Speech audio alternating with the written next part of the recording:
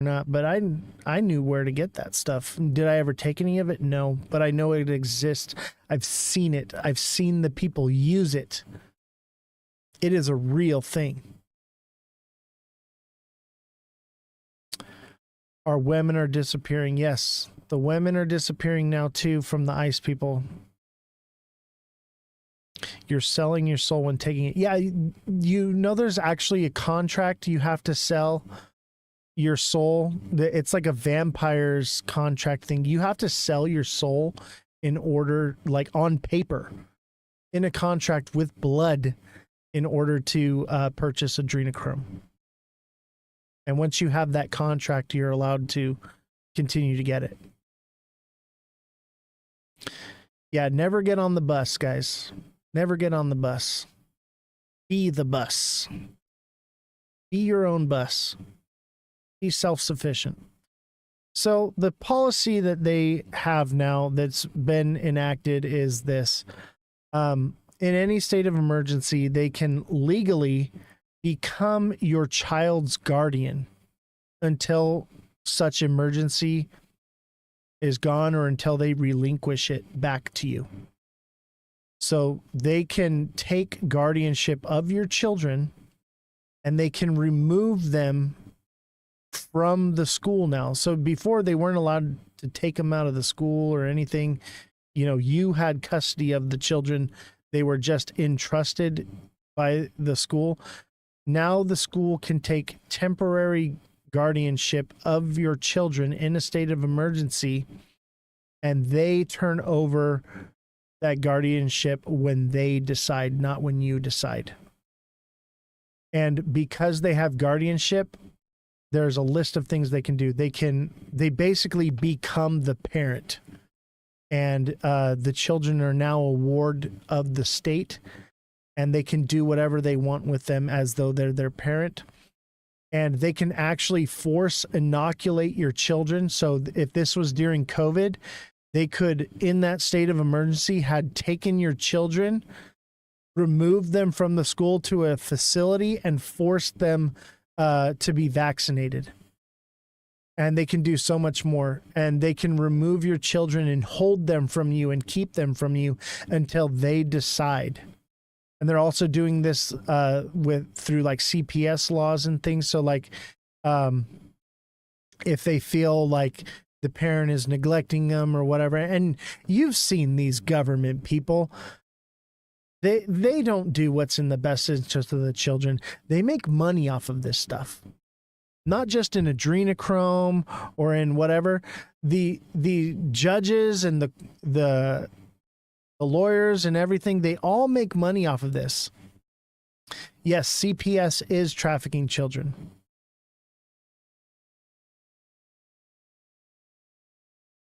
And so if you have your kids in school, basically you're no longer their guardian in a state of emergency. And we're in one right now. It's just right now it's kind of under wraps, but we're always in a state of emergency. So yeah, but now, before it was like unspoken, now it's actual legal clarity where they are on paper the guardian of the children, and they can force the children to do whatever it is they tell them to do. And the parents can do nothing about it. You no longer have the guardianship. It would take a judge to step in and say, no, you are not the guardian, they are the guardian, and the judges are in the pockets of these people. So think about the kids in the Maui fire that just disappeared and never made it home. Those are someone's babies taken and kidnapped, and they're probably being harvested of their adrenochrome. Do you guys know how adrenochrome is harvested? I don't want to say too much, but I've seen things, okay?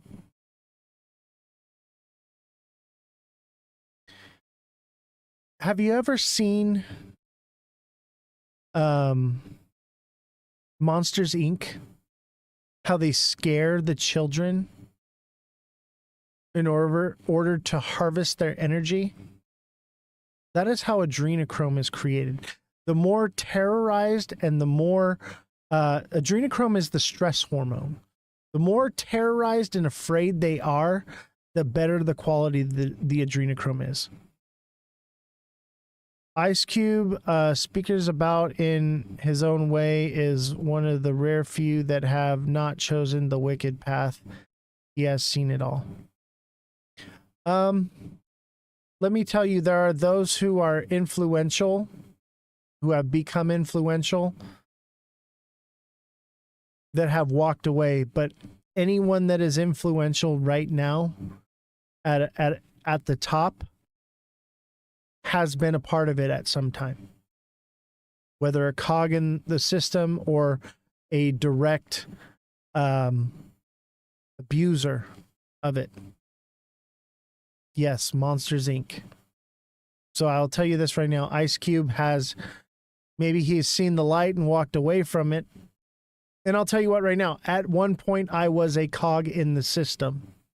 I didn't understand that I didn't know what I was doing, but I was helping with the facilitation of these things. And once I realized that is when I got out.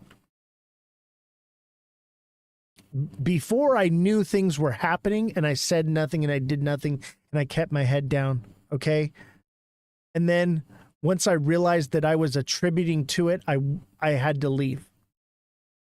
DMX has spoken out about it as well, and paid the price for it. The media saying it was natural causes. Yeah.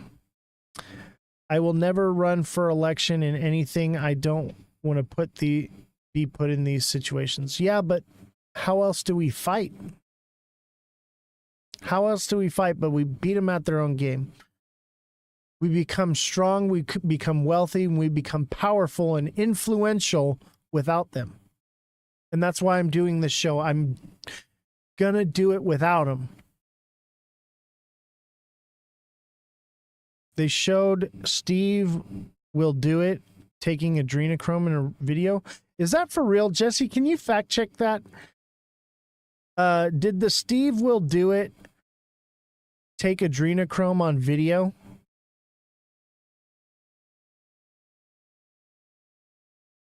Oz, let me ask you, please, does your wife and family know about this? Yes.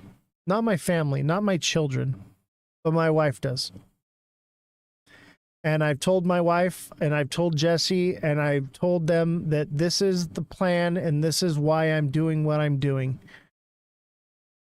And everyone understands and is in agreement. And we are all making a sacrifice. That's why I chose the goat.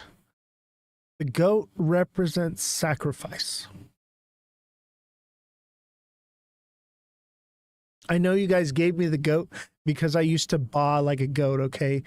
But when I was like saying I wanted to choose a name and somebody jokingly said Ozthecryptogoat, I decided to pick the goat because the goat represents sacrifice. This is leaked footage of YouTuber Steve Will Do It injecting a $20,000 adrenochrome shot with the help of a professional nurse. Holy shit.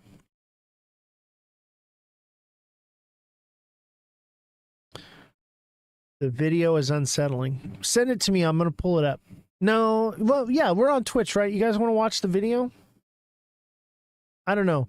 We'll save it for another live because we're kind of running low on time. But I believe you. I told you I know everything. We're going to talk more, man. I'll tell you what. Henry knows a lot about me. I told him a few things that you guys don't know about me. They can look it up. Yeah, look it up if you don't believe it. I believe it, though. And one day I will tell you everything about me. That is my goal, is to one day tell you everything about me, everything that I know, everything that I've gone through. I'll tell you what, I would be able to write a book that would be phenomenal. So inspiring. Oh my God, in Vegas, what did you say? I can't say it right now because I'm not ready to tell the world yet, but I did say a few things. But But I'll tell you this, Henry has kept all of it to himself. Henry hasn't said anything.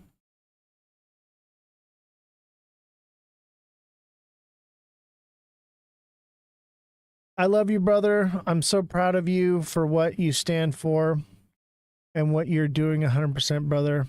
I'm with you to the end, no matter what happens. Thank you.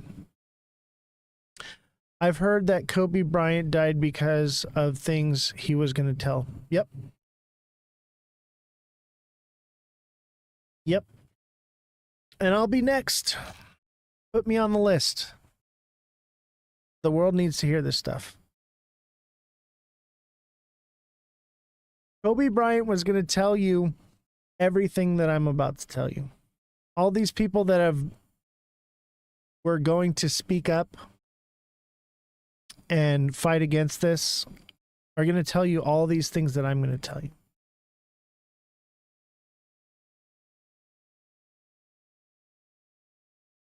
You didn't know he died? Yeah, he died in a helicopter crash that was completely avoidable, no accident.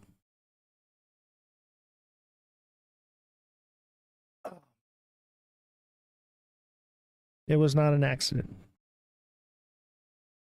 But I experienced these things firsthand. I saw them with my own two eyes, and I know they exist.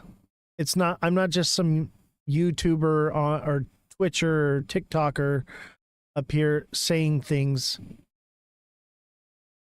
I'm here for a purpose because I've seen things, and these things need to be shared, and they're being recorded.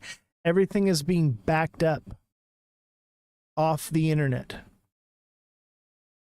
onto hard drives and solid state drives so that this stuff will live on forever.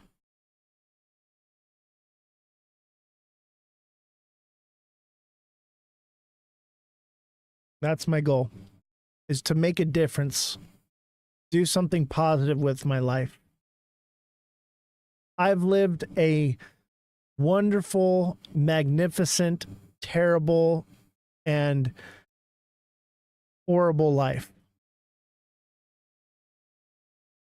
all at the same time. I've been through more than any human being should ever bear, and I've experienced more than any human being probably ever has. I've seen the very top and I've seen the very bottom, and I have a lot to share with you because of that. And I'm grateful for it. I wouldn't change anything for the world. I tell my wife and Jesse this a lot about like some of the hardships that I went through. And I actually reminisce on some of them as good times because it shaped me into who I am today. I needed them to happen in order to be as strong as I am.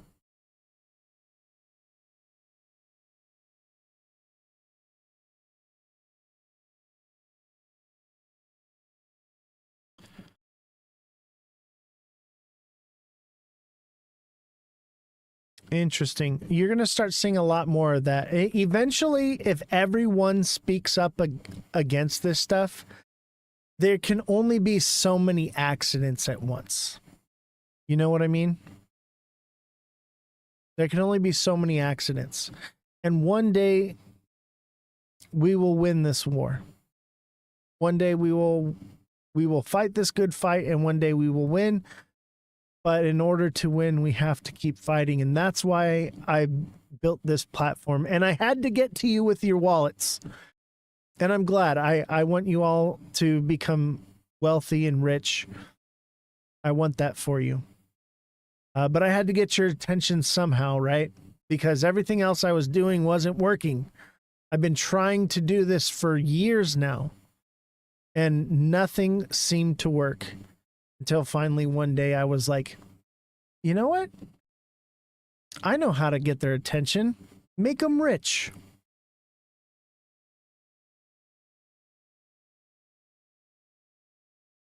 So I'll keep making you guys rich as long as you're willing to stand up and fight with me.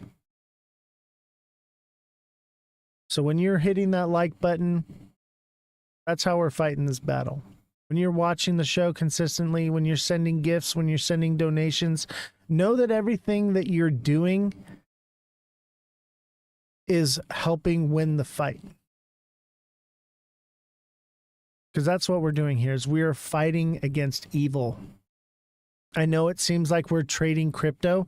That's the disguise. That's all just a disguise.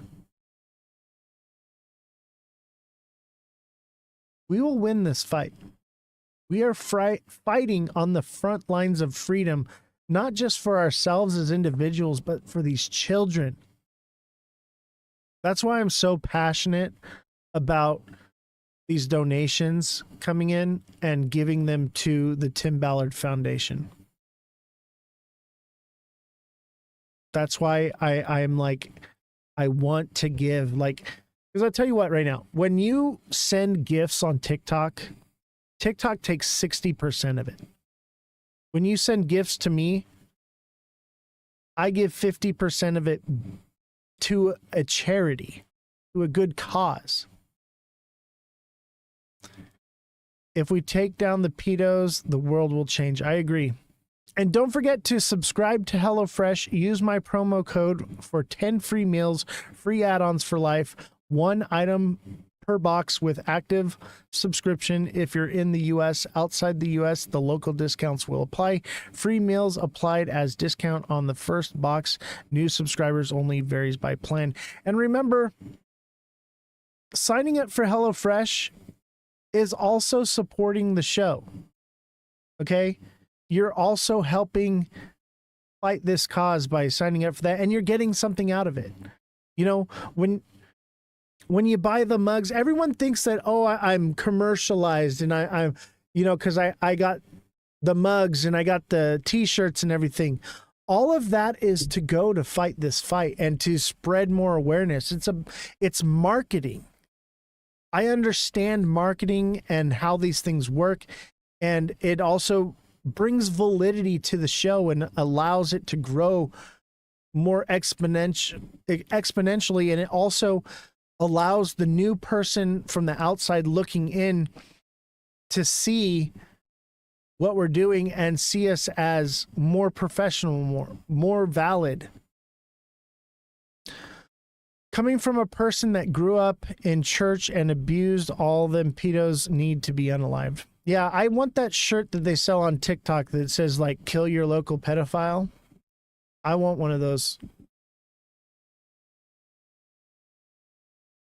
Round up a posse. This is part of why I'm fighting towards getting rid of the police and letting the people govern themselves and police themselves, and bringing back the militias, because then we can hunt these fuckers down. We can do something about it. Yeah, tarred and feathered and worse. I say we give them the pineapple up the ass. Pineapples in the chat, everybody. Everybody spam the chat with pineapples right now. If you want to shove a pineapple up a pedo's ass and while they hang from a tree, or you want to torment Jesse, send the pineapples. Good night, Guinea Marie. Send in the pineapples. Is there a pineapple emoji? No, they would like it. Some of them would, that's for sure. We'll beat them with a pillowcase full of pineapples. How about that? Pineapples in the chat. I don't even know if they have that on here. I say we make them eat their privates. Some of them might be into that. That's the problem. You know what I say we do? I say we cut them off from their adrenochrome, chained to a wall, and watch them deteriorate quickly. You do realize that adrenochrome is like the most addictive drug out there, and that if you stop taking it, not only do you die, but you look like death very quickly. That's why it's only for the rich. You think the victim should decide their fate? Ooh, I like that. I like that one. The victims should decide their fate.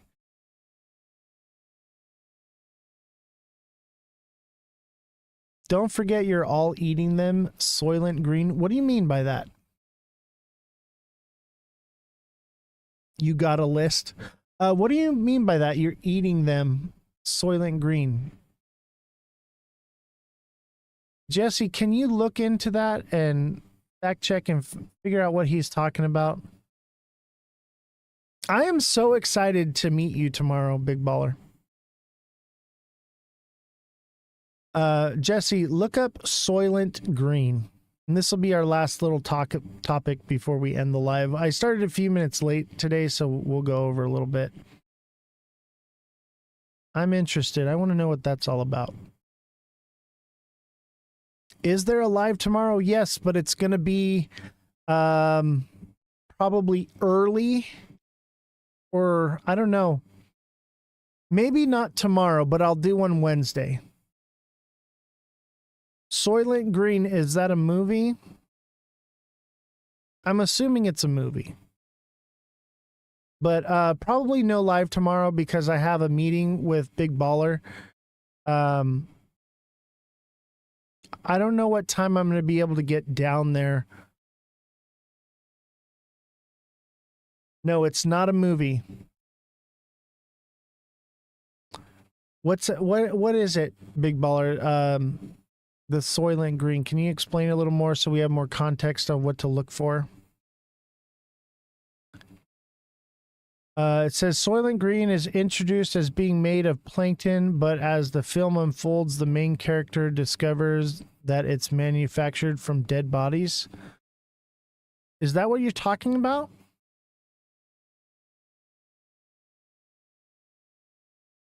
I kind of heard of something like that before. I'm excited to jump down rabbit holes with Big Baller. Hey, tomorrow when we meet up, message me tonight because I need details and everything. Because I'm probably not going to be able to get out of here until noon, and I'm out here by Vegas. So it's probably going to be like 4 or 5 hour drive for me.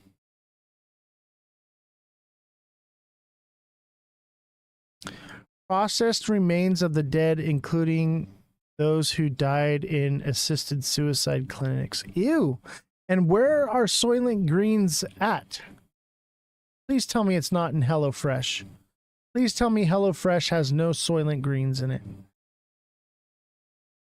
They've been saying that about a McDonald's for years. That's why it's so addictive. Human flesh is addicting. Oh my God. I'm never eating McDonald's ever again.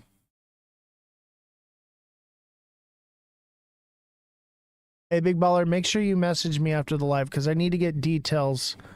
I need to get details from you. I haven't had McDonald's in a very long time anyway, so.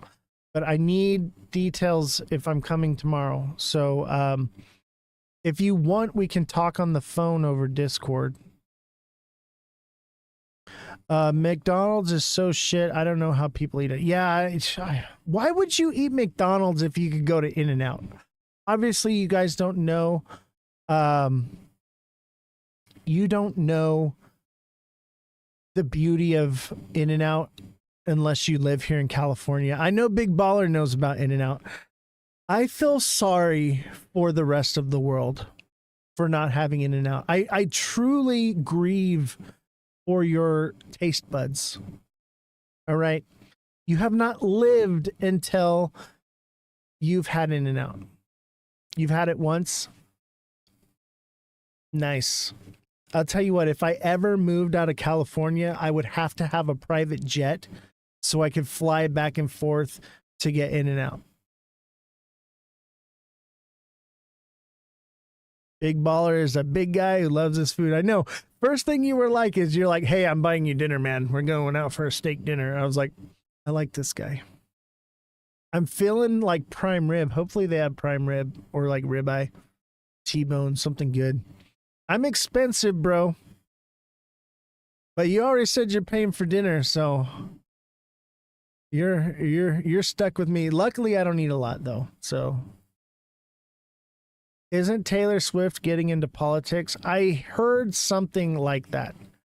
Yeah, steakhouse, baby. Good steak.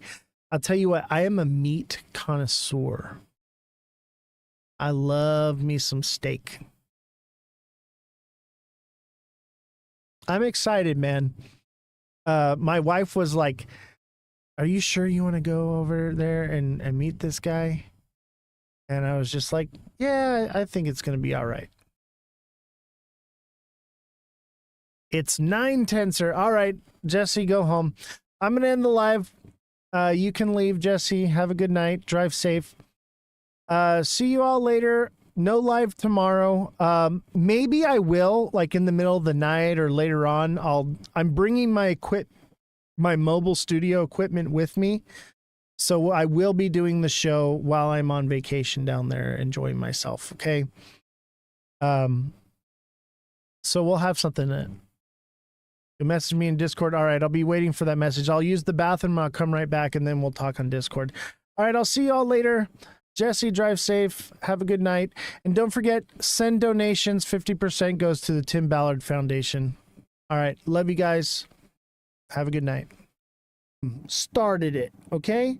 Because Abraham supposedly didn't do what God told him to do, okay? So, where does the fault lie? Adam or Eve? Jacob or Esau? You know? Abraham, or was it Sarah? Who was it?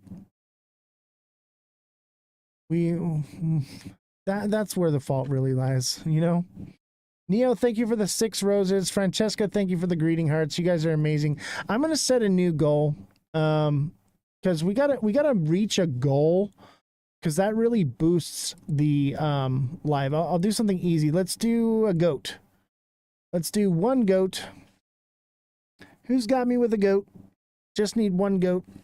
Get a couple of these, and then that usually boosts the algorithm really quickly. Thoughts on XRP? We still on the downward trend? Yes, technically yes. We're waiting for a breakout.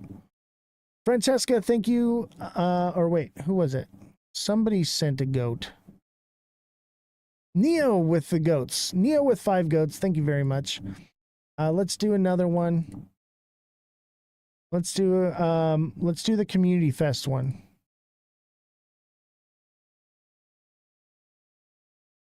Let's do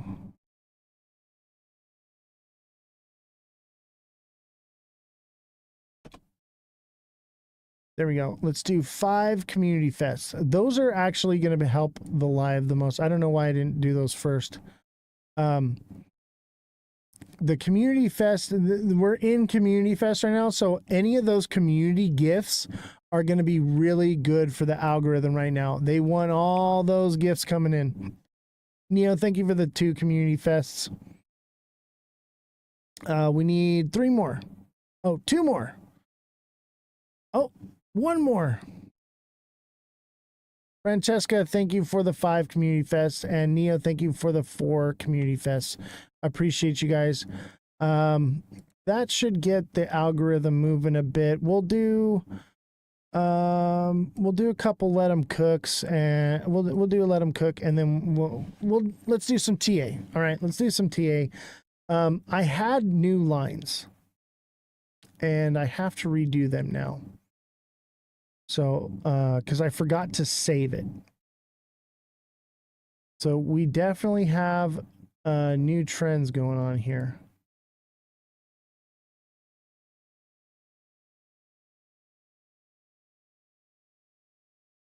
There's that one. And then there's this one.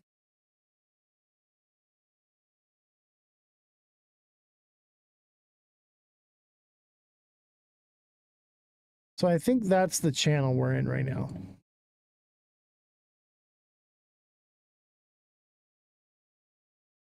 Yeah, that's what I had. Okay. So we've got to break up, I think, 25. So this is 20. No, wrong line. Let's move that. I think I had it right here. There it is. 25. If we can bump up to 25, 225 in the next couple days, that would be 2 days, and then break above it, then that would possibly signal a move out of this descending channel here. But honestly, I think we're due for some retracement, and I think we're going to come back down here and test this line down here. And that would put us right at 180. And that would bring us there by July 5th. And that's right before the tariffs. And it could potentially, after that, get a little bit of retracement up and then back down. And that would put, you know, probably by July 14th, would put us down at 160-ish. If it plays out that way, okay? I still have the white light on because there's no telling, okay? The news is in the driver's seat, okay? You can TA the shit out of this all you want, okay? But what it really comes down to is the world is on fire, okay? Can we see sub $2 XRP again, especially with war tensions? Definitely. Definitely. I think what happened was we didn't fall all the way down because we had to come down here and fill up all these orders. And now we need to go back and retest it and break through. So I think more or less we're going to see like 180 to 160, maybe 175, 171, something like that. The market seems to be very narrative driven this year. I know. And that's because a lot of craziness is happening. Like COVID was just like, oh, there's some riots and oh, we're all on lockdown. Oh, we have to take a shot. Okay. It was kind of meh compared to what we're looking at right now. Right now, we're looking at possibly total global destruction and annihilation. A little bit different. Little bit different. This should be a picture. I'm gonna freeze frame that because I want to like put that on a shirt. Maybe like that. What do you think? No? I was trying to be funny. You guys aren't fun anymore. Reminds me of Bruce Lee. Yeah, buy a Doomsday Beer Gator. I know, right? I'm excited to get my Beer Gator, dude. We got to come up with a contract, dude. I'm down. I'm pretty sure I want to put it in the new show. Not in this show, but we'll talk about it. So I want it to be like the centerpiece, the crown jewel of the show, so that way when either of us is, because there's going to be two of us on the show, and when either of us are not talking, and it has, each one has their own spout to pull from. Yeah, it's going to be cool. Yeah, we'll talk on the phone. We will talk more about it later. When is the new show? Soon. Basically, once we get the Beer Gator deal signed, then the new show will start. And don't forget to sign up for HelloFresh. We have HelloFresh now. And if you sign up for HelloFresh, the show receives $90. So for every person that signs up with HelloFresh and uses our HelloFresh code of POGHF158726, we'll get 10 free meals, a free add-on for life, 1 item per box with active subscription. If you're in the United States, outside of the US, the local discount will apply. Free meals applied as discount first box. New subscribers only, vary by plan. And the link is there on Twitch if you are interested in signing up for HelloFresh. I've actually had HelloFresh before. It's pretty good. And it actually saves you money.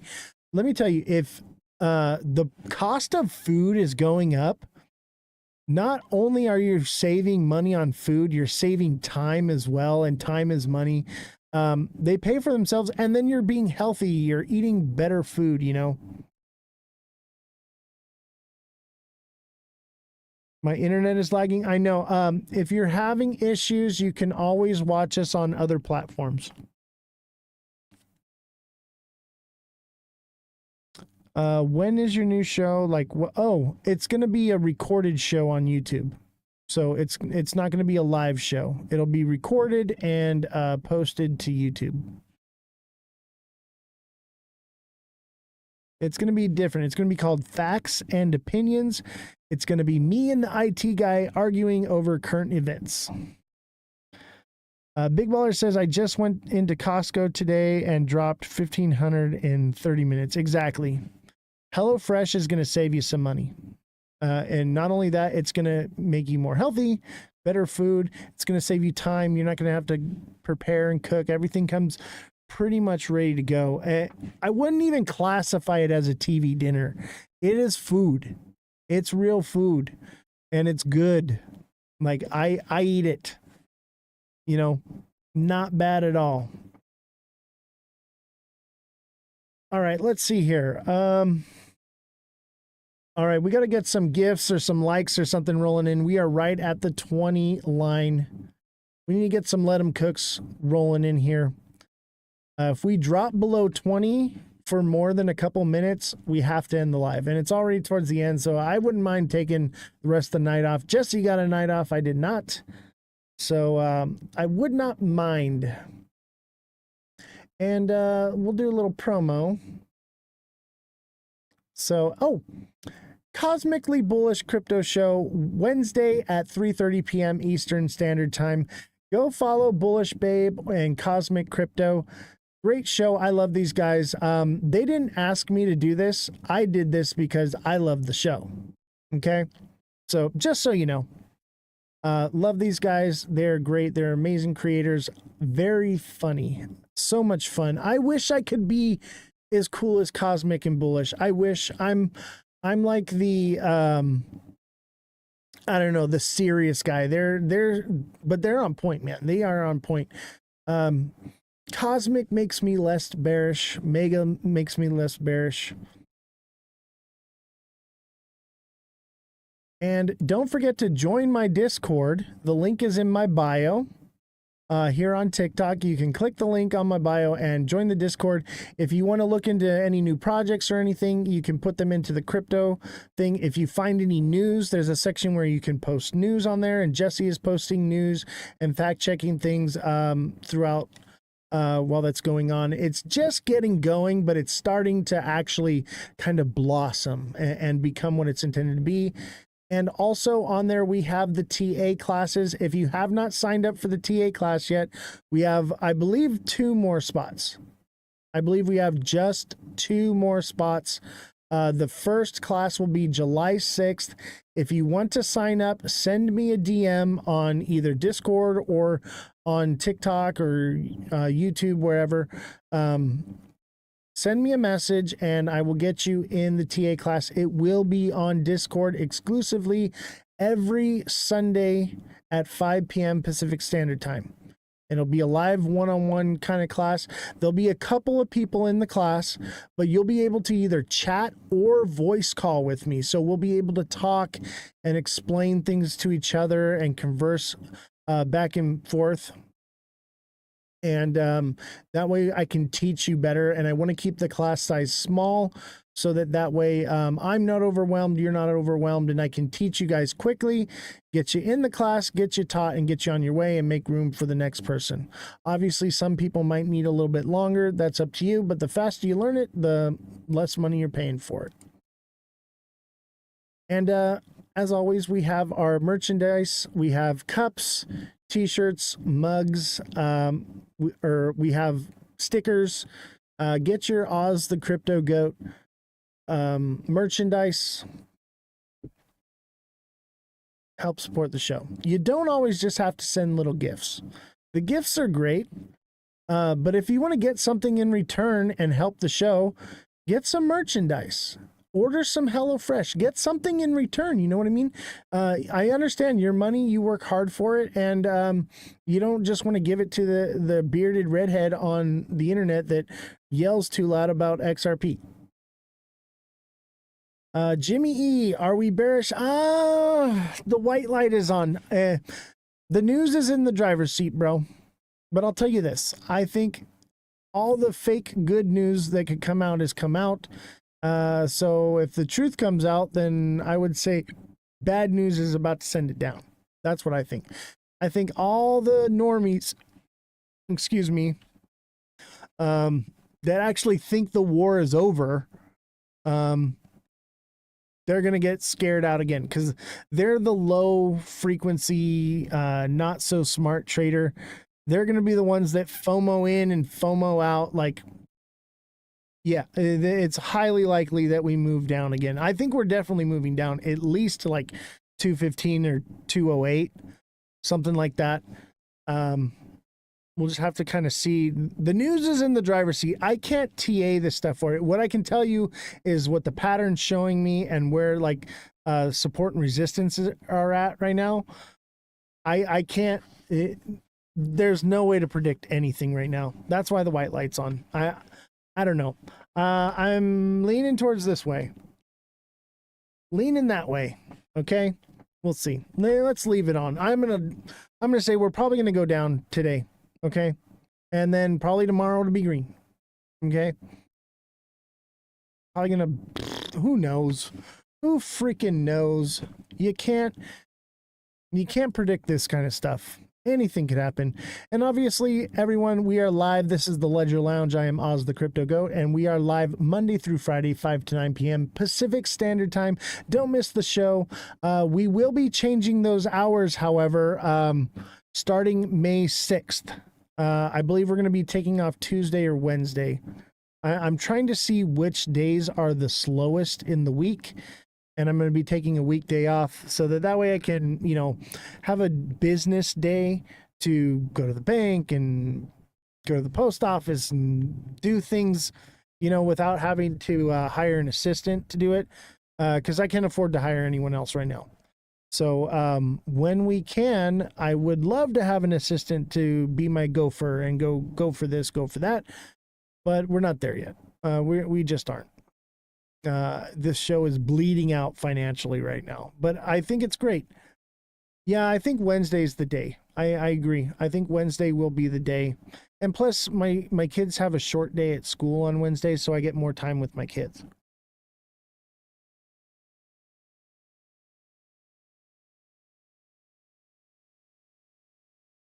And yeah, I think that pretty much covers it. Does anybody have any questions or shows they want me to, or not shows, projects they want me to look at? We'll do some TA for the rest of the night and call it a night. If you're not a subscriber, you got to send a gift.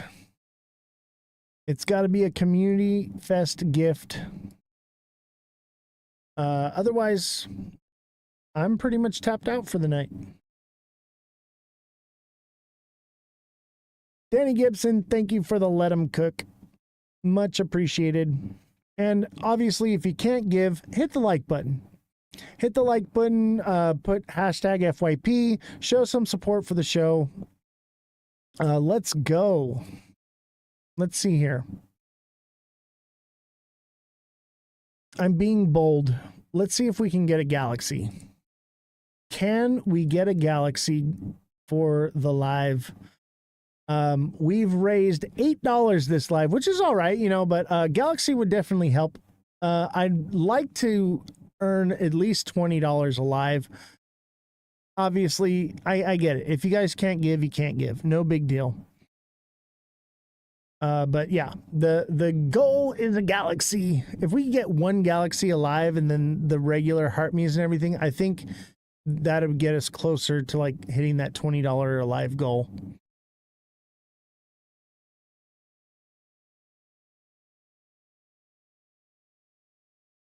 Ondo.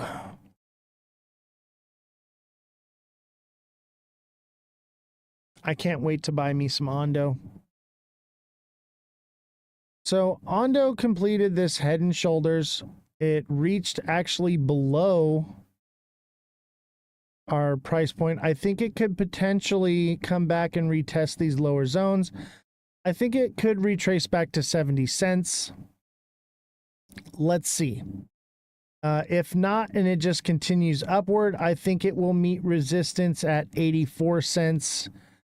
If it consolidates sideways, that's an inverted Head and Shoulders, and that would send it to 80 cents to 85 cents, 86 cents, 87, 88, maybe even as high as 91, which would be great, you know. But it definitely played out that pattern completely. XRP, not so much. There's a lot of buy pressure on XRP. That's why I think when things take off, when we get an alt season, I think XRP will do very well. Probably better than most coins. And that's why we follow it. That's why we follow it. Let's take a look at Algo.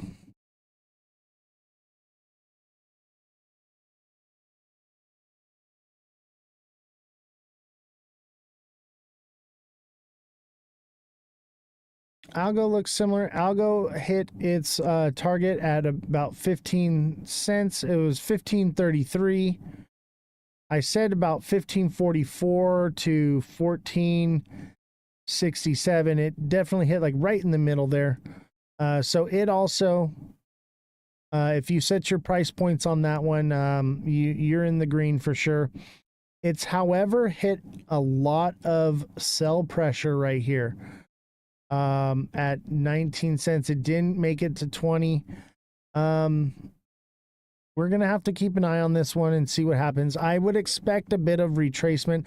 I think everything could possibly be about to come back down with some bad news, but I'm still kind of unsure. There's just not enough data. The news is in the driver's seat. You can't predict the news right now. Okay, what I can tell you is I don't think it's over. I don't think it's over. If it is, expect a miracle boom, but then tariffs are going to come along. No rate cuts are going to come along. So that's where I'm at. But maybe we get a perfect storm. Maybe peace on earth and goodwill towards men. Interest rates get dropped. Tariff deals signed across the board that are amazing, and everything is sweet sunshine and rainbows. Then yeah, alt season's on, baby. I just don't think so. The world is just flipped upside down right now.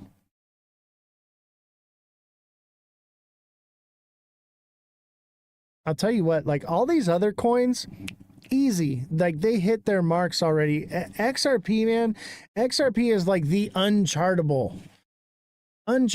Ooh, SCI looks good. It looks like it double bottomed here. Looking great. It could potentially have been Head and Shoulders. I think it's more of a double bottom. And it pumped up. It's fulfilled its double bottom. Looks like it's starting to get some sell pressure and should retrace to the fair market value of 27 cents, 27.15 to 24.50. That's where I'm thinking it'll land. I'm leaning towards the high side on this one. Who knows though? Maybe it just, because look at what it's done. Maybe it just and just takes off. It could just start doing this kind of stuff. Boom, boom, boom. That would be September 3rd. It hits its peak. That sounds about right. That sounds about right. I feel like we might be moving towards altcoin season here soon. It's definitely likely. Do I think we're going to get a crazy altcoin season and see new all-time highs? I don't know. Probably not, because the liquidity is more spread out. But I think we're going to get a good pump. I think enough people believe in it. There's a lot of money sitting on the sideline. I'm one of them. I'm sitting on the sideline waiting. Okay. And probably in the next retracement, I'll probably be entering. But I kind of want to wait the next couple weeks and see what happens with tariffs, see what happens with, you know, interest rates, stuff like that. But if good news starts flowing out, I'm just going to hop in, market price, and just let it go and hope for the best, you know. Because I think if enough people believe in the altcoin season, it becomes real, just like the moon cycle. All right, do we got any more? Look at SXT. SXT is already getting its retracement, but a lot of buy pressure. Bringing it back up. It just dropped for a long time. It is due for a move up. I think it comes up to about 950, consolidates, and then this is like an inverted head and shoulders maybe. Who knows? Maybe it comes all the way back down and double bottoms and just takes off. If it does that, oh, that would be really sweet. Another buy opportunity at the bottom here. Ooh, yeah. I did not do Cardano yet.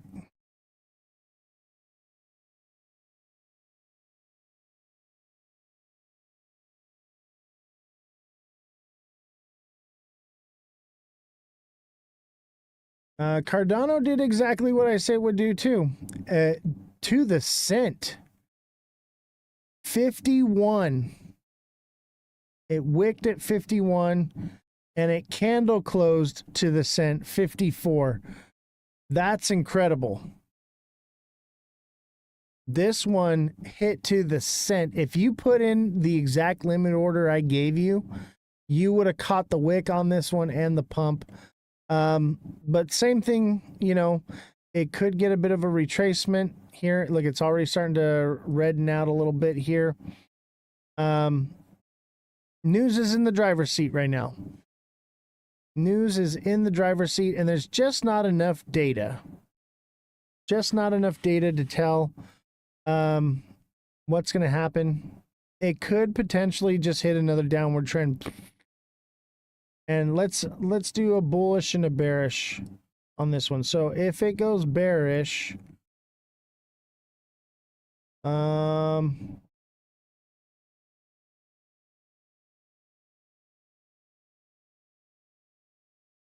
this one's difficult. 44, 45, 45 cents. 46 to 45 cents on this one if it goes down. If it goes up,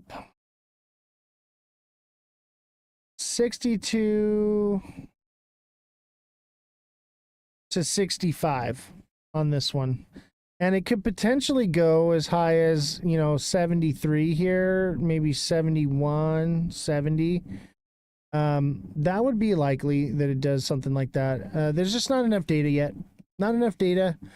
And the news, no way of knowing. But hopefully you got those price orders in, man. I should have set a limit order on this one. I thought I had more time. I was spending time with my family and stuff, and oh well, can't catch them all. I'm not worried about it. I would like to make some money though to pay the staff, but it is what it is. I've been just overworked, guys. I'm way overworked and underpaid. I'd say I'm the opposite of underpaid. I'm in debt. I'm racking up a bill every day. Racking it up. All right, can we get some gifts flying in here? Can we do the galaxy? Can we get a galaxy? That would be incredible. A galaxy would just be phenomenal.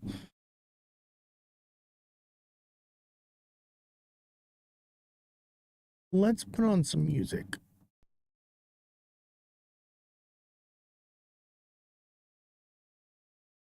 Hey, Seuss, thank you for the galaxy, man. I appreciate you, bro. See, we made 12 bucks this live. Thank you, bro. I appreciate you. I'd like to get to 20. And remember, you can always leave a donation on the Cash App, Venmo, or PayPal. If you don't know what the PayPal and Cash App and all that already, just send me a DM, say, hey, I want to leave a donation, and I can give you that information. Got to work on manifesting together. Yeah. We've been doing all right with manifesting, though. Like, everything is here. It's built. If you build it, they will come, you know? It's just going to take time. We just got to stick with it and keep going. And I believe in what we're doing. But we are dropping below... we're dropping below 20. We've got to get the numbers up, or we're going to have to end live, unfortunately. We can't be below 20 viewers for too long. So help me reach this goal. And everybody, FYP in the chat. Everybody hit the like button. Everybody spam the chat with smiley faces, emojis, whatever, W's. Spam the chat. Send gifts. Anything we can. I'm going to give it maybe 1 or 2 more minutes. Or we're going to end the live early. Hey, Jesus, thank you for the FYP. Don't forget, tap the screen. Just keep on tapping it. The likes is the best thing. If you can't give money, tapping over and over and over and over again is the best thing for the algorithm. That's what they want. They want the likes. They want the gifts. That's really what does it. Jesus, thank you for the likes. MVP Gamer, how's it going?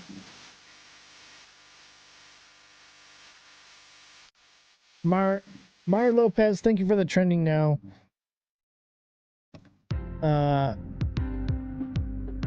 Alexa Delgado, thank you for the FYP. Yeah, keep on tapping, guys. We're at 47K. Let's get to 50K likes. Let's get to 50K likes. Everybody start tapping the screen. Tap away.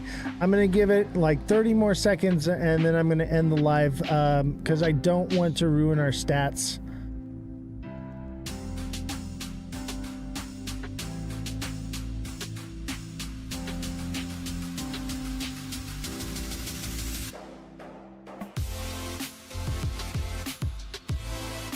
We'll take one last look at XRP, and then I think we're going to call it a night. I think XRP retraces back to 209, 208. And possibly lower. And let's say it does drop 185 to 180.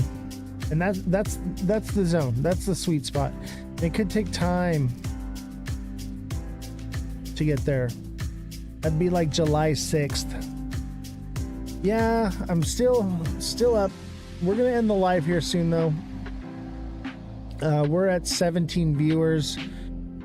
Our stats are really low. I'm gonna go ahead and end the live early, guys.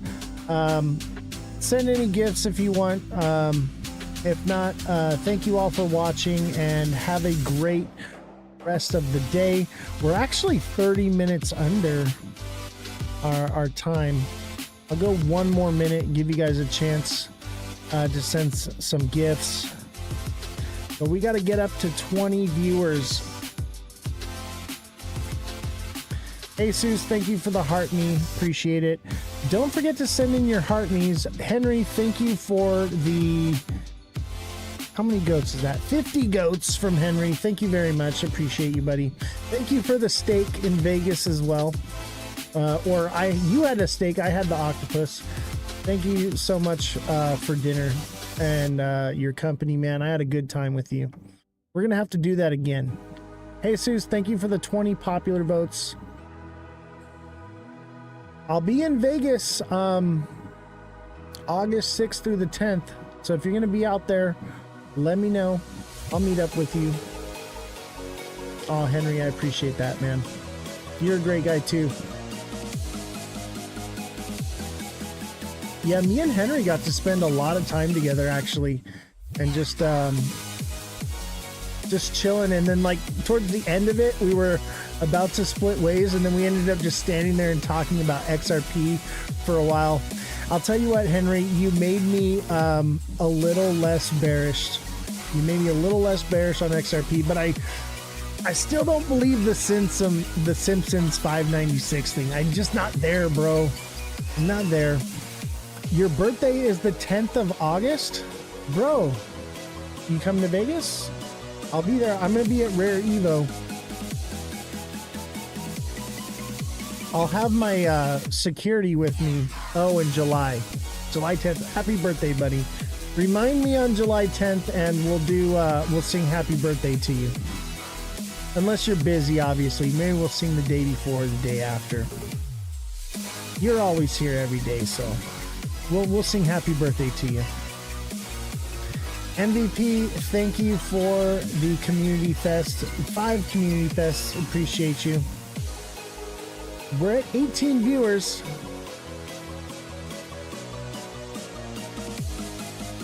Yeah, I'm actually going to have my private security with me in Vegas this time. Because I'm going to be doing more than just staying in the casino meeting people. We're going to be out passing out flyers. Here, I'll show you guys the flyers. So I got a bunch of these printed up for the show. And we're going to be handing these out all throughout Vegas and promoting the show and try to get more views, more viewership. Yeah, they're pretty nice too. They're good card stock, decent size. They look cheap, but I mean they're good. I wanted something to hand out at Rare Evo and say, hey, you know, and then I left the back blank so I could write on there something if I needed to. But yeah, the goal is to go out there, promote. We're going to be going live for the whole event, not just the you know, technical stuff and you know, the whatever. We're gonna be at the pool parties and stuff. I'm thinking about entering in the golf competition for Rare Evo at Top Golf. I haven't decided yet. I don't know if I'm gonna have time to be messing around doing that. I really want to. If you know me, I'm a big golfer. I got my golf hat on right now. We'll see what happens. We'll see what happens. I really do want to go, but I'm there for business. You know, it's a business trip. But I could technically write it off because it is part of Rare Evo. So it could be a nice write-off. I don't think we're profitable enough yet to need write-offs really, but who knows? You never know. Maybe get a big donation from somebody at some point, but donations aren't taxable anyway. So that's also another thing. If you send donations, it's untaxable. When you send the gifts through TikTok, that's all taxable income, you know?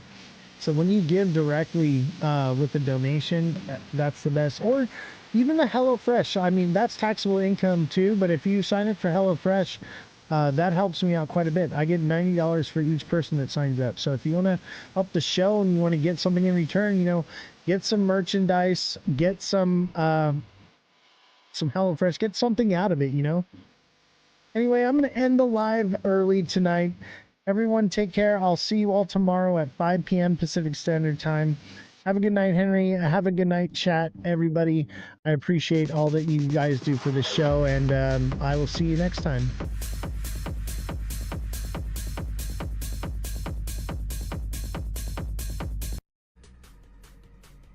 How's everybody doing? Smash that like button, subscribe to the channel, share the show with your friends. Welcome to the Ledger Lounge. I'm Ozthecryptogoat. And Jessie is out of the studio today. She's not feeling well, so we're giving her the day off. We were supposed to be at some live event thing on X, but I'm so new to X, I don't know how it works, so I couldn't figure it out. What's up, AB Writer? How you doing? Welcome to Twitch. What is going on? How you doing? Don't forget to hit the like button.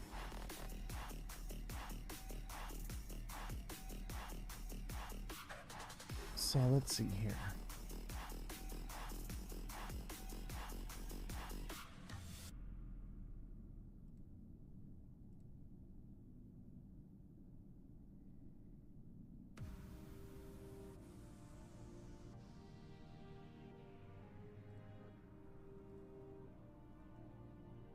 How's everybody doing today? I guess I should probably pull up the chart.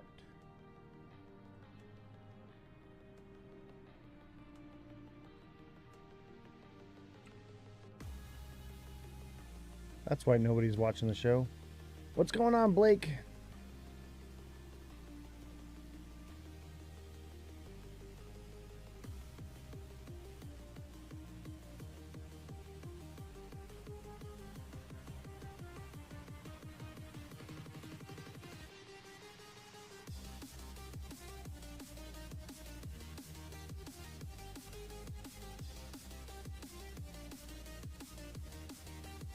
Here we are. What's up, Mar Lopez? How you doing, buddy? Welcome, welcome. Smash the like button, guys. Everybody hit the like button. Hit the like button. The goat is in session. So, how's everybody doing? How are we doing? I can't tap on this app. Where's the button? Did you say Mar Lopez? Yeah, Mar Lopez is in the TikTok side.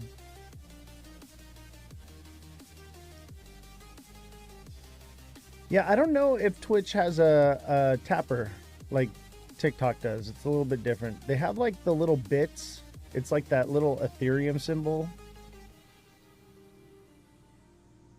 Yeah, I'm on TikTok as well. I do both.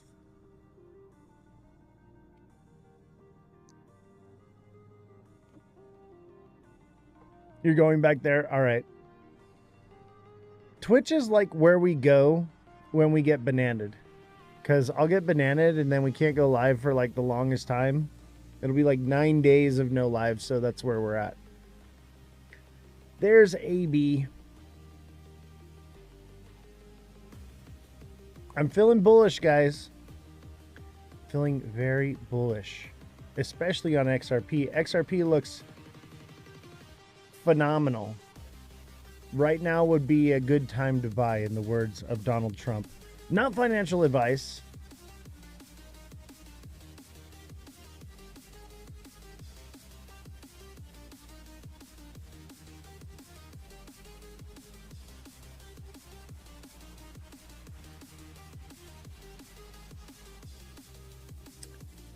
I feel lost without Jesse here. I feel like I'm having an off day.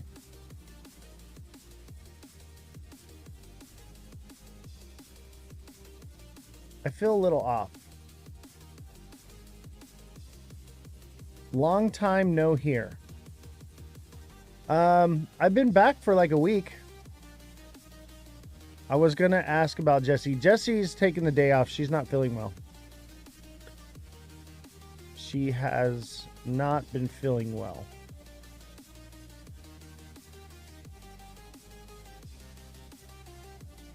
You've been away on vacays? Nice. Where'd you go? Where was the vacation? Why didn't you take me? I'm just kidding. I was on vacation too. I mean, it was a workcation, but it was kind of a vacation. It was pretty awesome. I had the time of my life.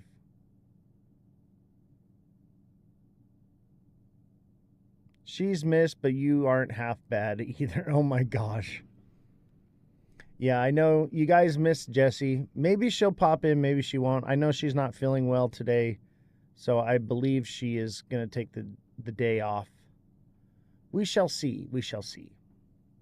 It would be a pleasant surprise to have her join in.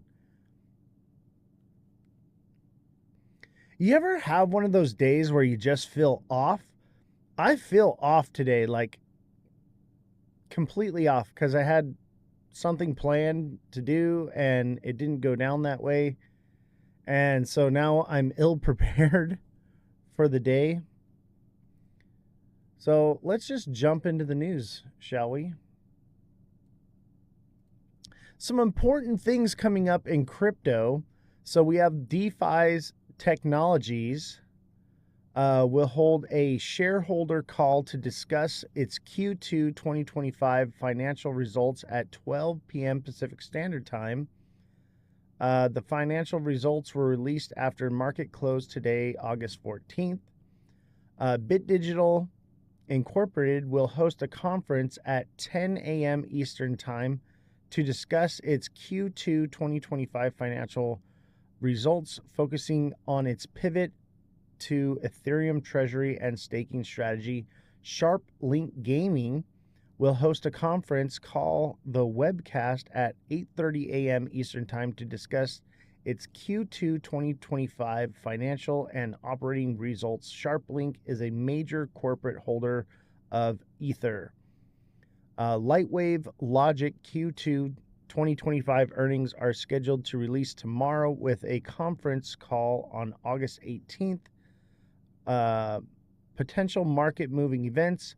Meeting between Donald Trump and Vladimir Putin. A meeting between the two leaders on August 15th to discuss the conflict in Ukraine could have significant market implications, potentially affecting both traditional finance and the crypto market, according to some analysts.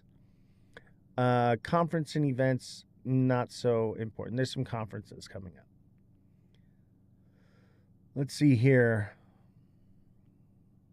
Ocean City, Maryland, Jersey Shore, going to Atlantic City next week, and then back to Ocean City. Nice. I'm a tad bit jelly. Atlantic City, I just went to Vegas. XRP feels so weird for me right now after 8:30 this morning. Why? Because you got dumped on? XRP is going to get dumped on over and over and over.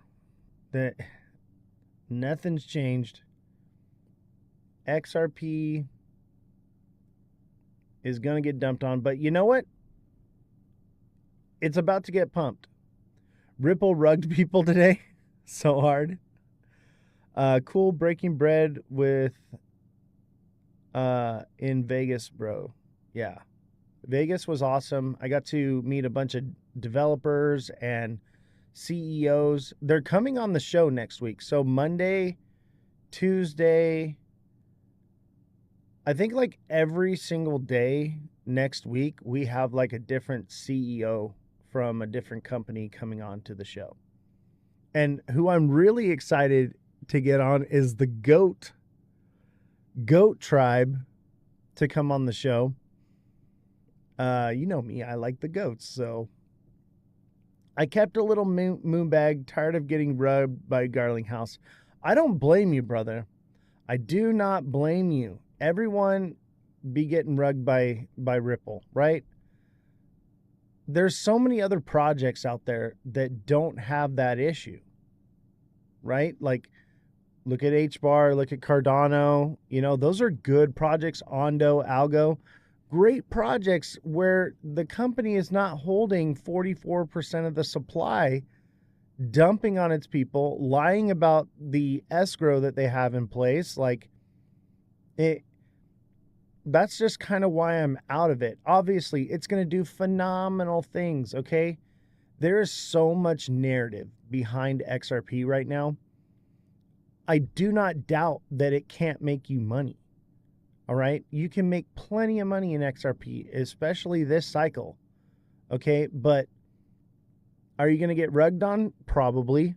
Is the top going to be $10,000? Absolutely not. TikToker Jam says XRP will be to 50 to 70 cents. Yeah, that sounds about right. 50 to 70 cents, possibly $1. I'm leaning towards like the dollar mark might be it. Like it might dip under $1, but kind of like fluctuate around $1, you know, maybe 70, 75 cents. And that's just because people diamond handing the shit out of this thing. They are holding on to that hopium. They will never sell. What do you mean XRP is not Ripple? XRP is not Ripple. Ripple is a company. XRP is just a coin that is used in the XRPL's technology, but XRP is not like the stock or coin to buy if you're buying into Ripple. Ripple is making moves and doing amazing things, but that doesn't necessarily mean that they're going to be using XRP. It seems more like RLUSD is what's going to be used. How XRP that low with ETFs coming? Because Ripple keeps selling their XRP on you. They keep dumping the twisty mustache. Caveman says that I have the most beautiful mustache in the crypto space. Seema, what's going on? What's up, Oz? Just saw you with Caveman's live earlier. Yeah, I was popped in there doing some, just kind of listening, lurking in the background, trolling a little bit. I love Caveman. I think he's great. I think Moon Cheese is running rampant, but at the same time, like, if that's what you believe in, I mean, go for it. What do you got to lose? If you ain't got a lot to lose with it, then obviously, you know, buy your lottery ticket. You know, you got to be in it to win it. I'm a good trader, but XRP is too hard to trade. Facts, bro. XRP is the hardest out of all of them. You love his hair. Caveman's hair? Caveman is absolutely wonderful. And we don't completely see eye to eye on things, but we still get along, and that's a beautiful thing. Have you heard, we've had a few bull traps lately. Absolutely. Absolutely. I think we're bullish, though. I got the green light on. I'm wearing a green shirt with a little penny on the face of it. Okay. I'm feeling bullish. I think today is a buy day, baby. We filled a nice fair value gap here. And look at this. Look at this, baby. This is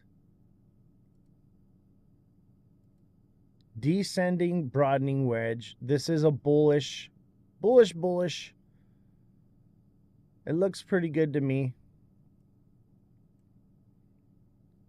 It's at least coming up here to 333 again. So 33-cent move, that's pretty good. That's pretty good.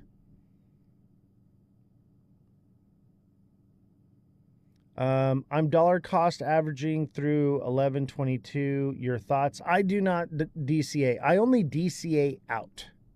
Okay? DCAing in, man, you can get wrecked. You need to know what you're doing. Okay? You need to know what you're doing. But if you are going to DCA or you're new, especially Steven, if you're asking me that question, that leads me to believe that, like, you're new to this and you don't quite understand. Be careful. What is DCA out mean? That's a good question. So that is a strategy on how to take profits from the market. And so it's the opposite of DCAing in. And I actually teach how to do that in my TA class. Josh just signed up for the TA class today. Thank you, Josh, if you're here, for signing up for the TA class. We've got a decent-sized class going on right now. And some people can't make it to the class on the day, so they get the recording of it later, or you can be in it in the live. What about music? I turned the music off. Should I turn the music back on? You guys want some music? I like this jam. Is it too loud, too quiet? Sounds good?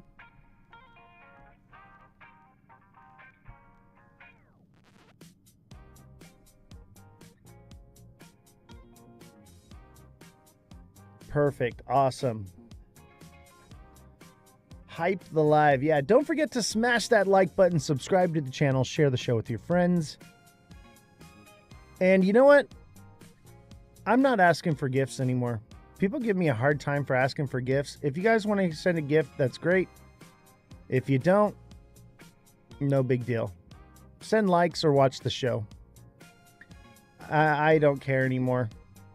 I'm tired of getting hate because I want to be a profitable business, so whatever. Can XRP hit $7 by the end of September? I don't know, by the end of September, maybe by the end of the cycle. It's possible, but I'm not sure. Maybe somewhere between $5 and $8 is what I see. It really just depends on Bitcoin. If it keeps going up, then expect the higher numbers. If it fails now, expect to see $5, maybe $6, $5.50. This next pump can easily take us to $4. Yeah. It's got a ways to go, man. It's got to pump pretty hard. The next pump will probably take us to 366. If it hits some resistance and flags right there, then yeah, it'll go to 4. Only 5 to 8. Wow, that's low. That's actually realistic. That's the numbers, baby. That's what it ain't going to 10K. Bitcoin and Ethereum with algorithmically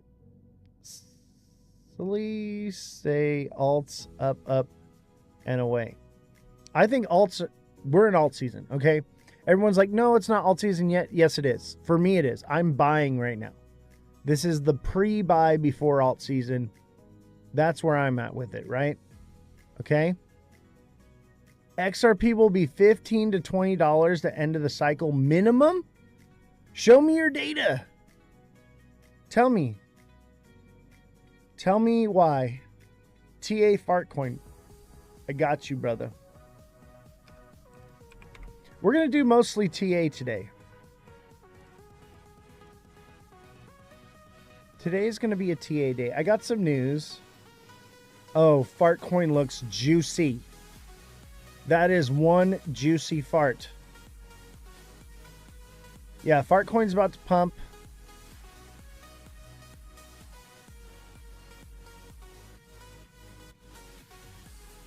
So Fartcoin's going to $1.20. And look at, we have this fair value gap right here. It needs to go to 124.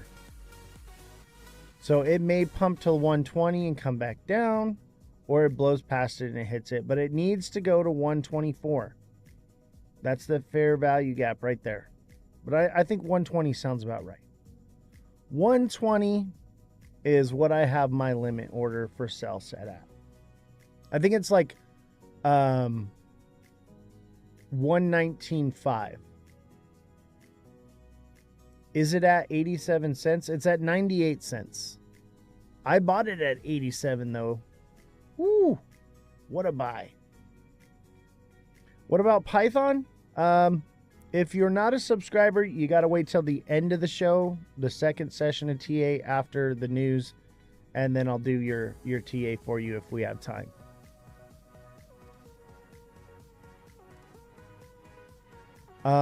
What's with all the spamming about moving from exchanges to cold wallets to Web3?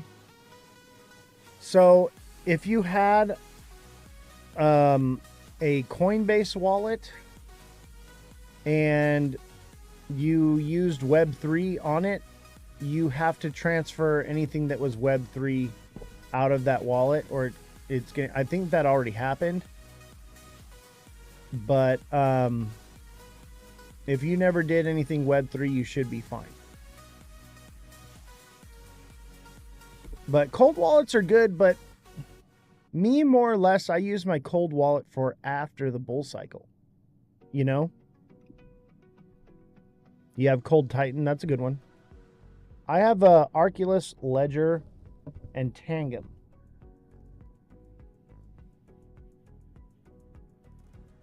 I prefer the Arculus out of all three. That's the one I like the most.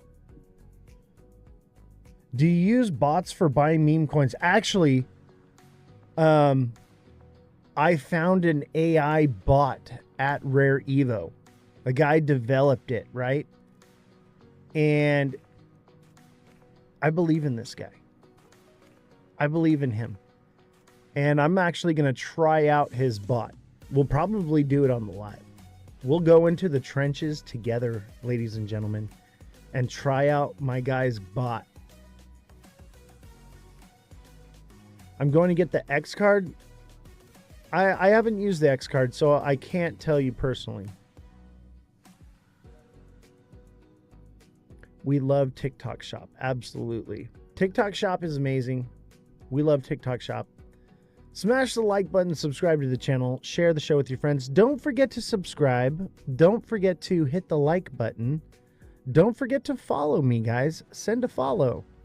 Remember, subscriptions are different than following. If you want to subscribe, I do have a new tier of subscription where you can voice chat with me on Discord and have a private conversation for coaching. So because I noticed a lot of people, they want coaching, but they don't want to deal with the texting. So I do have that tier as well. I don't want to do it. I don't want to be on the phone. That's why the price is the price it is. So I would rather just text you. I don't even talk on the phone in real life. I literally have an assistant that answers the phone for me because I hate the phone. What's up, Francesca? How are you? So the fact that I'm offering that is literally just for those who need that. Some people just aren't tech savvy, or it's just more information than they want to give. A lot of people want things to happen right now. And you got to understand, coaching is something that comes over time, right? This is something that you have to build on and work on and invest into your time and your energy, right? So invest into yourself and invest into your portfolio by having a coach or a mentor or learning TA classes. You know, do something positive for yourself. And maybe you don't need that. Great. Just hit the like button. Just chilling by the pool today. I wish I was chilling by the pool. I need to get in my jacuzzi. I think I'm well overdue for a jacuzzi day. I mean, I did go to the jacuzzi in Vegas a lot, but can you check CTF coin? You got it. Yeah, chat, go ahead and leave me whatever projects you want me to check out for you. You got to be a subscriber. So basic subscription, you have priority for the chat. CTF. Crypto Trading Fund? Is that the right one? Do I have the right one right here?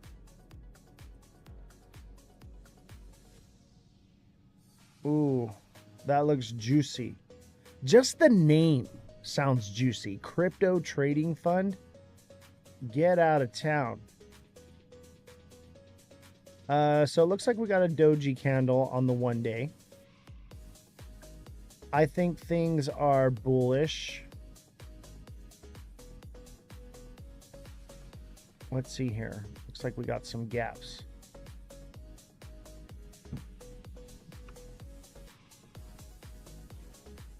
I don't know. This thing might come down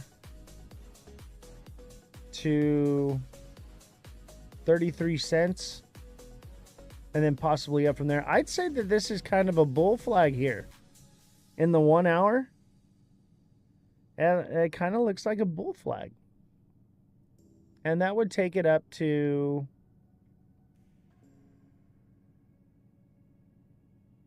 I would say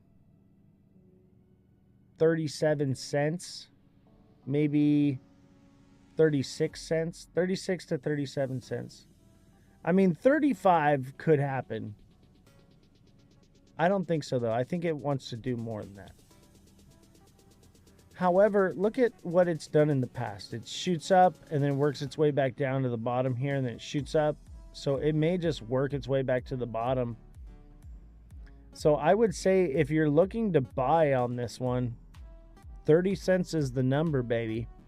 That's what I would do. I'd just be patient and buy this bottom line down here. 30 cents. Patience is everything. What chart are we looking at? This is Crypto Trading Fund, CTF.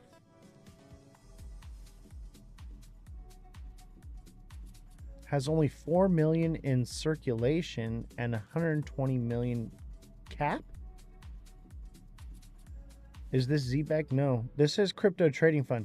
That's interesting. Look at how flat it is when it trades sometimes.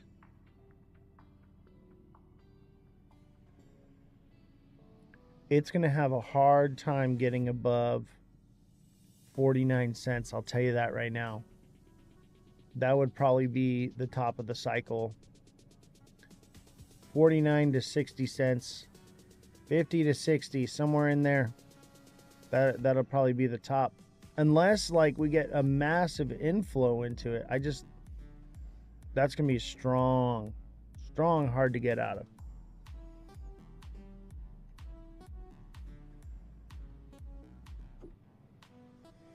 Let's hear. AOL coin from Navarro. I will try to get to it for you. I got to get to subscribers first.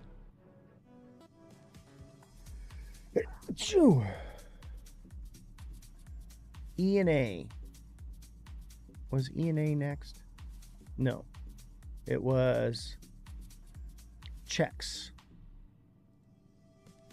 The chat is just flying. Checks. Yeah, I got Arrow. Arrow's coming up. Ooh, Seamont with another good juicy one. It hasn't been around long enough to tell. I'll tell you this though. It bottomed out and it's coming up to its initial offering price, which means that it's kind of nearing its end where it's ready for a retracement, okay? I would definitely say this one is ready for retracement either now or soon. I do see buy pressure though.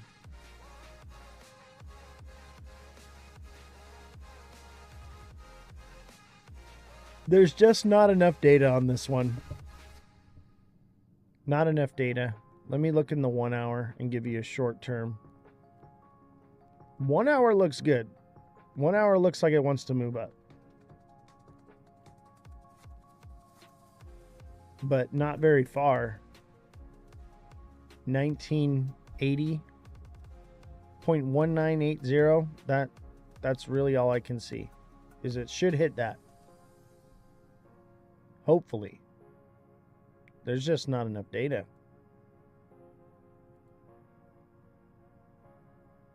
All right, let's see what was next.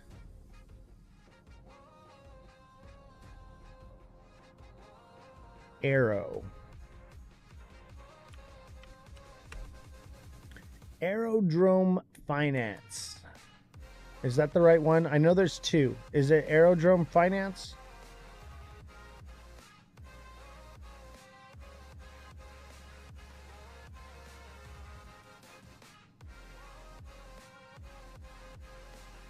All right, let's see here.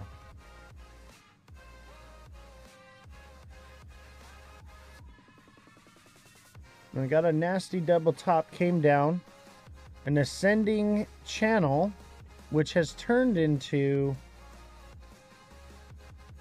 something bullish. I don't know. I feel bullish on Arrow. It's got a good narrative too. A lot of buy pressure right here. You know, I think this one's going up too. And the next spot would be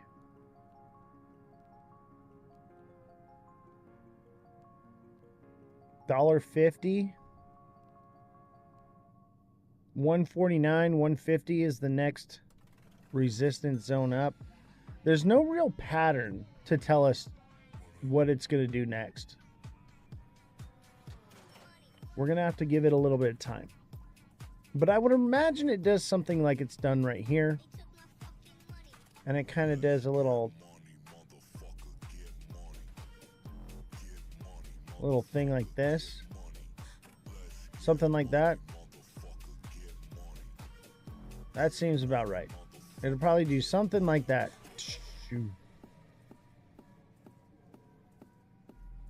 Yeah, $2.20 top of the cycle, possibly. Something like that. Let's see, where does that put it? November 14th. Yeah, that sounds about right.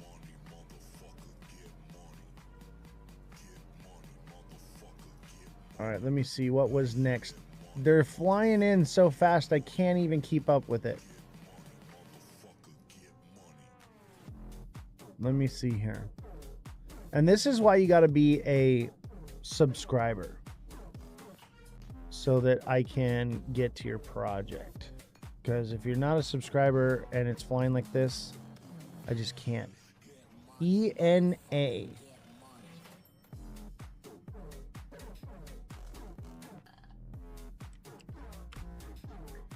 ENA. That's Athena, right? I think I have this one. Oh yeah, Athena's about to pump, baby. Athena is about to pump. ENA, baby. Not financial advice, but this is looking saucy. This is a buy. And I'm probably going to take profits on this next pump on this one. I got to make sure to go check my wallet. Oh, yeah. That thing is about to go. It looks perfect at 70 cents. This is a perfect one. It doesn't get any more perfect than that. It with no data, okay, mind you, this has no data. We couldn't possibly begin to TA this thing really, but with what we have and what I see, this is a buy, okay? This is what you want to see on the chart right here with this new data stuff right here, okay? This looks good. All right, this looks like what is it? ENA, Athena. This looks like it's about to go.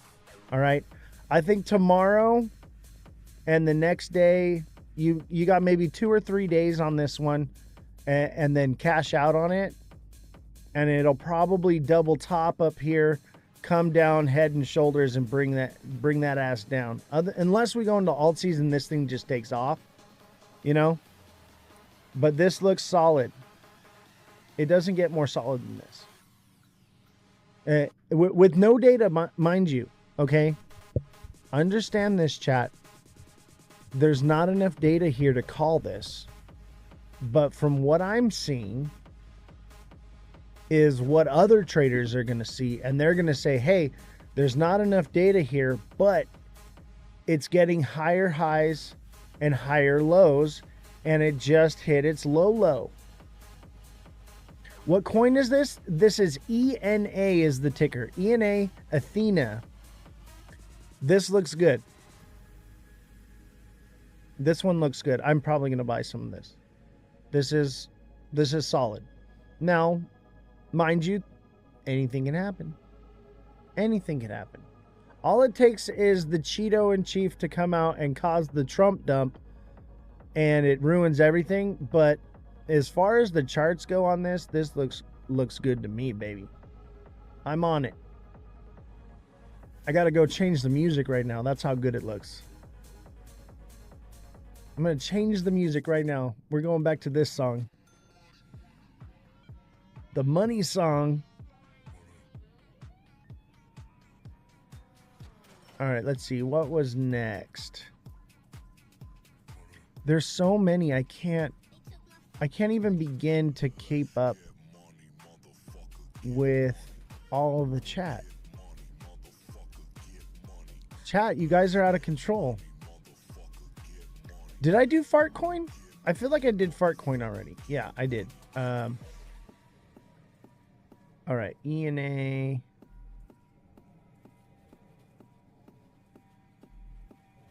I did arrow.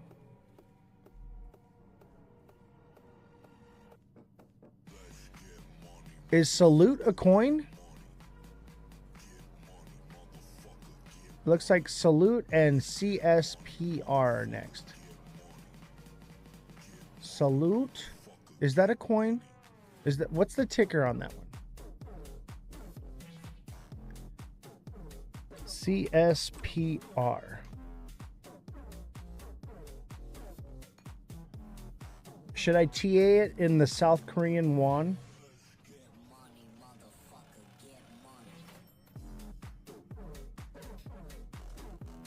Oh, this is Casper. Casper's good. I like this one. Interesting.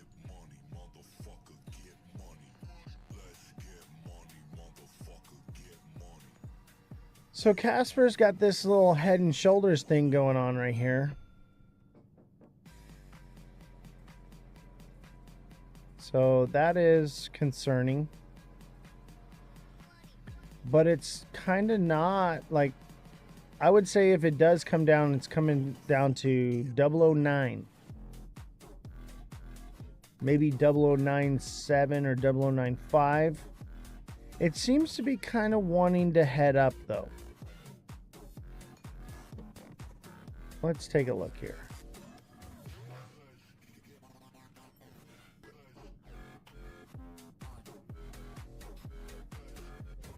I could see this one coming down. But also it's a double bottom. Right? So look at it. It's got this going for it. This is a double bottom. That's what I'm going to lean towards. I'm going to lean towards the double bottom on this one. And that should take it up to minimum 017. Maybe 017, 0175, 018, somewhere around there. That should be beautiful.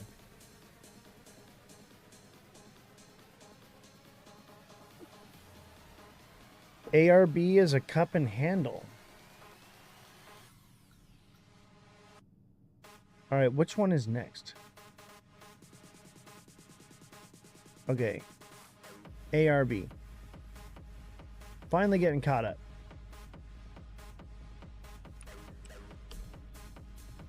ARB. I'm thinking Arby's. ARB is a cup and handle right here. Cup and handle. Kind of. I think more or less it's a double bottom. This is what I see.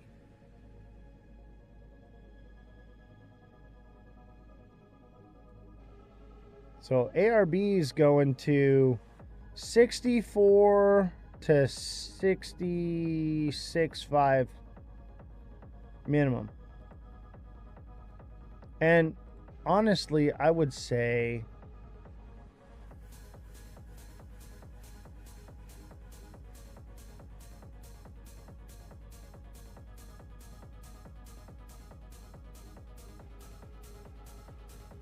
yeah, 64, 65, and it could potentially get up into like 80 to 83, 85, somewhere around there. But short term, it's going to at least 64, 70, somewhere around there.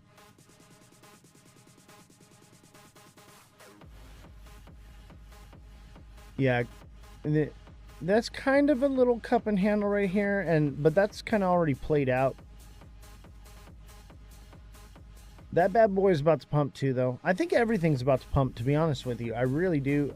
Obviously, not everything is going to pump too much, but I think tomorrow is like the crypto announcement, right?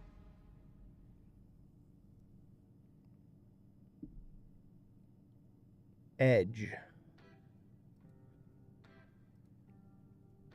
Big Baller, how you doing, buddy? It was good to talk to you on the phone today.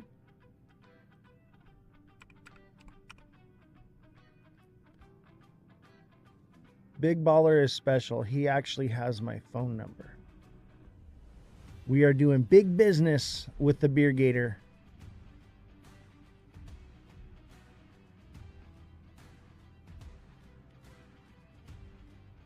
You said Edge, right?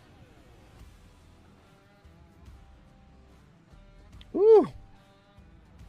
Big Baller, are you insider trading? Don't lie to me. All right. Actually, don't answer that question on here. But I think you are. And I bet you bought this thing down here at 6 cents. Wow. You did. I know you. Oh, man. What a win. I bet you bought a lot too. I bet you bought in for at least 10K.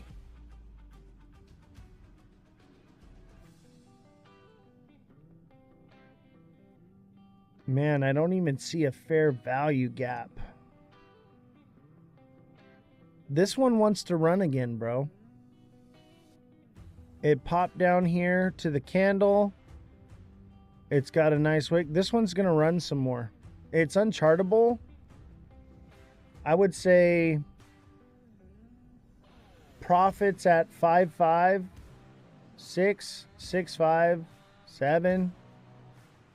You know, and on your way up, DCA out, baby. That thing looks healthy, dude. This one looks like a runner. Can you check out little guy? My little guy is put away right now, and I don't want to get shut down on TikTok for bringing him out. I was specifically told no nudity.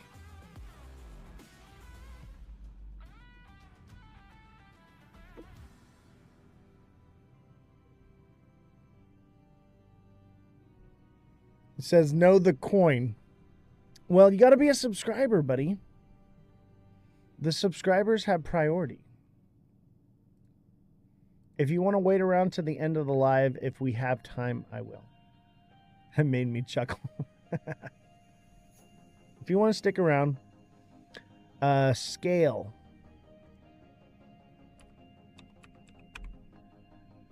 Scale. Oh, SKL. I think I bought this one. You told me to buy it.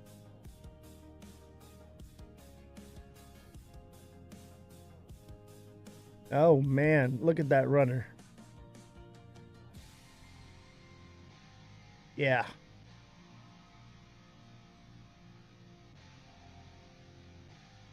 Let's see here. We hit that first line of resistance. This has a nasty fair value gap in it here, okay? This thing is going to want to come back down to 3 cents. I don't see a lot of buy pressure. I see a lot of sell pressure. Tweezer top right here. Now, the candle hasn't closed yet. So let me go into a lower time frame. That's a flag. That's bullish. As long as it doesn't break down any lower than where it's at right now, this thing's going to send. This one's about to send, baby. Yeah, this is why we go into the lower time frame. Anthony, thank you for the subscription. Which one did you want me to TA for you, Anthony? I will put you at the top of the list. Throw it in the chat right now. I got you, brother. Skull. SKL is about to send. The little guy. The little guy. Is that what it's called? What's the ticker on it? I just thought brand new to crypto space. Hey, welcome. Welcome. Thank you for your basic subscription. And with your deluxe subscription, I do offer coaching. No problem, Anthony. No problem. If you're new to crypto, The deluxe subscription, that'll definitely help you out, brother. You can message me one-on-one. What was the ticker on that, or Anthony? So like this is scale, but the ticker is SKL. Do you know what? Just the little guy. It's called on Phantom. Let me look it up.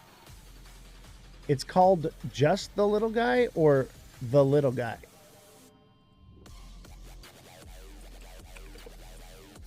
Little guy, got it. Little guy on Tether. This is it right here.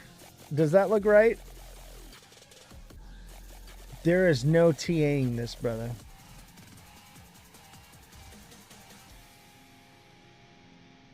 Well, it's filled.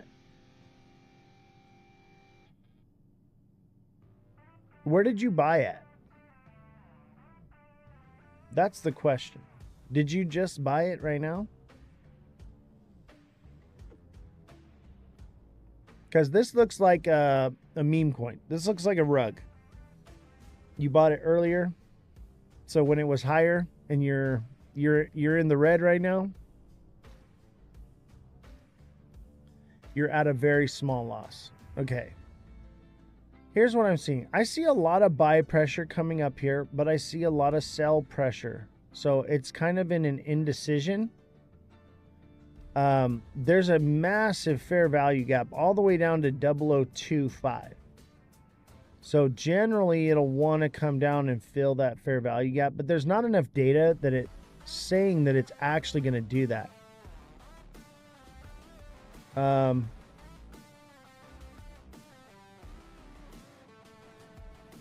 It could potentially dip down here and then wick back up. I don't know. This is one where I would see it and I would say, I don't know. I want to wait for some confirmation because it has this doji right here. And this doji candle is a sign of indecision, and now it's turning red with a lot of sell pressure. But everything's kind of turning bullish. So it may or may not. Because it's a meme coin, it doesn't have, it depends on the memes, if it's gaining traction and narrative. If it's not really like everyone's buzzing and talking about it, this is where I would say I'm a little worried about it.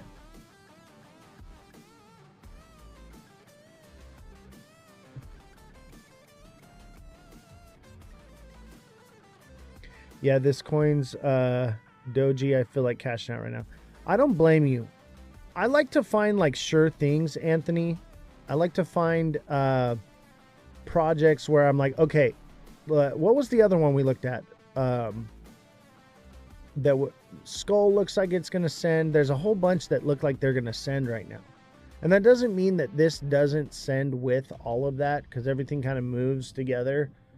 But this one's got, because it's a meme coin, ops on Rismus. All right, I'll get to Rismus in a minute, brother. I gotta hit the other chat too.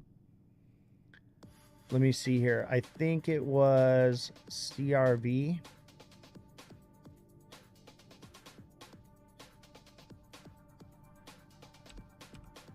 CRV.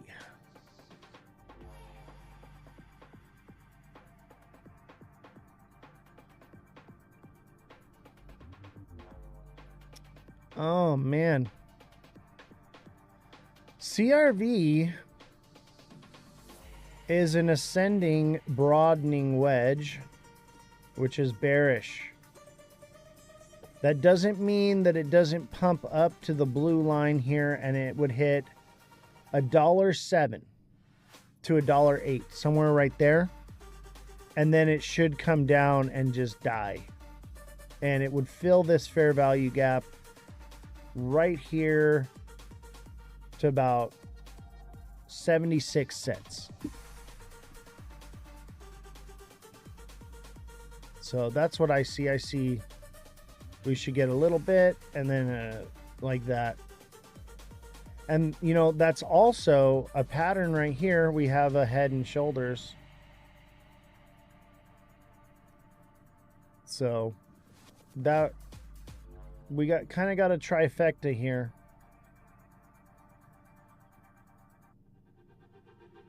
And we hit a double bottom, it fulfilled, and it's coming back to fill the fair value gap. You're in Athena for long term. I mean, I'm pretty short term on everything. I'm day trading because actually lately I'm swing trading. Okay, so I'm swing trading, trying to pick big moves, big swings, and, you know, make sure that I'm securing profits consistently. All right, let's see. That was CRV. XLM. Ooh, XLM's a good one. I bet you XLM's bullish. I don't even have to look at it. I know it's bullish.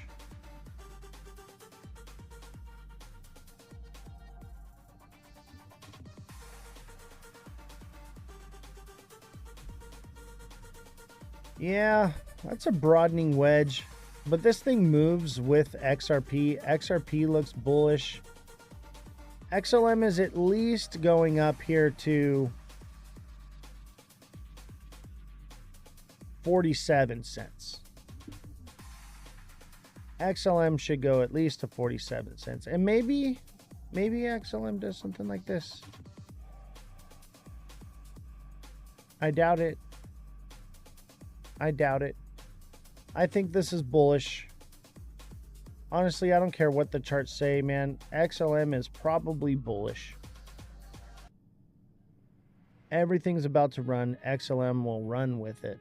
Even if it's just a nice pump up here from 42 to 47. Which is a good profit taking zone.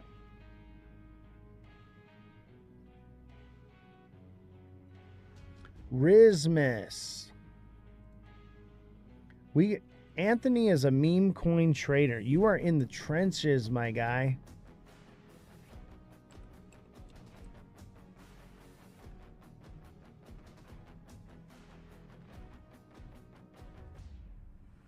Woo. Oh, man.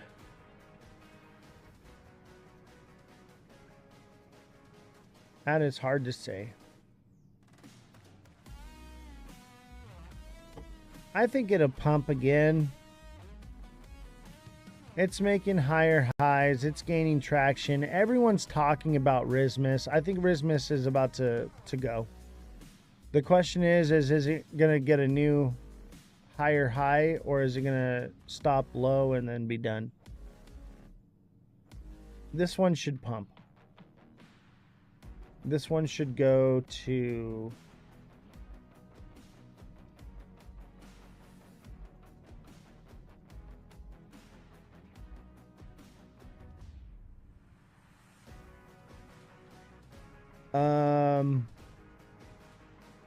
$21.20. So 0, all the freaking zeros, $21.20. That's where that one should go.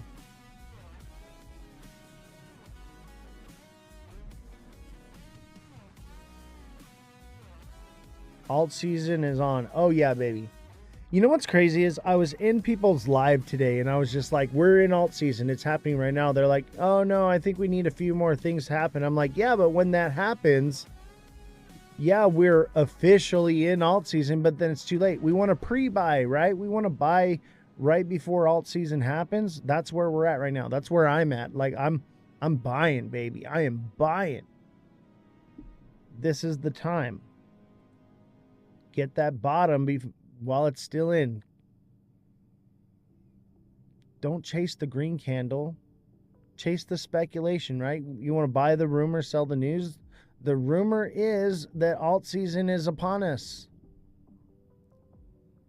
Got to front run the news. What's up, Josh? Josh just signed up for the TA class. So Josh is taking my TA classes on Discord. Welcome to the club, the inner circle. Glad to have you, buddy. I'm hoping to teach you a thing or two because I've seen your TA, bro. I've seen your TA. You need it. And that comes with nothing but love for you, bro.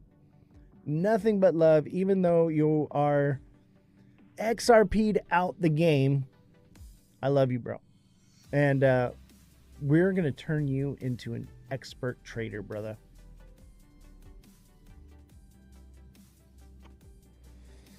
Josh, just the other day, was like watching every creator, and they were all saying that everything's bearish, everything's bearish. And I'm like, what are you talking about? I'm bullish. And then I was right. And then I was like, you need the TA class, bro. And he was like, maybe I do. Josh, you want to come up and tell your story? I'm going to chart hunt. Nice.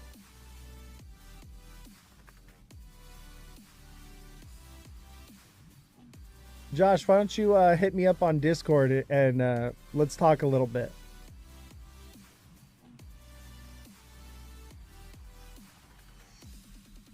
I like having Josh on.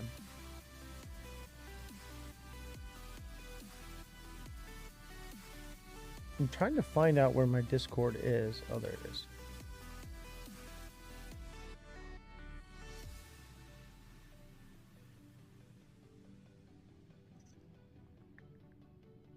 It's funny, no one's online in Discord when I go live because you're all here. That's awesome. Let's see. IMX. Ooh, TikTok seller is sniffing out the coins, baby. Sniffing them out.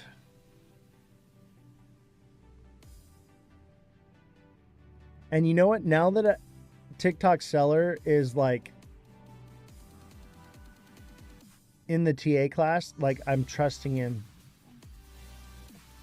Here's the issue with this one, okay? This one looks like the double bottom, right? It looks like a double bottom to me. But also it's doing this.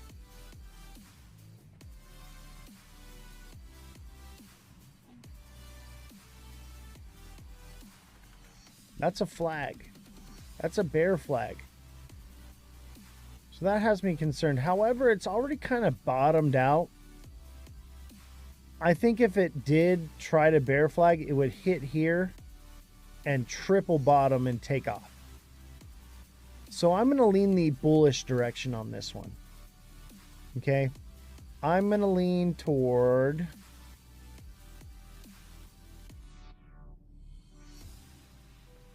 99 cents to $1. That's what I think. But it's one of those ones of like it could go either way. It looks like a bear flag, but it could not be. Or it could just freaking dump and go to zero.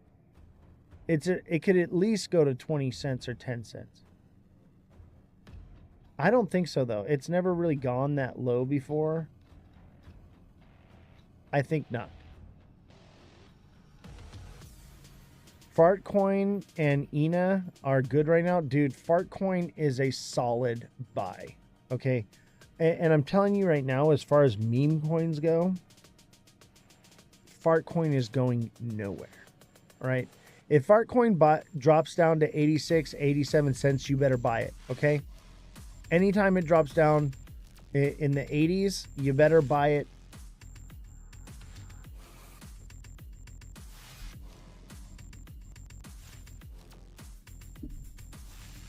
Let me check out ENA.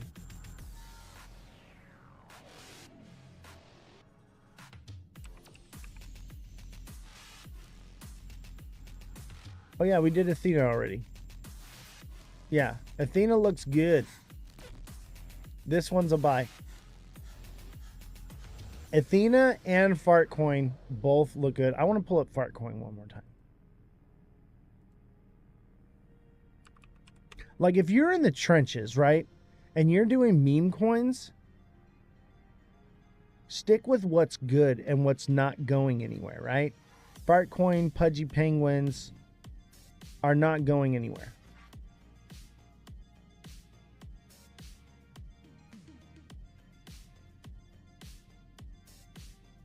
Oh man, Fartcoin looks solid. This is solid.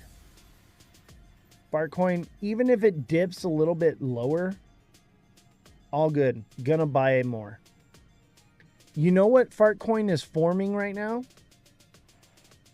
This is a diamond bottom, and a massive diamond bottom at that, okay?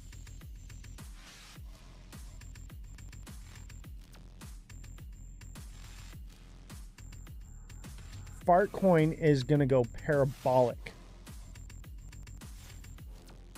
That means it's coming up here. $1.30.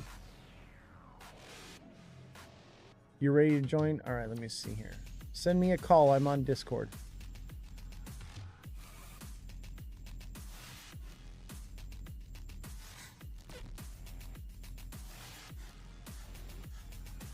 Yo, what's up, brother? Can you hear me?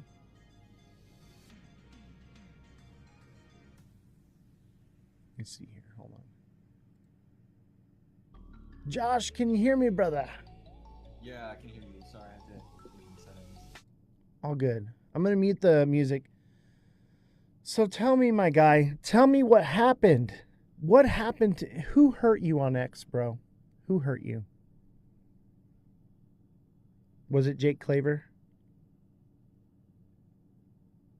I was looking at the charts and I noticed some points that I thought we were going to drop to, which we ended up dropping to today. But I was still wrong because that was only due to the, market manipulation that is happening right now.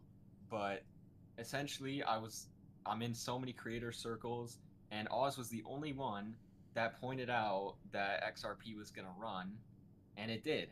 And I was like, okay, hold on. I have all these people in my circle, and they're all talking negative, and I know this guy who is bearish when he needs to be bearish and bullish when he needs to be bullish, and he's saying bullish. So, I used to promote and I used to say that people should sign up for the TA class, and I'm now signed up because I need it, man. Like, there's so much money to be made with trading. Even if this cycle is dragged out, the amount of opportunities. I did some calculations the other day on how much I would have already made trading the last 3 months, and it would have basically paid for the TA class for like 25 years. So, Yeah, exactly. Jason says nobody knows what will happen. The great Oz knows because I have a crystal ball underneath my desk here.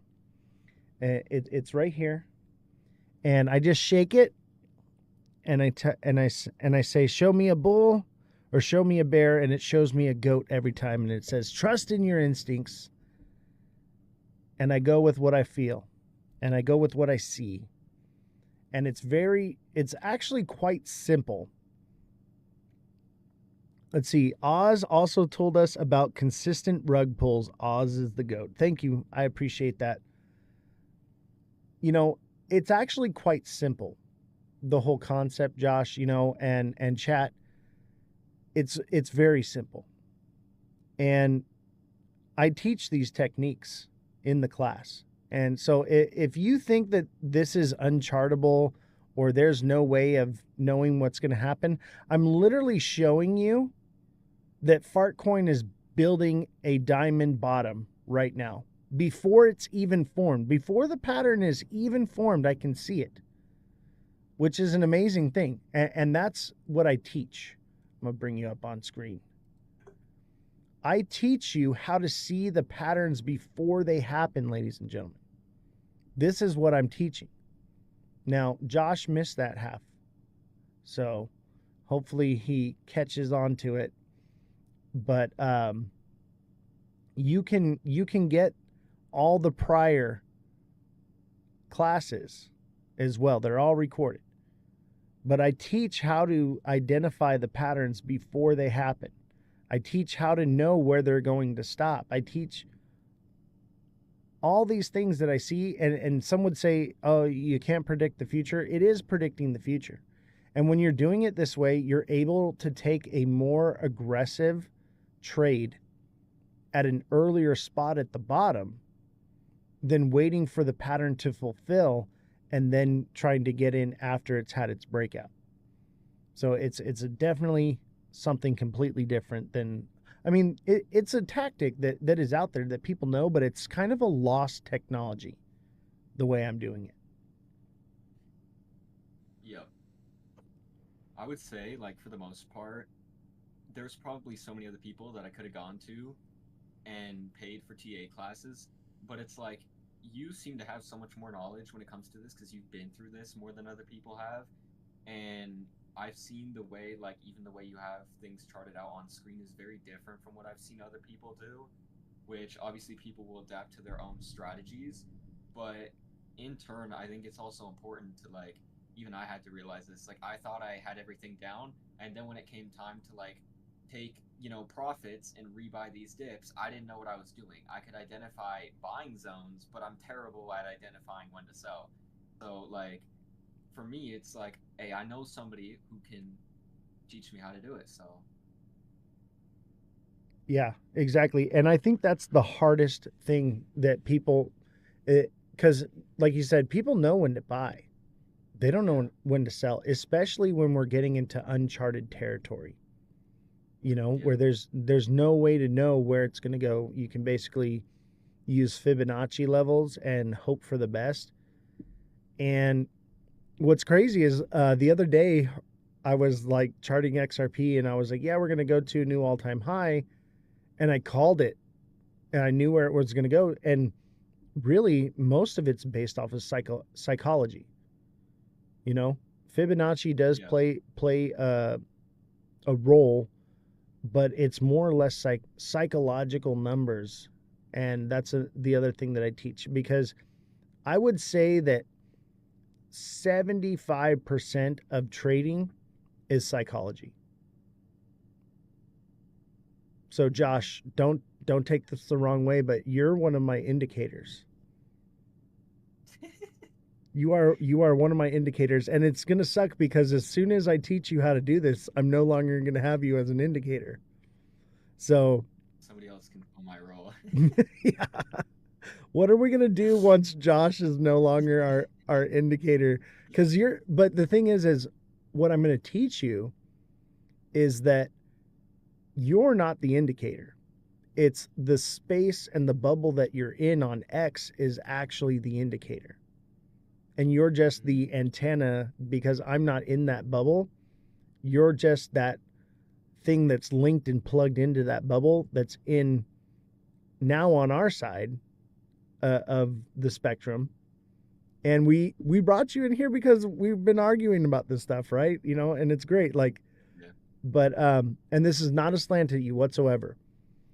But there are echo chambers, and it's hard to get into the echo chamber when you're not in it, right? yeah, So you being in it already, that's your indicator right there.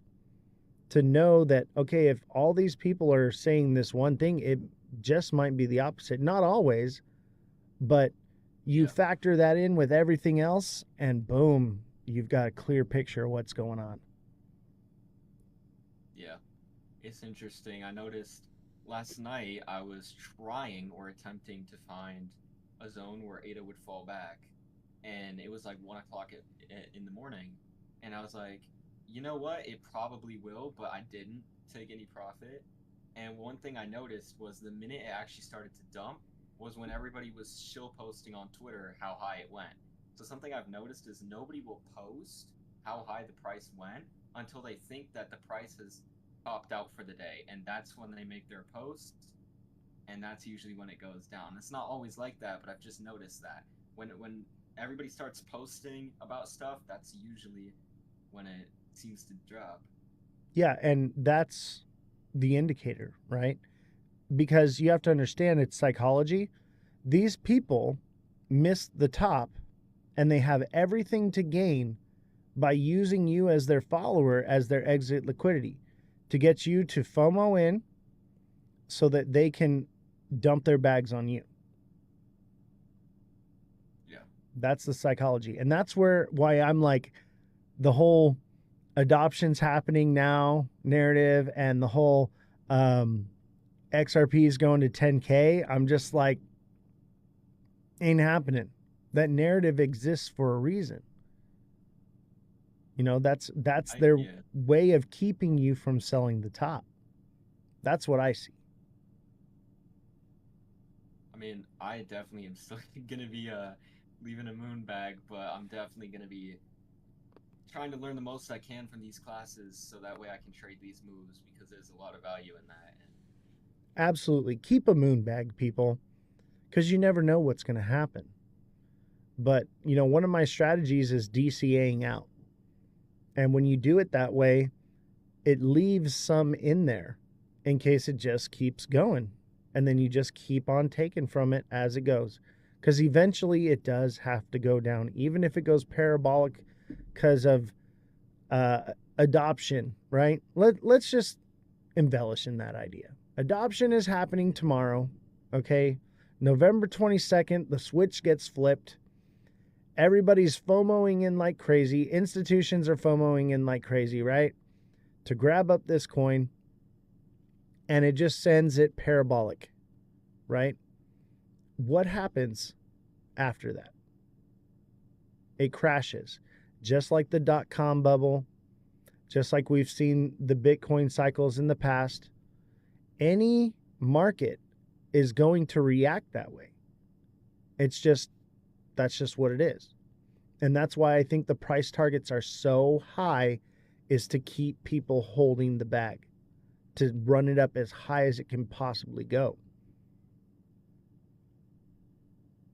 I think real XRP maxis probably, even if they post about it or not, it's like an understanding where the only way the price wouldn't fall back down is if it's genuine utility. Like we're not going to get there just from retail buying. So, Yeah, I get that. you know, And we've argued about this before. I don't think that actual utility really drives the price up too much. It more or less takes it to a point of really freaking high, super volatile, and then it comes down, and then it kind of stabilizes. And then yeah, that's I it. mean, that's why you got to learn how to chart because Yeah. you'll be able to notice this stuff. Well, I'll tell you this. If adoption happens, if the moon aligns with the stars like you think it's going to, right? And mass adoption happens, it will eventually come back and stabilize, and then it may be a slow uptick over time, like the stock market, like the S&P 500. But even the S&P 500, it comes down too. Yeah. Nothing will ever change that. I was just noticing Donald Trump said something about the stock market being at, all-time highs. And I've been realizing at some point it kind of has to come back down. Yep. Like, I have a feeling, and I could be wrong, that a lot of the liquidity in the stock market right now is going to rotate into real-world assets and cryptocurrencies. Um, which then again, that's just a rotation. So at some point, that also people will take profit on it as well. So that's another thing. I mean, if we're talking about a super cycle, it's like then it becomes even more dangerous because the more people actually buy into a project and the more liquidity comes in, also doubles and triples the amount that goes out. Because you have to remember, it's like if Bitcoin went to $200,000, somebody who's already up 25x is now up double that, right? So now they can even more, like selling becomes more aggressive the higher the price goes, or more, Exactly. like it has more effect. And that's my strategy. It's DCA, right? So the higher it goes, the more percentage I'm pulling out. And that's everyone. all these things that I teach here, Josh, this is how big firms who are managing large amounts of money are reading the charts. This is how the charts were read hundreds of years ago when they were first invented in China. All this other stuff, these indicators and things, they're kind of new and they're more or less for retail and they're used for manipulation. So that's one of the things that I teach. Yeah. They will burn you every time. You know, when I first started doing this show and I was doing the TA the style I do now, right? And then management was like, you should probably start using more indicators and stuff because that's what all the other creators are doing. And because that's what people want to see, right? And I was like, okay, like I can get on board with that. I know how to use them, and I do use them from time to time when I'm unsure. But I started using them, and that's when I started becoming less accurate. And I realized I was like, this is why I'm so good at what I do, is because I don't allow it to influence me. I don't allow it to be a problem. And so now you're my indicator. I'm just messing with you, buddy. Hey, I'm not gonna lie. I'm seeing things very differently because I used to think hodling was more, and then I started running the numbers on, if I would have bought this dip here and this dip here and sold here and bought back here, my portfolio would be looking very differently right now. And I was like, you know what? Everything, like, I'm still an XRP maxi, but at the end of the day, I have to admit, taking profit and buying back on the dips is by far outpaces. Like, I could probably count back over 15 times that the market has dumped 10% in the red, where I could have sold that. And that's, if you think about it, that's 150%. That's like 150% discount on everything, because every time you do that, you get more and more coins, which means every time it goes back up overall, you're just sitting in massive amounts of profit. Right, So, you're buying a crazy coin and you're hodling it, hoping for 100x, when you can literally 1000x trading it. Yeah. And it's pretty much guaranteed whether it goes up or down. I noticed that too. I was looking at ADA last night, and I looked back at the chart from the last cycle and how it went down, and they kept making it basically go down, go back up, and then basically there's money to be made even while it's going down. I was noticing that, and I was like, this is definitely a skill that people want to learn or have somebody teach them, because there's people making money regardless what the market is doing, and it's crazy. Yeah, and that's what the big players are doing. They're manipulating all of it, and they're pushing the narrative of hodl.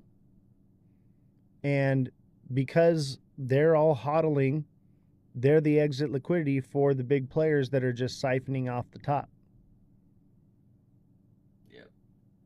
It's a big club, and you're not in it. But now you're in the club. You're in the inner circle.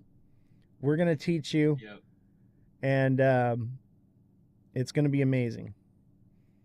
Big Baller says, so true. Anyway, brother, I just wanted you to come up and share your story and, what happened. Is there anything else you want to sign off with or anything? Not really. I was just going to say that I'm excited to learn. And I know that looking back from this decision a year from now, I'm probably not going to regret one bit of it. So, absolutely. All right, brother. Take care. I'll see you in the chat. You too. That was Josh. We love Josh. We give him a bit of a hard time in the Discord because he's got some pretty strong predictions, and I hope he's right. If he's right, we're all rich, right? But I try to be, center line. Try to be not the bear, but the goat, like be like, hey, like this ain't adding up. Thoughts on Ethereum? Anyone in the chat in ARB? Did you want TA on ARB? It's never bad to assume the worst. Exactly. Be prepared. Be prepared for anything. That's why we keep moonbags, ladies and gentlemen. That's why we keep moonbags. Don't be too greedy. You should be greedy at taking profits. There's no shame in taking profits, ladies and gentlemen. All right, let's check out ARB.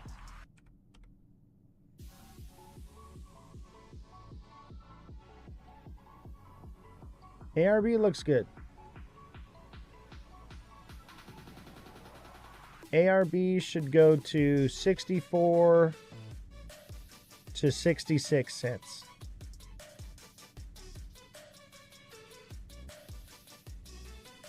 $1 Is that really a coin? That is not a coin. Tell me it's not. Plume.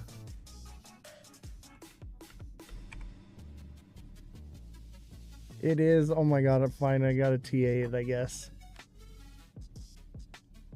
Oh my god. Some of the names of these coins, bro. Like, not gonna lie, I want to get on Pump Fun just so that I can make up names for coins, okay? Because I have some good names. Like, why is there not a butt pizza coin? I will totally buy butt pizza.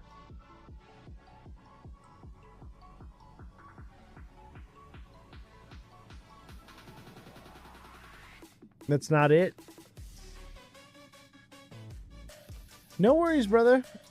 Questions are good. Good to ask questions. I will tell you this, though. If you've got a lot of questions, deluxe subscription's the way to go. It's only a couple bucks more, and I'll coach you one-on-one. All right, let's see here. Plume. Plume.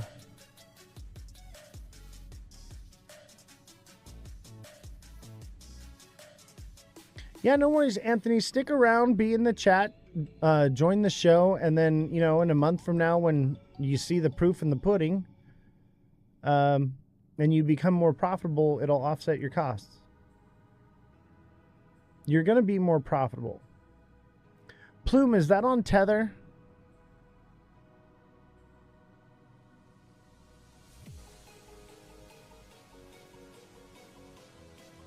Plume is on Tether, huh?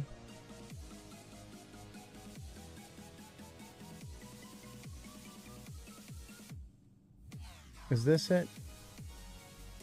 Is this the right one for Plume? Who wanted Plume? TikTok seller did. All right. That's a double bottom. This should send 14 cents, maybe 15. 14, 15 cents on this one to start, and then we got to see from there, you know? But that's going to be your first point where you're like, okay, I'm going to take some profits, maybe buy a dip, hold on to a moon bag.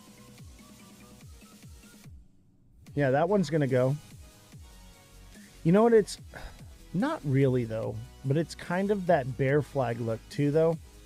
Look, if you cut off this, it's got that bear flag. Right? If you cut this off, and I guess it kind of is with that, but not really. That would more or less be the line. It's kind of a bear flag. This is one that I would step away from. I would say it's too indecisive. There's so many out right now that are just like, this one's going to hit, right? What was it? Like Arrow, I think it was, or like Fartcoin. Like, they're just like certain, like it's going to happen. So like when I see this and it could go either way, it's probably going to be a double bottom and go. But these are the ones where I'm like, you know what? I'm just, if I'm already in it, I'd probably hold it, right? And wait to see for it to pump or for it to break structure and fall below like 8 cents, right? But if I haven't bought it yet, I'm going to look at this and say, this isn't what I'm looking for. Big Baller knows all. Absolutely. Big Baller, he's on top of it. Where to start off trading? That's a good question. I would say start off by educating yourself. Get a good mentor. Get training. Get education. Invest in yourself before you invest in the market. So I offer one-on-one trading for deluxe subscribers, and I offer a technical analysis class. I also offer a top tier coaching where you can schedule time with me once a week for a phone call for like an hour, and we can talk and chat.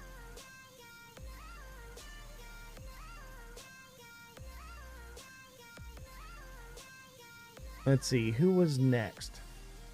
It was 1 inch, right? 1 inch. Are you sure this isn't my coin? Because it's only 1 inch.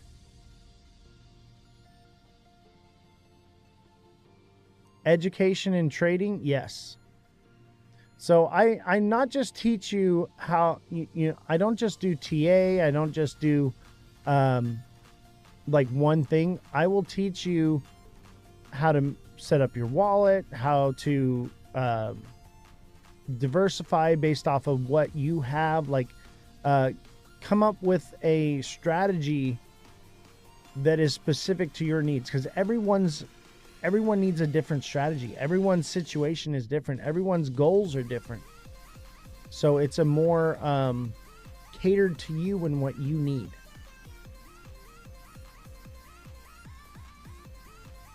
I think this one should pump. It could go a little bit lower, but this is a double bottom in the making right here.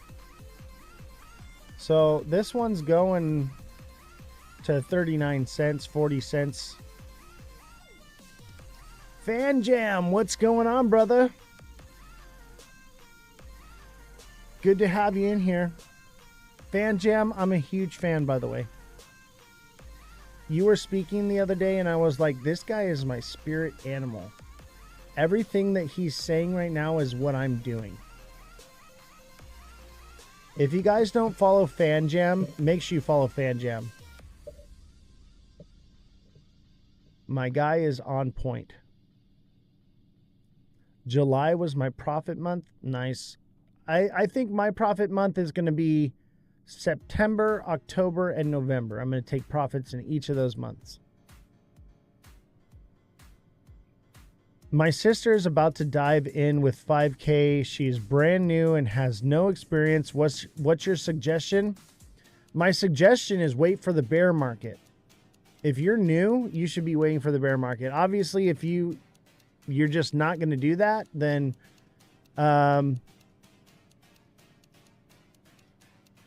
I mean, what was the one we looked at? Arrow.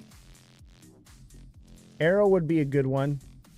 $5,000, you know, maybe you want to split it up into 2 separate coins. Maybe do a meme coin and a utility coin. It really just depends. But Sydney, you're a deluxe subscriber.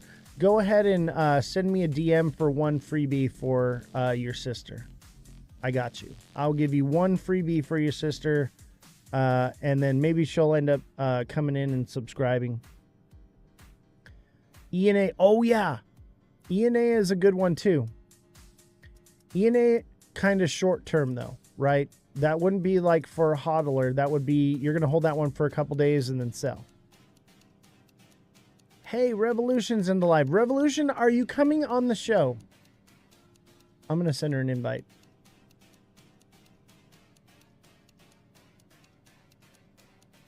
Thank you, Mother of Dragons. Let me see here. If I can send Jessie an invite. See if she comes up. Oh, she's not available. She's like, it's my day off.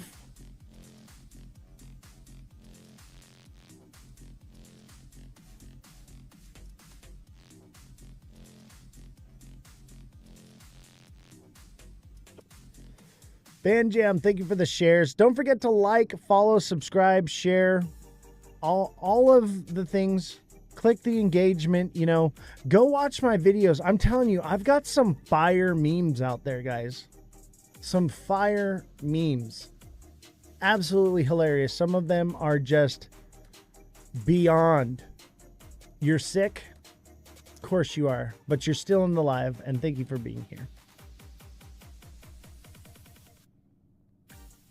Chat, my memes are fire. Okay? Meme gold. All right? Brad after it dumps. Yeah, with the dancing guy. Yes. That is the perfect meme. That's the funniest meme I think I ever made. Absolute fire, guys. If you haven't seen it yet, you guys need to see it. It kind of pains me that like most of the community has not seen my memes. And then when they finally do, they're like, holy crap, like this is so funny. No, you can't have me on a panel in this setup. Oh, really? Interesting. Yeah, TikTok definitely loves us. We love TikTok Shop. TikTok is amazing. TikTok Shop has all the best deals.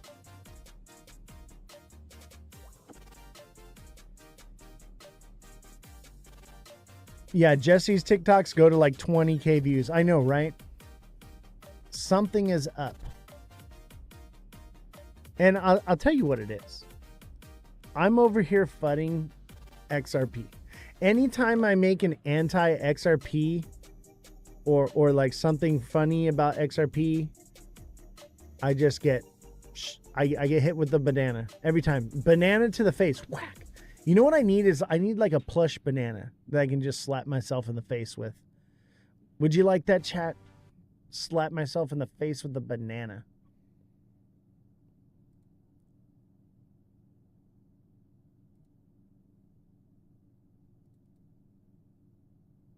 Uh-oh, what happened to our music? There we go. Let's see here. Oh no, get well soon, Jesse. Yeah. The 1-inch banana.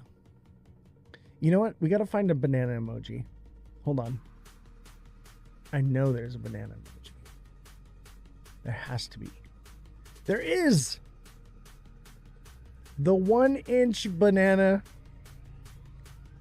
There you go. Saving that. Done. We are taking a banana rocket ship to the moon with this bad boy. Get your banana while it's still here. Get you a banana.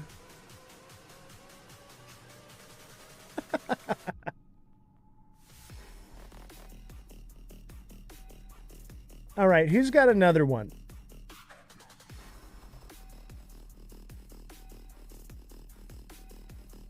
Who's got another one for me? I'll tell you what, Athena looks good. Skull looks good. SKL.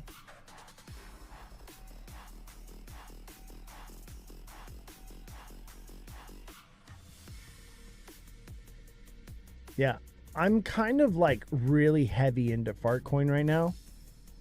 But after seeing a couple of these, I'm like, all right, I need to put more. I need to diversify a little bit, do a little bit more bags. Did you sell your SXT for Fartcoin again, Oz? No, I bought more SXT. I've got a big bag of SXT. You'll know when I buy SXT because it'll moon candle right after. Make sure you guys dump your bags on me. Oz is a major part holder. Yeah, I'm so invested into SXT, it's pretty ridiculous.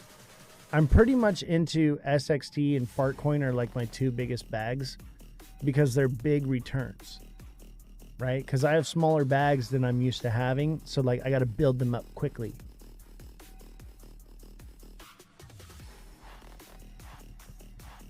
most of my money's in defense stocks now. Aerodrome Finance, I got it in at 91 cents. That is good. And I'll tell you what, Aerodrome Finance is going to be massive. What are the things you like most about SXT? Okay. Low market cap. Low coin supply. They don't hold the coin supply and dump onto their holders like XRP. The utility. It's off-chain data verification. It's the only one that does it, and it's partnered with Chainlink and Microsoft. That's why I like it so much. It's a one-of-a-kind, once-in-a-lifetime kind of opportunity. It's the only one like it, and no one's really talking about it right now. It has no narrative, you know? And it's just starting to get narrative. I've been watching it since before it came out. Before it dropped and they were doing the pre-sale, I was watching this coin. And now when it came out, I was like, all right, let's wait for this thing to bottom out. Bottomed out, and I've been accumulating ever since. We don't shill, we love TikTok shop. I'm not shilling, I'm just saying what I see. I see something good and I see something promising. SXT could wreck you guys. Okay? It could wreck you. It doesn't have to move very far at all to just completely demolish your bag. Okay? But at the same time, it's pretty much bottomed out. It's not, it can only go up from here. You know? It's one of those. And we're moving into alt season. I'll tell you what, if this thing gets narrative around alt season, expect to see dollars for a price on it. What's up, Fishy? Or Fishfinity. I said fishy. I meant Fishfinity. A Ponzi scheme? Yeah, if it's a meme coin Ponzi scheme, definitely. But if it has utility, then not so much so. I trade patterns. Yes, I do. I trade more than just patterns, though. I trade the moon cycle. I trade patterns. I trade the news. I trade the Josh indicator. Right now, my biggest indicator for XRP is the Josh indicator.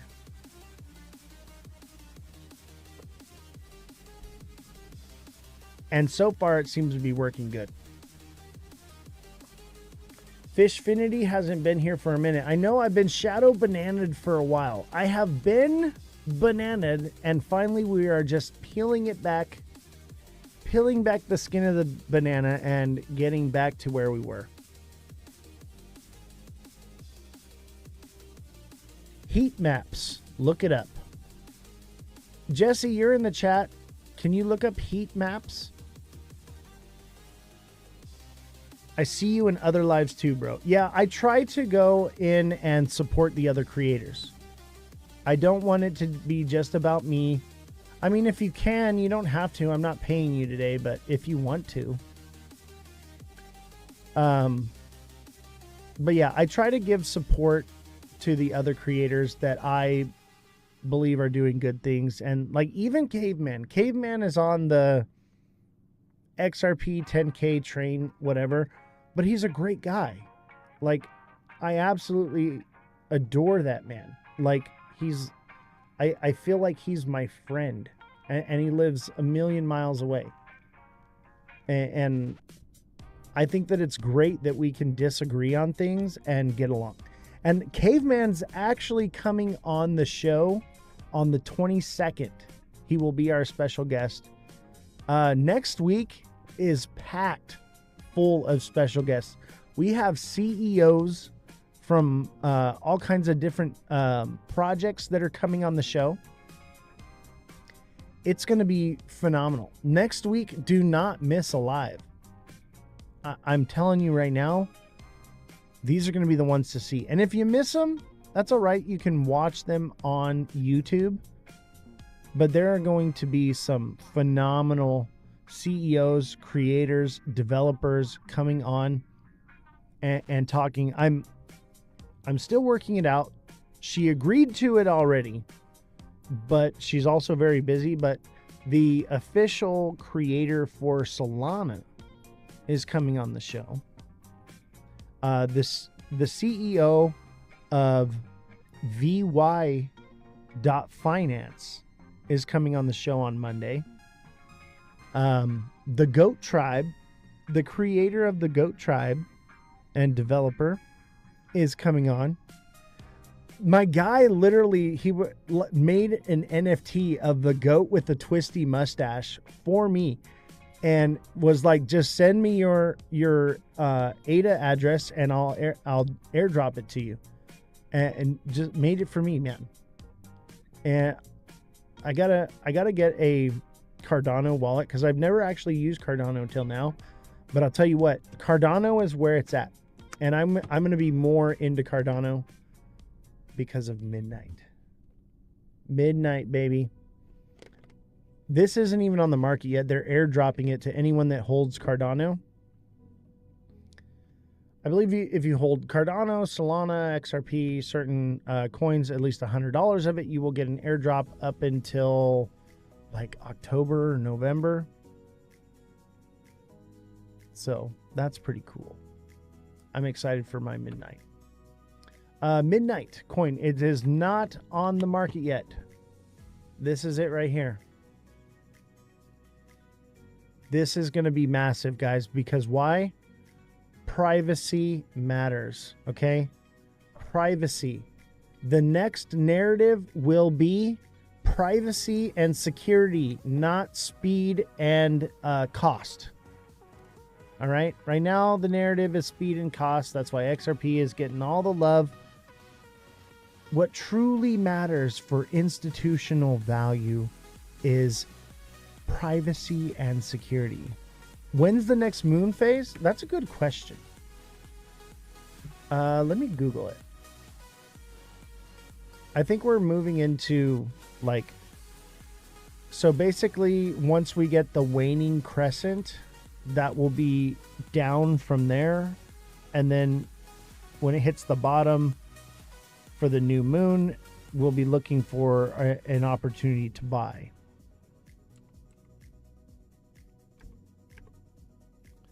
When is the next new moon? It's coming up. August 23rd is the next new moon. I like how you ask me a question, then you ignore it. Let me go see. Where's Revolution? I didn't see it in the chat. I see seriously. It must have got bananaed. Sometimes TikTok will censor things that come into the chat. We love TikTok Shop.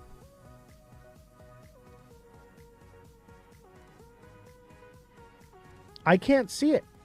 It's literally not here. What's up with the bananas today? I got hit with a 1-inch banana. That's what's up with the banana. So this is 1 inch. And we got a banana. I feel like it needs a gorilla too. Is there a gorilla emoji? There is.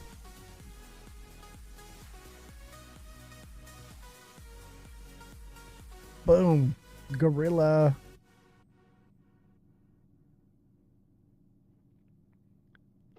I feel like the gorilla's all wrong.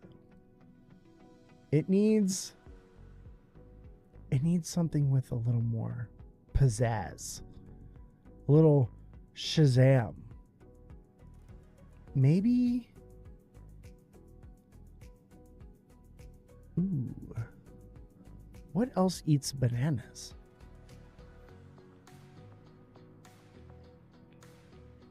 Oh, I know. Boom. This guy right here. This guy rules. Tell me that's not the coolest thing ever. The Loch Ness Monster banana. If you've got a 1-inch Loch Ness Monster banana, raise your hand in the chat. Raise your hand if you've got a 1-inch Loch Ness Monster banana. I've got one. How about you?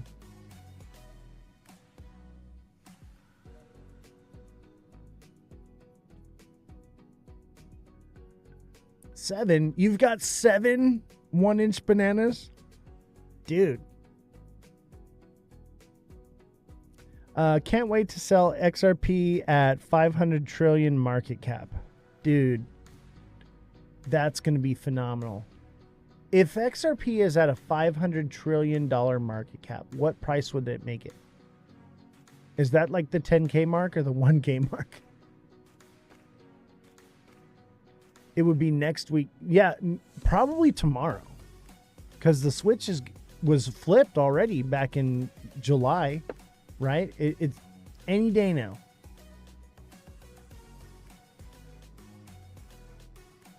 How has your trading been today? Did you make any gains on longs and shorts?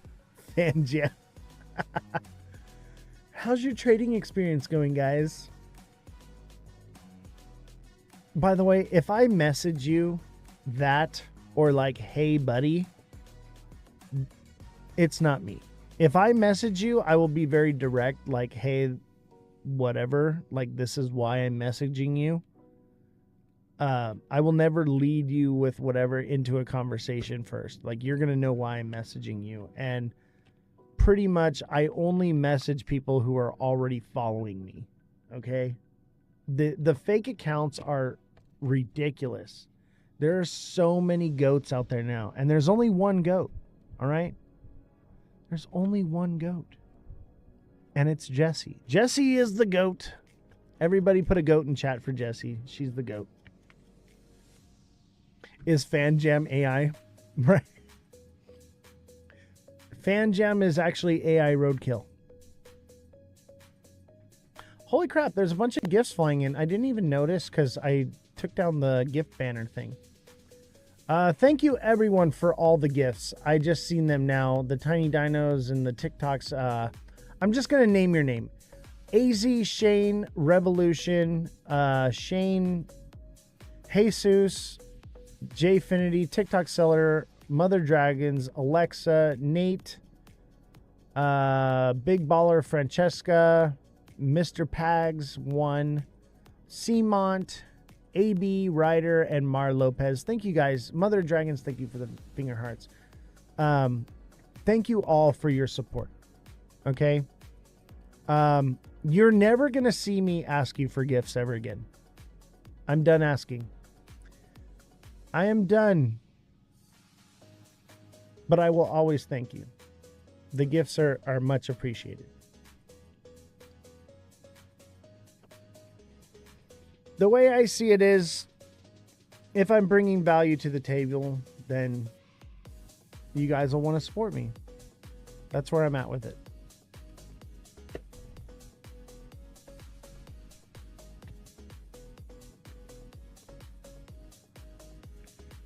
What's with the banana and dragon? I walked away for a few. So this is the chart for 1 inch. So this is the 1-inch Loch Ness Monster banana. The Loch Ness Monster banana. That's what's going on there. And if you've got a monster Loch Ness banana, put a 1 in the chat. Everybody put a 1 in the chat if you've got a 1-inch Loch Ness Monster banana.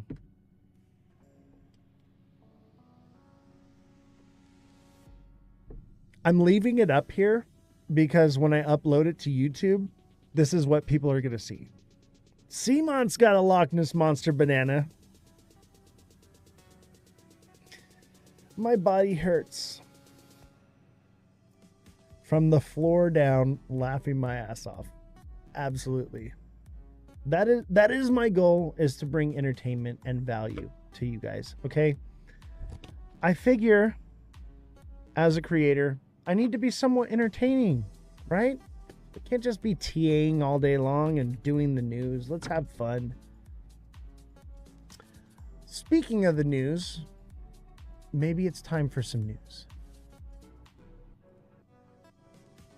So the SEC Leadership in Digital Finance Revolution, was July 31st they posted. So basically Project Crypto, right, is what they're talking about. And I believe tomorrow there will be an announcement on Project Crypto.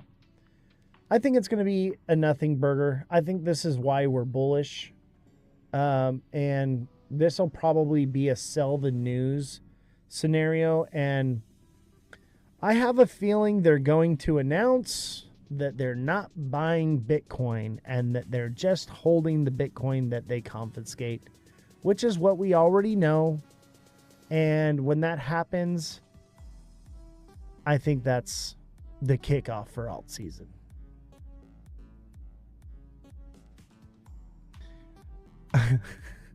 TikTok seller says, fan jam your AI, bro. You can't convince me you're real. Dude, fan jam. I absolutely love your sentiment, man. And everything that you say on the panels, bro, you are one of the most knowledgeable people in like finance in this space. You understand the way money works, just like I do. And I believe credit should be given where credit is due. Follow this man. Fan Jam 2025.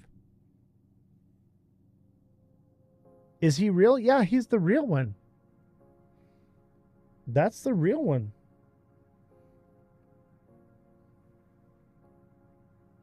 Yeah, Fan Jam is phenomenal. I hear him in the panels and I am just blown away.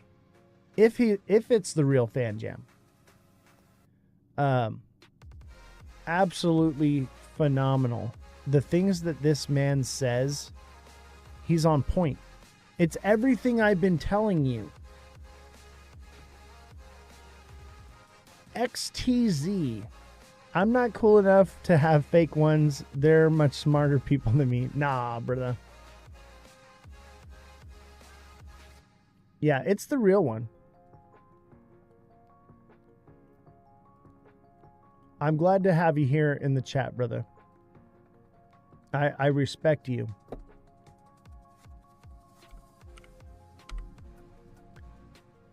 XTZ.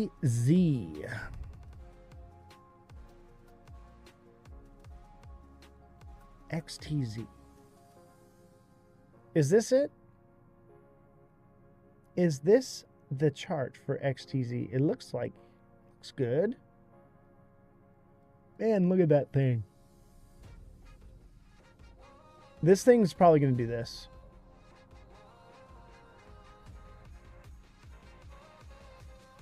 Up here. Let's see here, like October, November. Yeah. $2.25, baby. Maybe $2.33.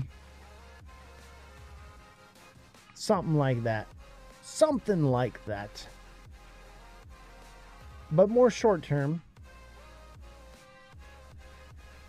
Let's take a look at it more short term. It looks like it's coming down. It looks like it could be coming down first. I would say a good buy point would be 0.695. Maybe it comes down here. 0.57. Short term, it looks like it's going down. It kind of looks like a bull flag here, but it's got these wicks that kind of throws it off. And it does this thing, the cycles where it peaks and then it drops and it peaks and then it drops and it peaks and it drops and it peaks and then it drops. So I wouldn't be surprised if it even comes down lower. Unless this is like right here and it's gonna go, but If this is going to go up to that price of like 220, it's going to do it soon. It's going to do like as soon as alt season kicks off, this thing's just going to go bam, and then it's going to be over. Hey, is UB in here?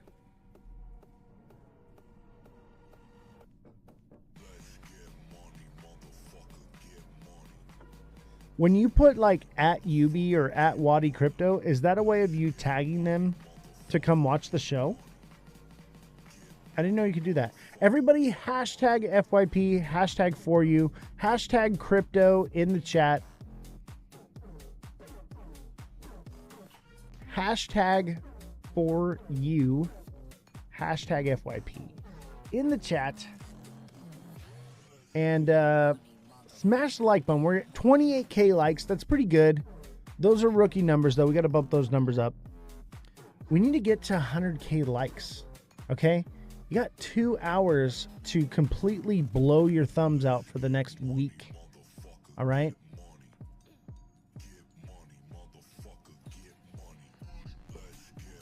Hashtag crypto news. Love it. And that's a great segue back into the news. So we've got the Project Crypto coming up. It's going to be a nothing burger. I just feel it.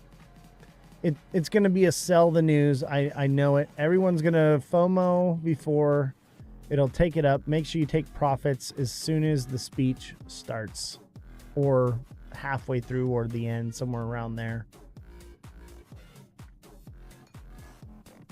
All right, let's give this a listen to. Bitcoin's all-time high gains vanished hours later. Here's why. Key takeaways. BTC futures premium remains neutral, indicating traders were unfazed by the recent $6,630 price drop. The Bitcoin options skew and macroeconomic concerns suggest limited appetite for a breakout above $120,000. Bitcoin, BTC, faced a sharp rejection after reaching a $124,089 all-time high on Thursday. The drop below $117,500 triggered $227 million in leveraged liquidations on bullish positions, though derivatives metrics were largely unaffected by the move. Are traders overreacting to U.S. inflation data, or is there something within the cryptocurrency market itself preventing a clean break above the $122,000 level? BTC 3-month futures annualized premium. Source: Levitus.ch. The BTC futures annualized premium was barely affected by the $6,630 decline. The indicator currently stands at 9%, within the neutral 5% to 10% range. This suggests the recent record high was not fueled by excessive leverage, and that traders remained relatively calm despite the slide below $118,000. Still, the data hints at a lack of confidence in a rally toward $150,000. Is higher inflation behind Bitcoin's crash? Some might argue that the 3.3% annual rise in the U.S. Producer Price Index, PPI, for July pushed traders to be more risk-averse, as the inflation figure came in hotter than anticipated.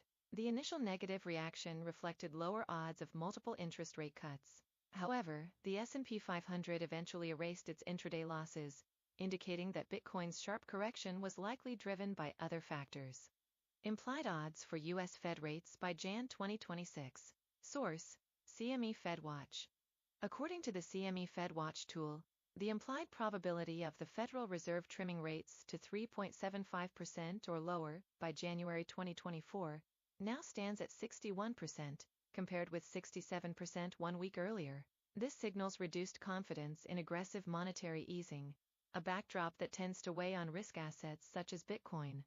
Traders appear to have reacted negatively to U.S. Treasury Secretary Scott Bessent's remarks that the government has no plans to expand Bitcoin purchases for its strategic reserve. In an interview with Fox Business, Bessent also dismissed the idea of reallocating proceeds from a potential reevaluation of Treasury gold into Bitcoin. That message ran counter to market expectations, since the executive order signed by U.S. President Donald Trump in That March was never going to specifically happen. cited budget-neutral Never going to strategies happen. for acquiring additional Bitcoin. Bitcoin options market shows resilience. To understand if Bitcoin traders anticipate further downside, one should assess the BTC options delta skew.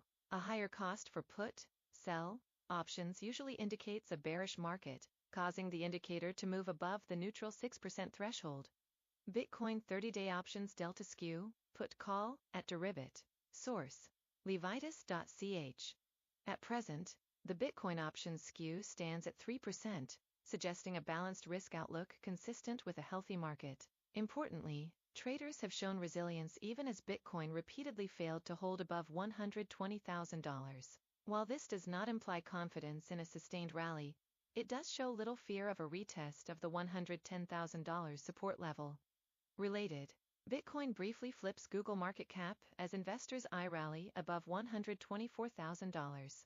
Since U.S. equities erased most of their losses following the latest inflation release, it is likely that Bitcoin traders used the move toward all-time highs to secure profits. The broader concern seems to stem from macroeconomic conditions, particularly as U.S. government debt surpassed the $37 trillion milestone.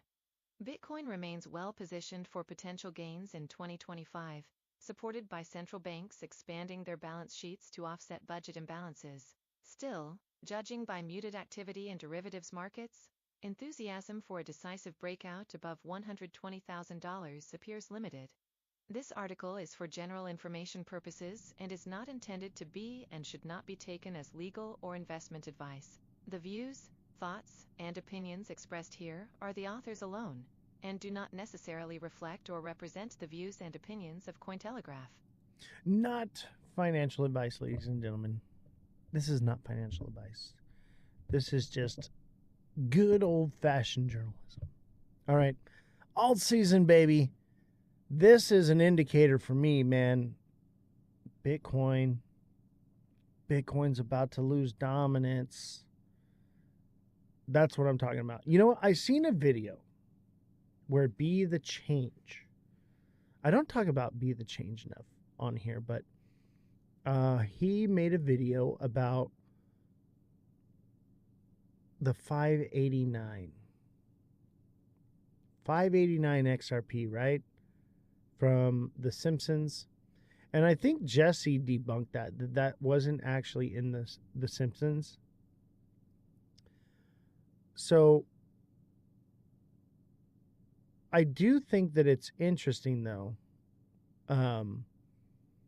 Be the Change's video where he said that historically, every time that Bitcoin's dominance drops to 58.9%, alt season starts. And we are like right on the cusp of that. I think we're at like 59 right now. Right? We're like 59%, and it's at 58.9 is the cusp of alt season. That's where I think we're at, baby. I think that it's one of those, rabbit hole type things, but I found it very interesting. $50.90. Try $5.08 9. So yeah, I'm thinking alt season. And I'll tell you what. SXT's an alt, baby. And you know what comes after alt season? And I was talking with Cosmic Crypto and Bullish Babe about this today. That after alt season is meme coins. That's why I bought Fartcoin when it dipped. When it hit below $1, I was like, I'm buying this thing. Because I'm pre-buying for meme coin season, and I think that there's a potential that meme coin season runs with alt season. So I want to be prepared.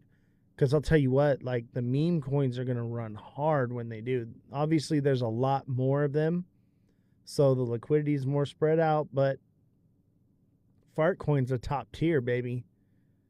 And that was the big performer, right? Already. That one's going to do massive, massive things in my opinion. So I'm buying up alts and I'm buying up memes, baby.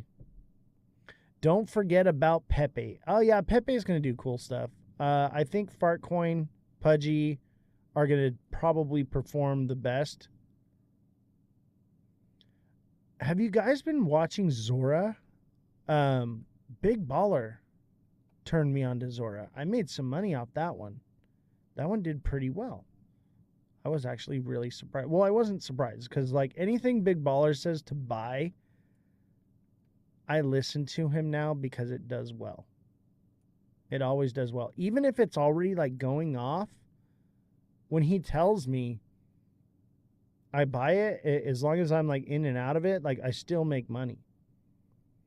Where do you buy Zora? I think it's on pretty much everywhere. I think it's even on Coinbase.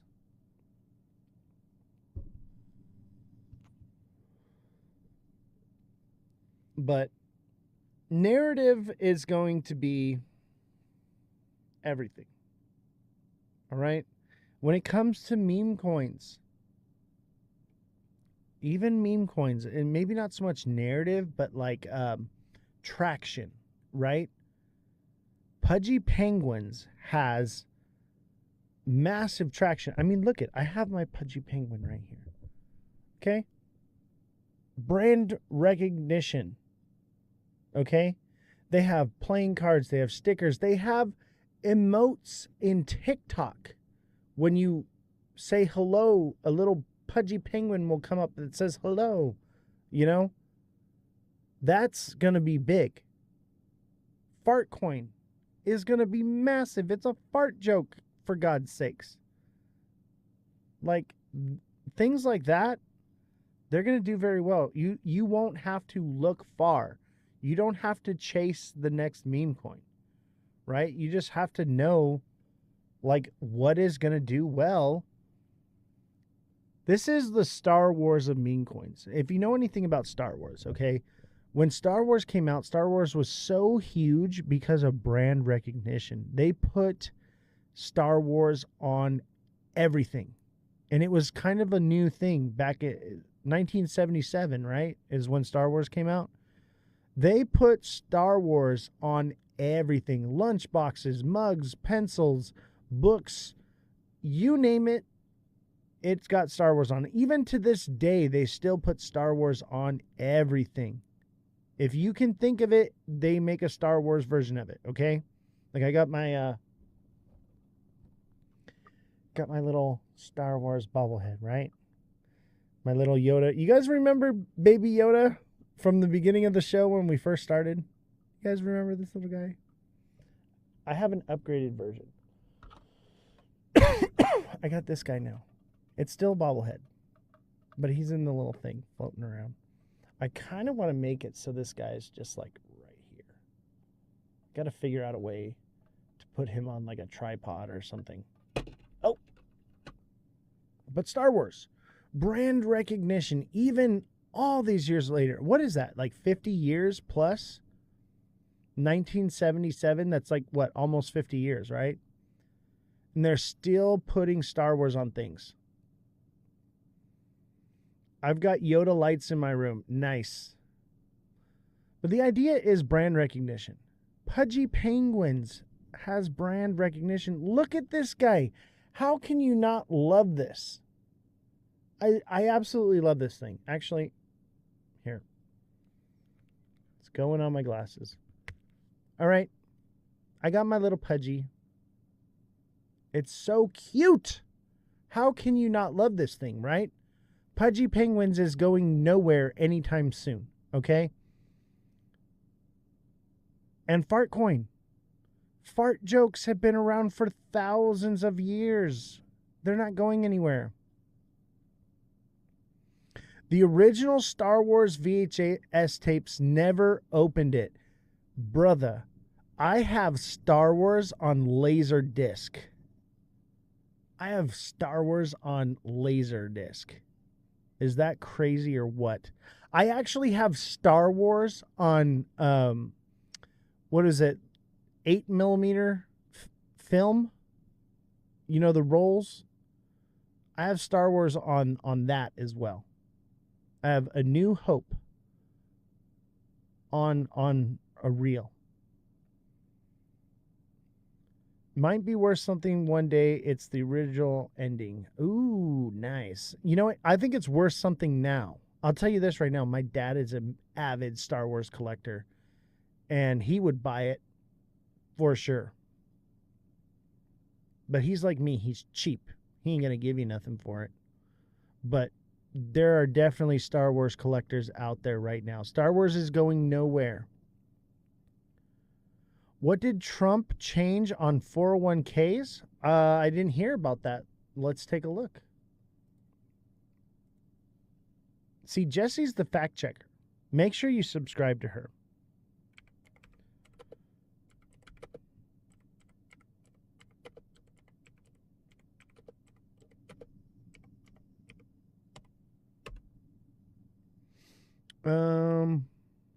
August 2025, President Donald Trump made changes to 401k plans. The primary focus of executive orders to expand investment choices for 401k and other plans. Oh, is this where they're allowed to, you can buy crypto now with 401ks?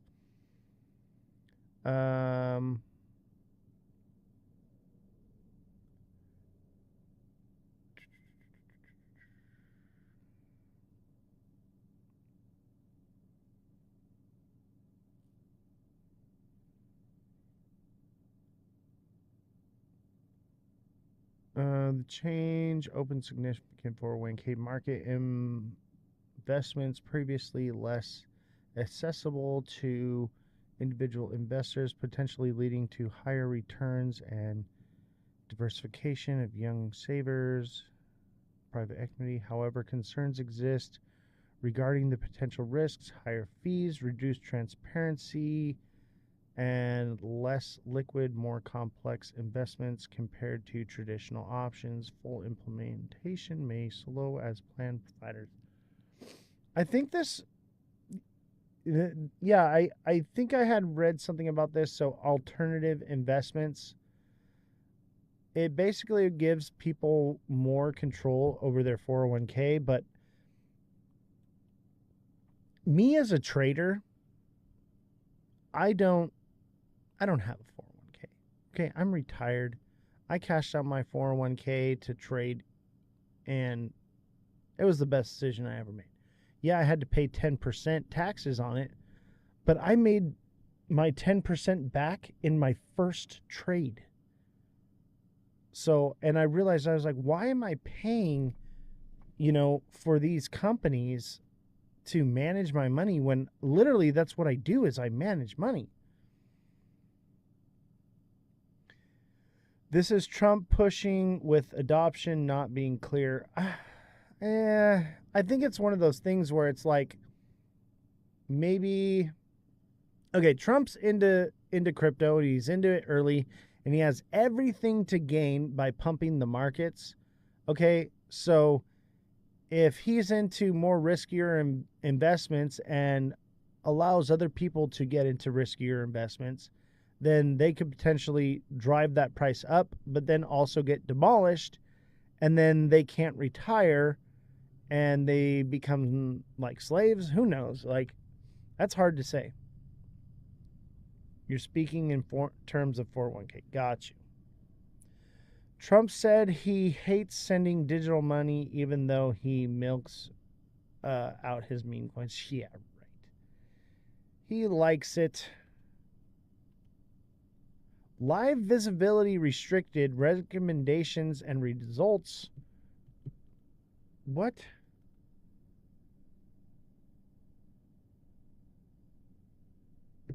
What did I do?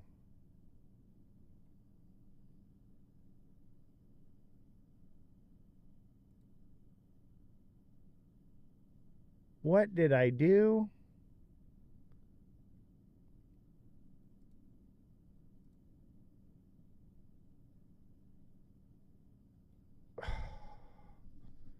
Jesse, if you're watching, can you message MVP for me and let them know I'm bananaed? Is it the pudgy penguin? Is that what did it? Or was it the orange man on the screen? I was literally just reading something off of Google. Let me see.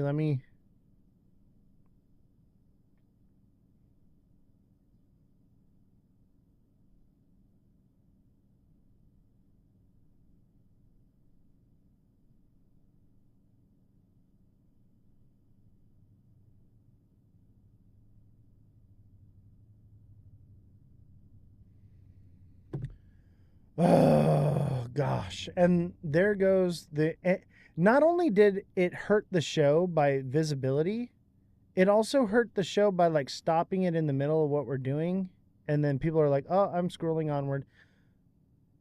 This is ridiculous. I am so sick of the haters. And I know who's doing it is the problem. And why can't you just be an adult and move on and go watch something else? If you don't like what you're hearing, then don't be here.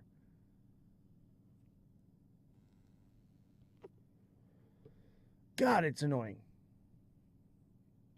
All right, back to the news. Let's give this a gander here. Citigroup weighs crypto custody as ETFs, stablecoins gain momentum.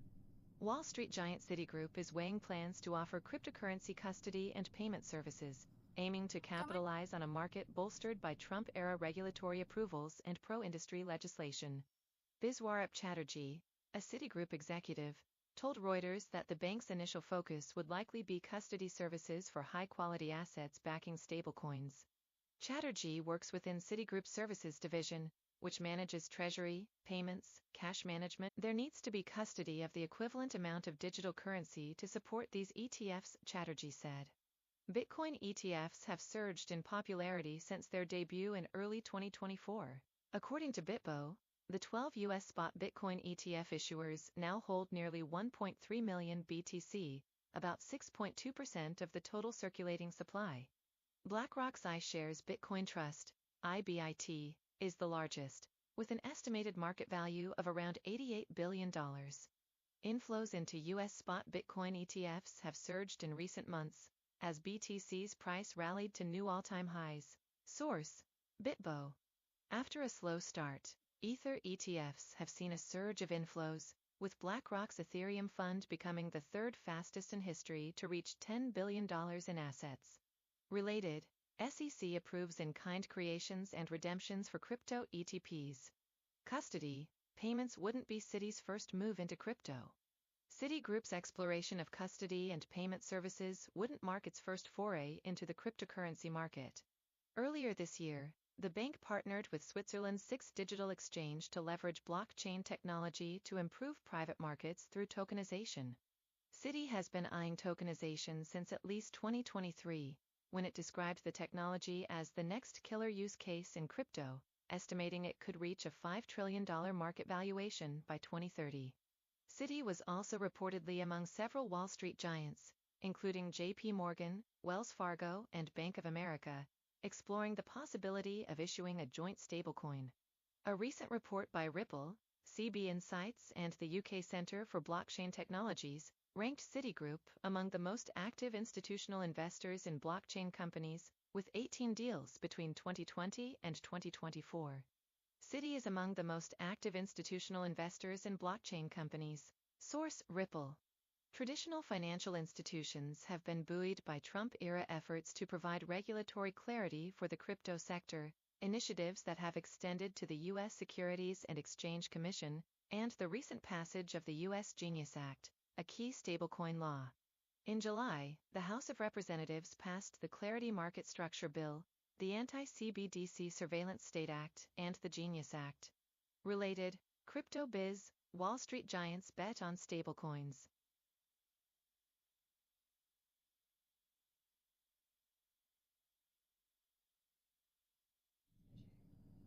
I'm on the phone with my agent right now.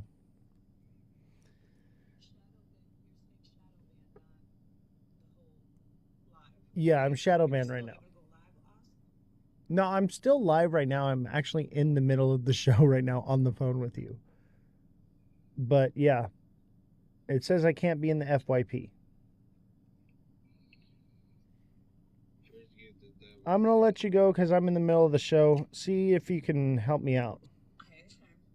Thank you. MVP Network is so great. If I can't get a hold of her, she's just live, and I just go hit her up in her live. It's amazing. Best network ever.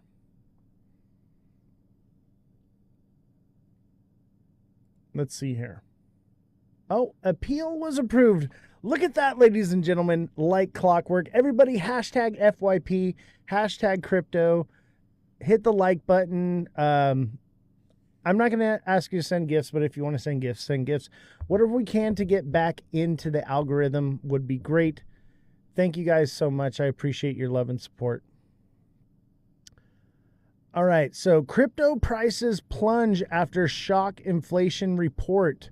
The biggest cryptocurrencies in the world dipped sharply Thursday after the latest inflation data showed wholesale prices are rising much faster than expected. The price of Bitcoin is down 3.8% on the day. Ethereum is down 4%, and Ripple is down 6.1%, according to CoinMarketCap. Crypto prices are responding to the producer price index for July, which measures the average change in price from U.S. manufacturers and service providers. It rose by 0.9% according to the Bureau of Labor Statistics. I think that number is flawed. It's probably much worse than that, the 0.9%. I'd say it's probably 2 or 3%. And we always get BS numbers, right? If you want to know what the real numbers are, okay, just go to the grocery store, go to the gas pump, go look at your electricity bill and see how much it's gone up since last year. And that'll tell you the truth, okay? It's not that we don't need Daddy Trump to do math for us, okay? I'm pretty sure we all went to math class. Some of you guys probably didn't. You ditched and you were smoking doobers in the bathroom.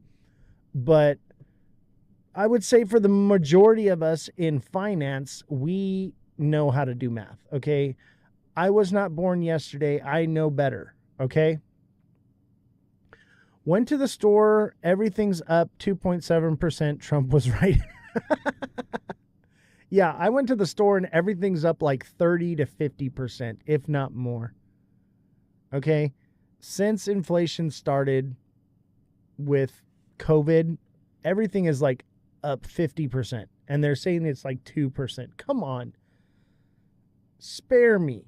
Spare me the nonsense. You know, at least, you know, put on some lipstick. Take me out to dinner. Because I like to be wined and dined before I get effed. You know?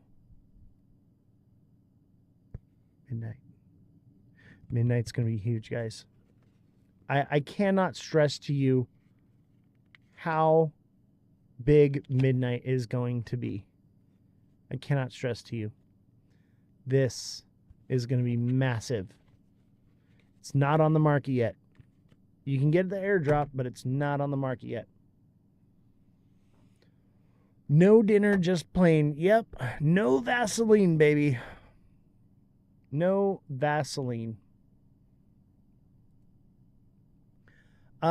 Federal Reserve cuts may not lower mortgage rates, analyst warns. And I wanted to talk about this, okay? So Neo 2.0 came into my live the other day and was giving me a hard time. I had to block him because we're having some pretty prominent CEOs coming in, and we just can't have haters in the live right now. I don't have any space for it. We're getting shadow bananaed like crazy. So if you're not enjoying the show or you're angry or something like that, you just gotta go right now, because I do not have time for the insolence.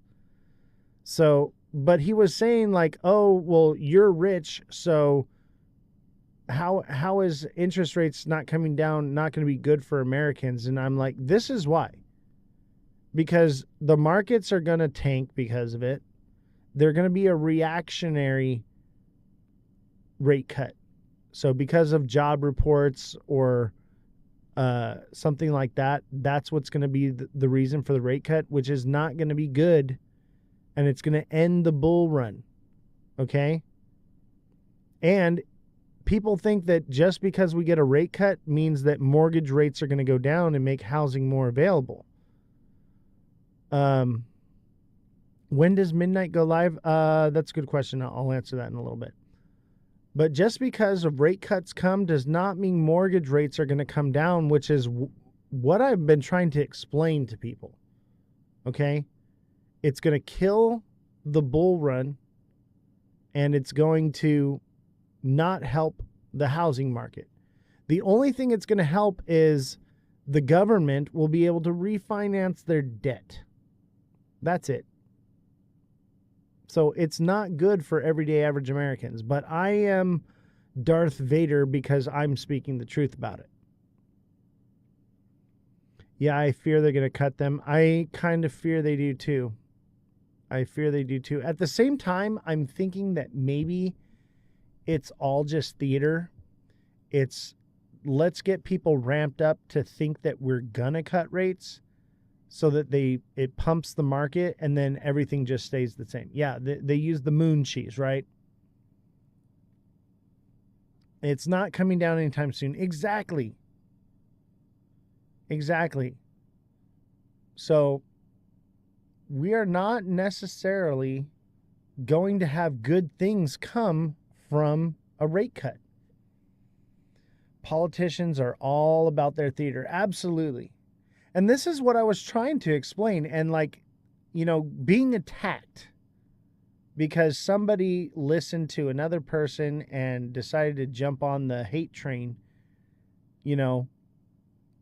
unfortunately, they're not here now, so they can't get this information. And I feel bad for these people because they act like I'm the evil one here. And when I'm just trying to lay it out for you the way it is, man. Like, this is the way it is. And if you don't like what I have to say, that's fine. If you need the hopium and you need the moon cheese, there are plenty of creators out there that are shilling it out like crazy, okay? I care about you people. I really do. And I want everyone to make it, and I want you all to become financially free. That's why I'm here. You sent a galaxy earlier? Thank you guys for all the gifts. I appreciate you. What's up, Meet Damon? How you doing, buddy? 10-year bond does what it wants. Yeah. I'm telling you right now, rate cuts are not what you want. Short-term gratification for a long-term loss. You want hopium? Go watch Calvin. Oh my God. Yeah. You know what's funny is Sarah's coming on the show, and Sarah is the moderator for Calvin Hill. And I'm going to talk to her about it. I'm going to talk to her like, I want to talk a little Calvin, but I also want her to talk. I'm kind of leave it to her and Jesse for that live and just kind of kick back. But I do have some questions. And maybe we can get Calvin on here for an interview. I'm hoping so. I actually got to speak with Wendy O finally, and I got to be in her live and talk with her. Wendy O is actually really smart. At the same time, I think she misreads headlines. Like she reads the news and reads into them, but I think that she's pretty much on point. But as far as the Ripple case goes, I don't think she understands what it means when the case has been dropped. And I think that's either by design or just lack of education. And that's not a bad thing. Like, not everyone went to law school, right? Not everyone understands these things. So I get it. Like, we are being manipulated. It is very easy to fall into false information these days. So I do not hold it against them. My point is to educate people. And so, like, if I can reach someone like Wendy O or Calvin Hill, it's a good thing because maybe we can get them on the right side. Maybe we can help them to realize that we want to help the people here, not hinder them. We don't want to spread moon cheese, but maybe that's their thing. You know, that's not for me to decide. They're the creator. That's their space. They can do whatever they want with it, right? But if we can bring people like that into this space, maybe we can do more good. That's the whole point. One Dread, how's it going? Thank you for the roses. Appreciate you. So, key takeaways: potential home buyers and President Donald Trump have wanted the Federal Reserve to cut its influential interest rates in hopes of mortgage rates would fall in response. However, economists and analysts say that mortgage rates are unlikely to fall, meaningfully below 6.5% in the near future because of the bond market's influence. Bond traders would likely help bring long-term rates down if they felt the economy was in danger of a downturn. Boom! There it is, and that will happen. The economy will have a downturn. It is coming, okay? And that will bring those rates down. But in the meantime, what's going to take is a market crash, baby. All right? Housing market. You're not going to be able to sell your home. You're going to be stuck. Then it's always reactionary with these people. They do not make changes and do things in order to help a situation, right? They always react to after the fact. They never do preventative maintenance. They could literally, like, if it was a car, like changing your oil regularly. No. Instead, what they want to do is they want to put in a new engine instead of changing the oil regularly. Athena looks like it's going to go. Man, I tell you, I always see these things when we're live, and then I can't jump into them because we're doing the show. I need like a stockbroker to handle my trades while I'm live. What's the ticker on Athena?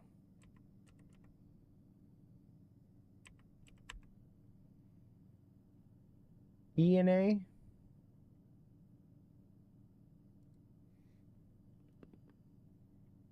Oh, yeah. Athena's about to go, baby.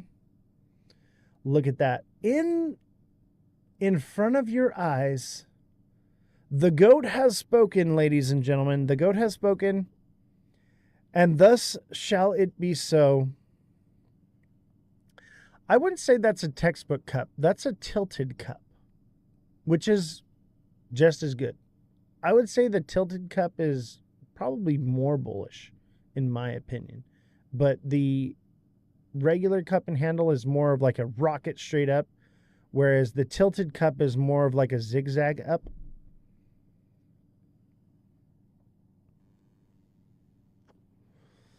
The goat has spoken. ENA is about to take off to an all-time high. It could potentially double top. This is very possible. That is very possible. And I would say somewhat likely considering the timeline. However, let's see, that doesn't match the timeline. So I think it's about to be parabolic. I think this is what we're going to see. Where is it at? Where is it hiding?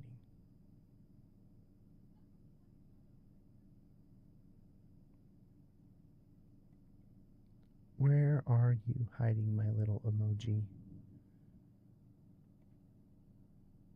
Where's the rocket emoji? Oh, it's right here.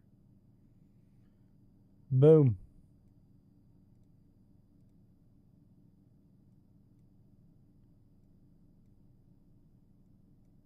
This one is about to go.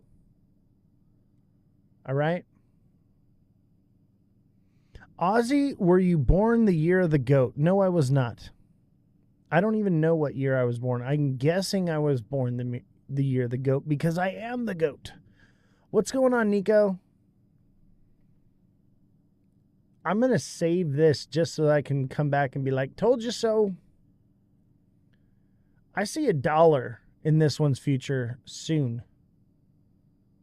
$1 by September.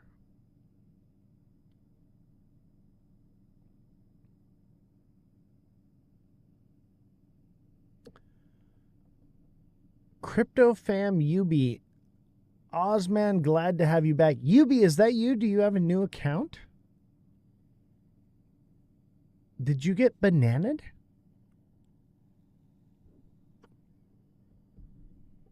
UB is one of my favorite people in this space. The backup one. Gotcha.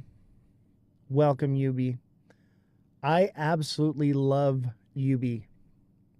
He is so on point.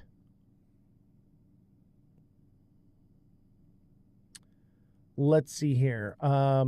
Mina. Let's put on some tunage.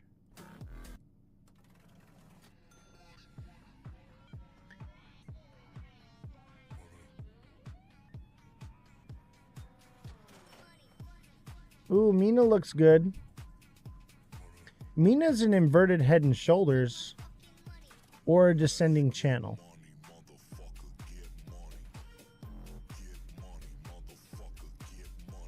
Mina looks good. That looks good to me, baby. Who said Mina? Seamont did. And then I also see... I see this too, which is kind of in alignment.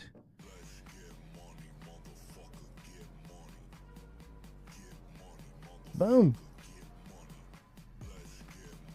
That looks good to me, baby. I'm digging it.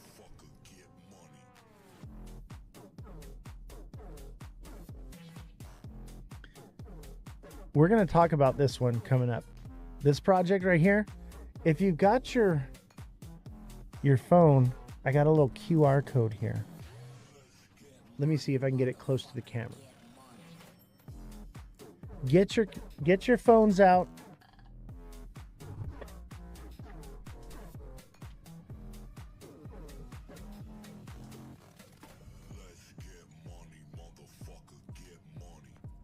That one right there, baby.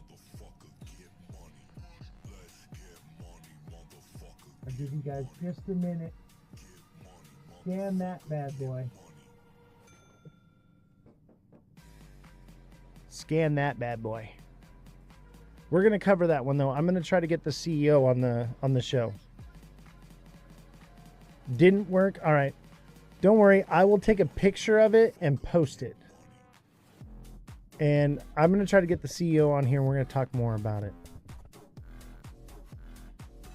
I got a lot of CEOs coming onto the show. I got to act more professional. I got to hide the pudgy and put on a suit and tie and pretend like I'm not some weird influencer. What coin is that? Ooh, you're going to have to come on to my channel and I will post it tonight. I will post the QR code and all the information tonight. All right. And make sure you guys are coming into onto my channel regularly. Just type in Ozthecryptogoat in the search bar, right? That is actually the best form of engagement that you can do for me, is to actually go in the search bar and click and search Ozthecryptogoat. And go into my page and watch and engage. That helps so much. TikTok wants you to go into the search bar and put in my name. That's how it works. When I had the email alert system, we were trending on TikTok all the time. I need to start doing that again.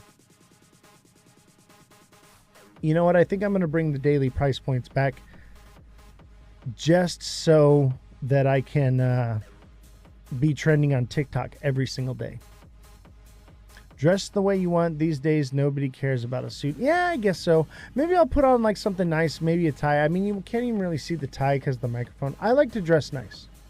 You know, I'm wearing the hat and the shirt because these are products from different organizations at Rare Evo that gave me merchandise to wear on the show, and so that I could promote their product because I believe in it. I think that what they're doing is awesome. You know, there's one that I really, really, really like. And it has to do with bees. And we're going to have them on the show. They're actually affiliated with the goats. All right. The bees are affiliated with the goats. And I just, the people doing the goat stuff, the goat tribe, what they're doing with bees and beekeeping in blockchain technology is just, this is the next era of tokenization and blockchain technology.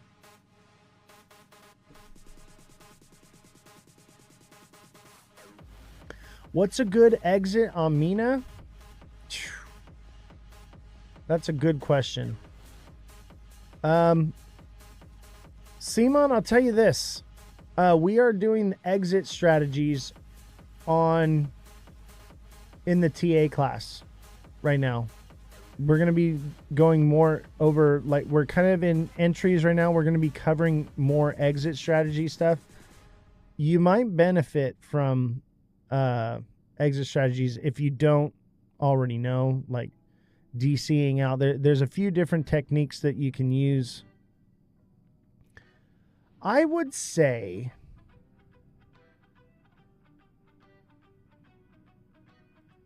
it's hard to say, right? Let's go from this one to this one.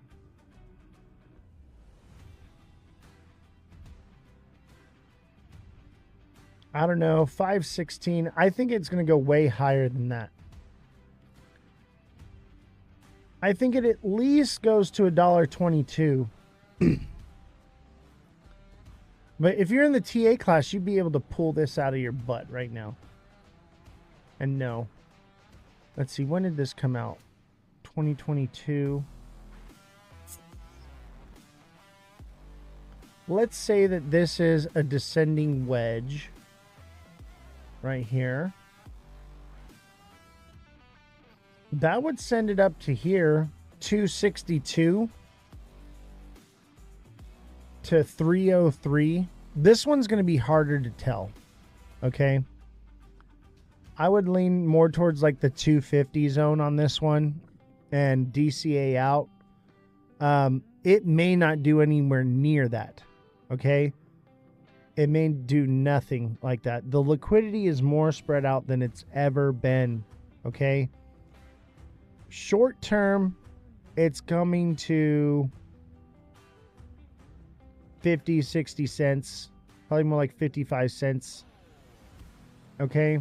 Short term. And maybe that's it.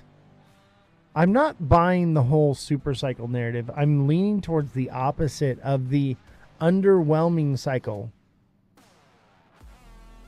There's just more projects than there's ever been. It can only go into so many. And I think that's why the XRP narrative is so strong right now and why they're just pushing the moon cheese so hard, because there are some big players that got into that thing early on, and they've been holding it for a very long time, and they need to see a certain amount of return from that investment. And they got to bleed it. Spell it M-I-N-A. Mina. M-I-N-A. I'll put it in the chat for you.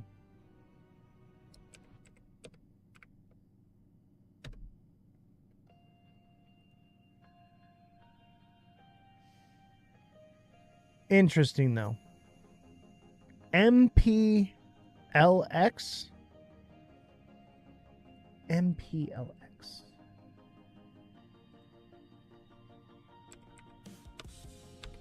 I think we're going to see all-time highs in a lot of a lot of projects, you know, the more prominent ones. But these ones, if they're not on, if I don't even know what they are, like, or I've just, you know, if you haven't heard of them, they're just something new, they're probably not going to do parabolic things. Well, MPLX is, oh, that's different person. Okay, MPLX. Metaplex. Ooh, I like the name. It just sounds like money. Okay. Okay, I see you. Who found this one? This was TikTok seller. Of course you did. See, I love that TikTok seller. You're in the TA class. And I've noticed that since you've been in the TA class, you're noticing what to look for. And you're finding the new projects. You're finding the good buys. I'm so proud of you, young man. Let's see here. Looks like we got a double top here. Going to the 4 hour. Look at that beautiful double top. The double top has not quite played out yet. Technically it has, but I would say right here at this zone at 16 cents would be technically played out. But if it's creating, this could just be one of those dips where it's trying to hit a bunch of stop losses and then buy up. I'm seeing the buy pressure. This may be, you know, just a jab at the stop losses, and it could take off from here. Things potentially should get bullish tonight or tomorrow, you know, because of speculation. And who knows, maybe the news is just like some crazy thing. Yeah, we're going to mass accumulate Bitcoin and XRP and Ethereum and all these different things. And we're going to implement all this blockchain technology in the US government and blah, blah, blah. I don't think that's happening. But if they did, that would be pretty freaking bullish, right?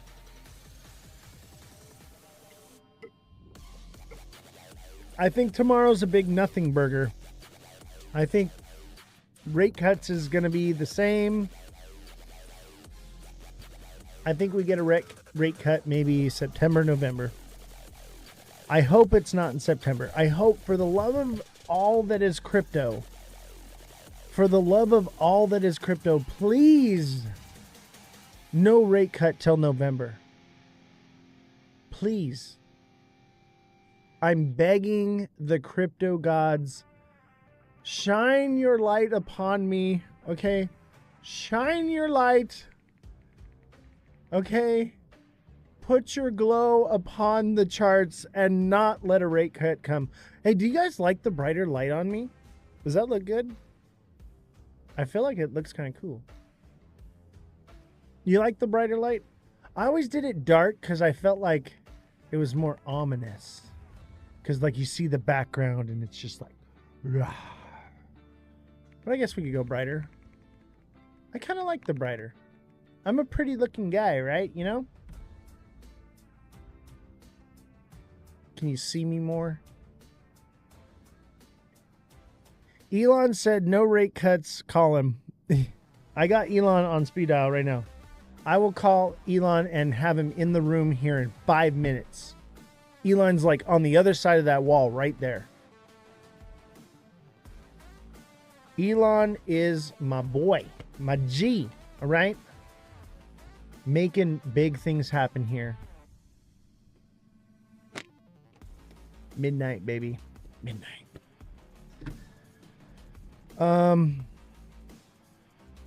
Rate cut looks unlikely with those inflation numbers, which is good. Yes. And the problem is when we do get rate cuts, it'll be a reactionary rate cut, which is bad. Because they are coming. It's just when, right?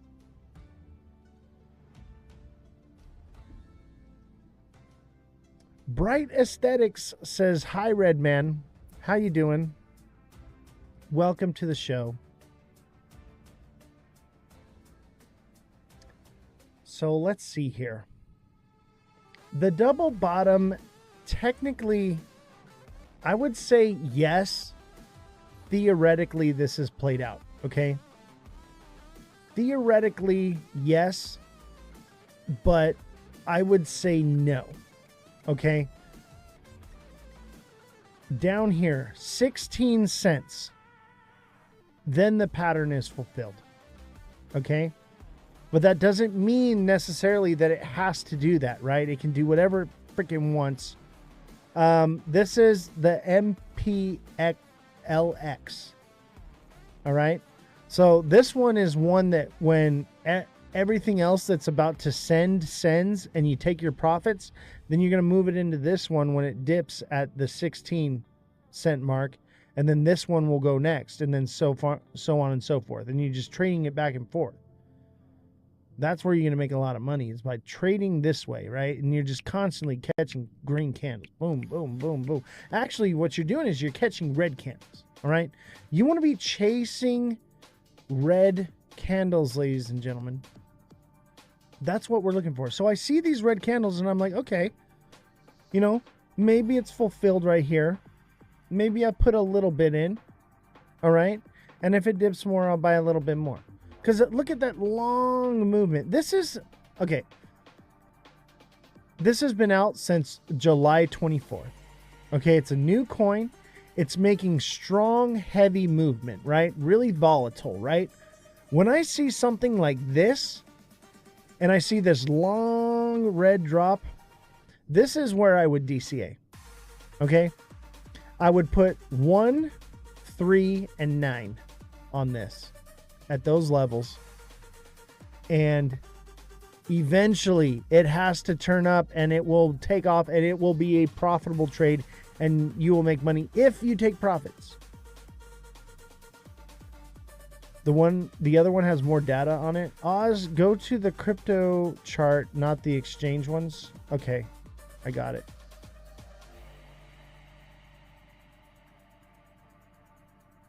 Let's see, it was MPLX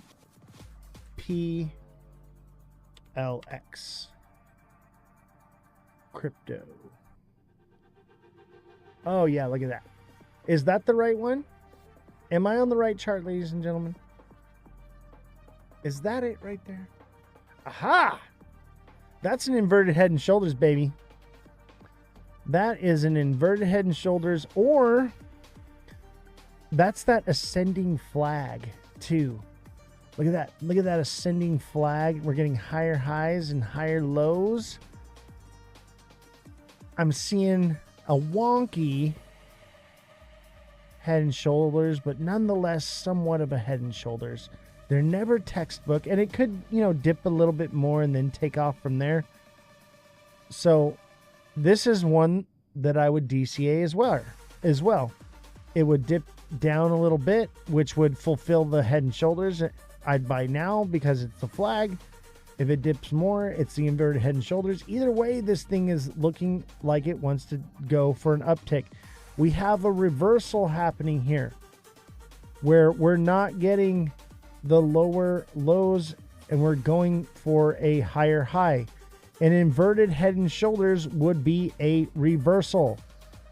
And what we've seen here is that the new low is not coming down below this low.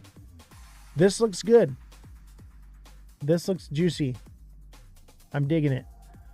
Inverted head and shoulders would take us to 25.5, and that's a good psychological zone. That is perfect.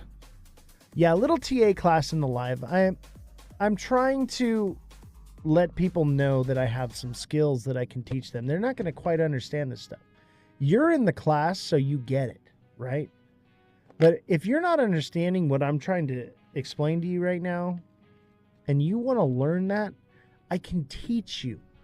I can teach you how to lightning TA without drawing any lines, without doing anything but looking at the chart real quick and give you lightning TA like I do.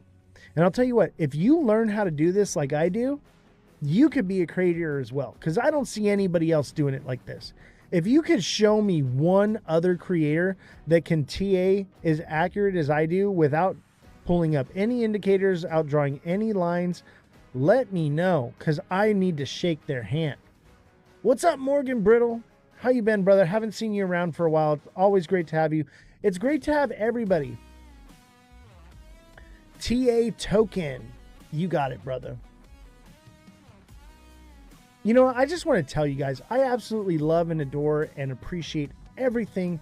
The fact that you guys come in here day in and day out and you watch me, this ugly redheaded dude with a twisty mustache, scream at the top of his lungs about XRP, you know, I appreciate you guys so much. And whether you subscribe or not, whether you send gifts or not, whether you like or not, the fact that you're here watching, it warms my heart. That is, you know, I had a talk with Jessie about this the other day, because she was like, she thought I was upset because she was getting all the gifts. I've never cared about the gifts. Never have I cared. What I care about is engagement. I want people to see this show, because I want to reach more people. I want to help more people.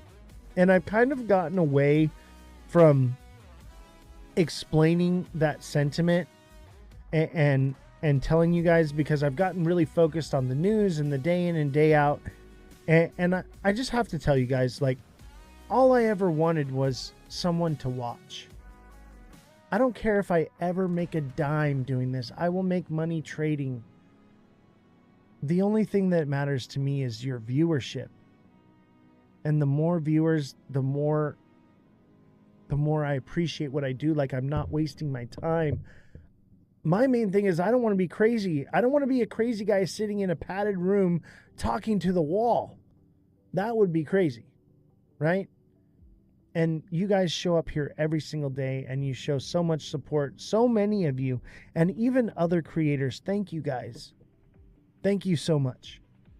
I appreciate everything you bring to this space, and that's why I come to this space. Eating the bugs. Yes. HD Malicious, what happened to your subscription, brother? It's all right. If you can't subscribe, that's all right, brother. I totally understand. I get it. I just appreciate having you here. You're one of the few, well, I wouldn't say few. There was actually quite a few people that showed up to the meet and greet. It was a pleasure to actually meet you in person and shake your hand and play craps with you in Vegas. Thank you, brother.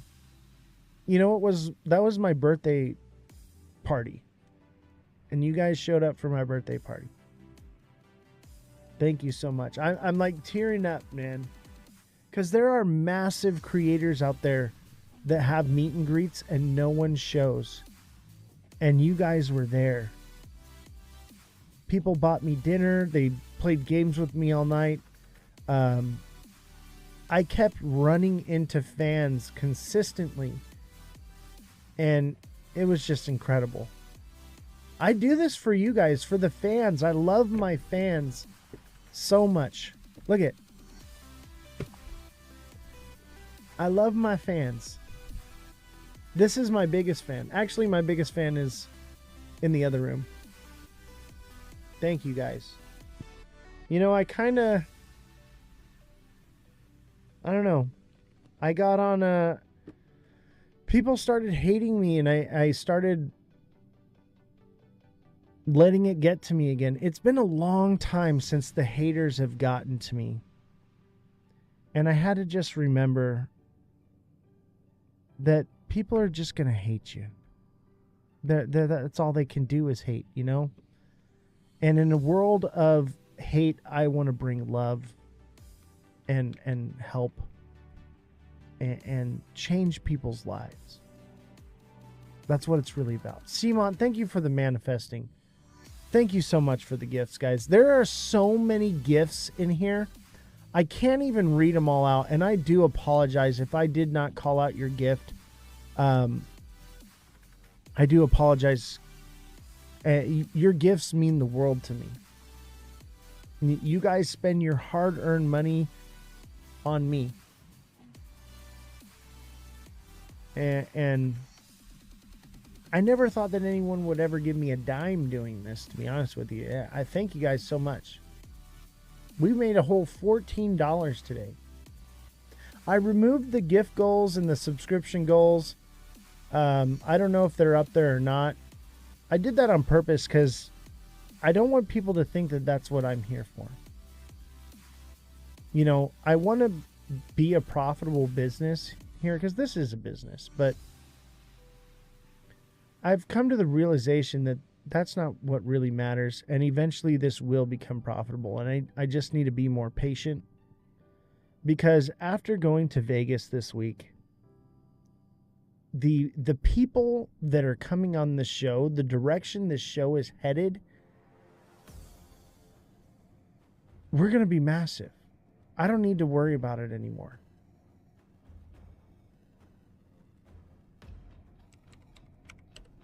I don't need to worry about becoming big. We're well on our way to becoming a massive show. And we did it because of you. More people need to take your TA class. Yeah, HD is in the TA class, and especially if you're new.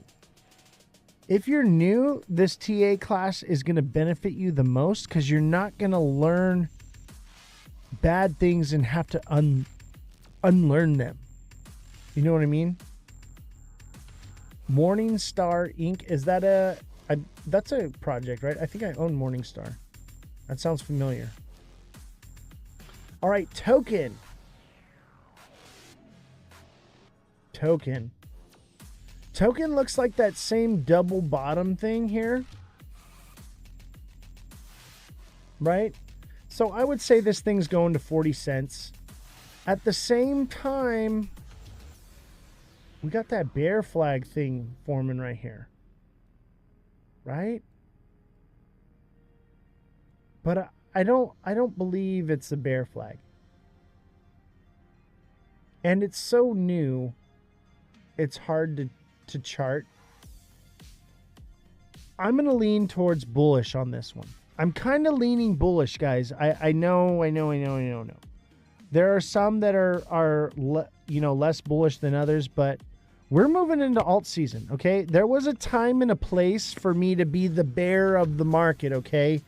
I was the bear. All right, everyone called me the bear. And then all of a sudden, one day, I flipped it and I was like, we're bullish. And I've been bullish ever since, because we're moving into alt season. How can you not be bullish? Right? And I'm actually trading less. I'm more accumulating, because we've moved past that bottom point, and I'm looking for bags to grab up before things start sending. Because I know that things are going to go parabolic. We didn't know before. Months ago, when we were first doing this, January, February, March, April, May, we didn't quite know the uncertainty of the tariffs and everything that was coming. The only thing we knew is that these things were going to make the market go down. And now we've become desensitized to a lot of that. No one cares anymore. All they want to see is Bitcoin dominance drop and their bags pump. And that's where I'm at with it. When you become a big influencer, don't Taylor Swift us. Absolutely not. Everyone that is here, that is like subscribed and been liking and following and engaging,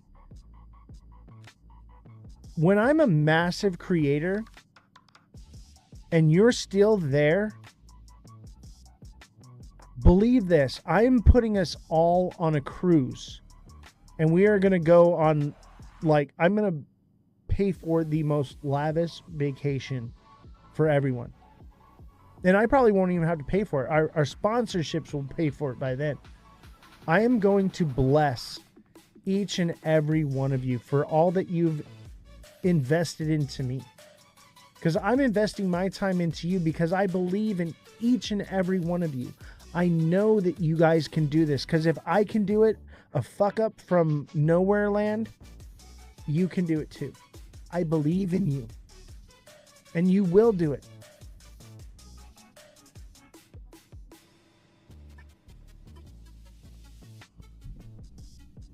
You know what my dad used to call me for my nickname? My nickname that my dad used to call me was the fuck up. Yeah, well, who's fucked up now?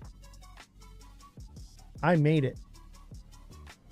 And that's the thing about me is the more people come against me and are my adversaries, the stronger and harder I push. So whenever people come after me and they hit me with the bananas and everything, the stronger I get.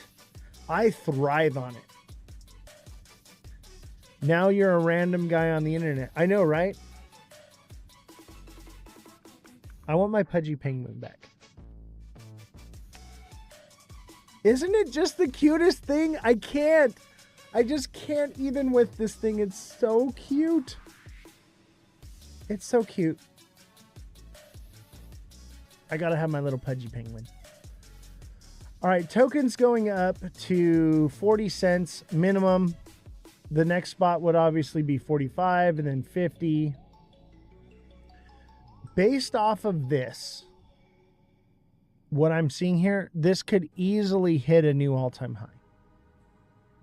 Something like this being a new project, its name being token. I don't know if it has utility or not. I'm assuming it does. Then, yeah, this could potentially see a new all-time high. And I would say the top would be 10 cents. If it hits a new all-time high, this one will go to 0.0985. Oz has security now. Who's the F up? I know, right? I know. I literally have a business and a team. I have some of the most wealthy and powerful individuals in crypto coming on this show next week. Don't miss the lives next week. Monday through Friday next week is packed full of big names. You just wait and see. All right? Wait and see. You know what's crazy is being an influencer at one of these events, and not just, okay, so everyone wants to be an influencer, right? But when you're a credited influencer like I was, right? I was a credited influencer. I had credentials that identified me as an influencer. When you're at that level of an influencer at these events, man, they come after you, right? They come to you, and we're talking about powerful CEOs, multi-billion-dollar people that are holding multiple billions of dollars in these projects. Literally, Charles Hoskinson, the CEO of Cardano, approached me and was like, hey, and talking to me, and he's like, you're an influencer. I'm like, yeah. I'm like, I go up to him. I'm like, here's my card, man. And he goes, oh, cool. And he's like, do you want a picture? And I'm like, yeah. And he's like, here, I'll hold it up for you. And takes a picture with me with it. And then he's telling me about all the amazing things that are happening with Midnight and with Cardano and all the security features that are coming with Cardano. And I was like, telling him, I'm like, man, I really feel like the next narrative and the next thing that actually matters in crypto is security. And he's like, that's exactly what we're saying. And I was like, I don't think it's about speed and efficiency and cost. And he's like, it's not, but we're working on that too. And I'm like, this is amazing. This is what I'm talking about. That's why I've been like, I'm Cardano'd out, guys. I got my Cardano glasses right here. Okay. I'm going to put them on. I am Cardano'd out the game, guys. And I spoke to a lot of CEOs, not just Charles. Okay. See, I know him on a first name basis because first of all, I can't even pronounce his name, but he just knows me as the goat, the crypto goat, right? But having that opportunity to just sit down and talk with him and be like, this is what I'm feeling, and this is the direction I think that crypto needs to be going. Where do you stand with that? And for them to be like completely aligned with it, and not even, you have to understand that he didn't come up to me and say that he was aligned with that because I said it. They were already on it. What does that say? Privacy matters. Privacy and security was literally the entire objective of the entire conference. And I didn't even know that until I got there. Yeah, it's confirmation. And you know what? We were in other people's lives last night, TikTok seller, right? What was the tech CEO's live? And he was going on about security, right? Security is the narrative now. And I'm like, who said it first, baby? I'm going to put you guys on game. I will put you on point. Okay, ladies and gentlemen, I know things. I understand how the world works, how finance works, how people's minds work. And I can pass that along to you. I have something special here. I see things happen before they happen. I don't know how. I just do. And I do know how. It's easy. It's basic math. It's basic math, ladies and gentlemen, understanding this stuff. What's up, Big Nate? How you doing, buddy? The lizard guy. Very lizardy. All right, back to TA. Chillwell wants Monero. Should I make him subscribe? Did we cover ETH? I'll check the YouTube. No, I didn't. I'm so sorry. Let me do ETH right now. Let's just wipe the slate clean with TA and start throwing them in the chat. Sorry, I got on a tangent there. I got really excited about you guys. Like, you guys are my fuel. Oh, ETH looks good, baby. I say that looks like a bull flag in the 1 day. That looks like a bull flag in the 1 day. Let's go in the hour for confirmation. Not quite. But we are creating higher highs. ETH ascending. We got a double bottom. ETH is going. ETH is going. And let's see where it's going to. Oh my God. Is ETH about to hit a new all-time high? Chat. ETH is about to hit a new all-time high. It's coming. Josh says, I don't know about Ethereum though. Ethereum, are you kidding me? Ethereum is everything. Layer 2 and 3 are going to make Ethereum cheaper, faster, more efficient. Do not worry about speed, scalability, cost anymore. What you need to be worried about is security. ETH is where it's at. ETH is going to 5K. Okay? ETH is going to 5K, and I think that this cycle, ETH is going to hit 10K.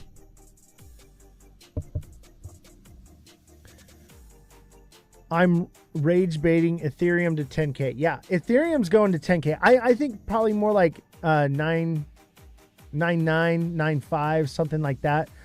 Or it goes over 10K and it hits like 10, like 10.2, right? 10,200, something like that. But I'm feeling a 10K ETH. And I've been saying this for a while, okay? Like this, oh man, alt season's on, baby. If you haven't bought your altcoins yet, man, you better start looking for a buy opportunity. It is, Chillwell says 100K Ethereum. You have to be joking, bro. Come on now. 100K Ethereum. Absolutely not. I would say at the absolute most Ethereum could do would be 10 to 12K. BTC is a diamond top on the 1 day. Get the hell out of here. Ladies and gentlemen, history is about to be made. Ethereum is going to hit a new all-time high. We are literally watching history unfold over the next couple days. BTC, a diamond top. I mean, it kind of has that makings of that reversal. Either, okay, so TikTok seller, you're in the class, so I see what you see, and I know why you're seeing that. Remember, Bitcoin is highly manipulated, and that they do those sweeps where they catch up all of those stop losses. This is why I don't use stop losses, because of this right here. If you had a stop loss, you would have got wrecked, right? And look, it's already moving back up. So we're going to have to see here. What's a high for this? 124. Man, I'll tell you what, if Bitcoin loses its dominance right here, that means that I called Bitcoin's top to the cent, because I think I said 125K. And we were just shy of that. Oz, can I get the role on Discord? Yeah, dude, I got after the show. I got you, brother. It'll get handled. The IT guys in the studio now. After everything gets turned off, it'll get sent, and then you'll get those videos to your email tonight, so you can get caught up. Will Unfi do good? That's a good question. That is a great question, actually, because I have been hearing a lot of things about Unfi.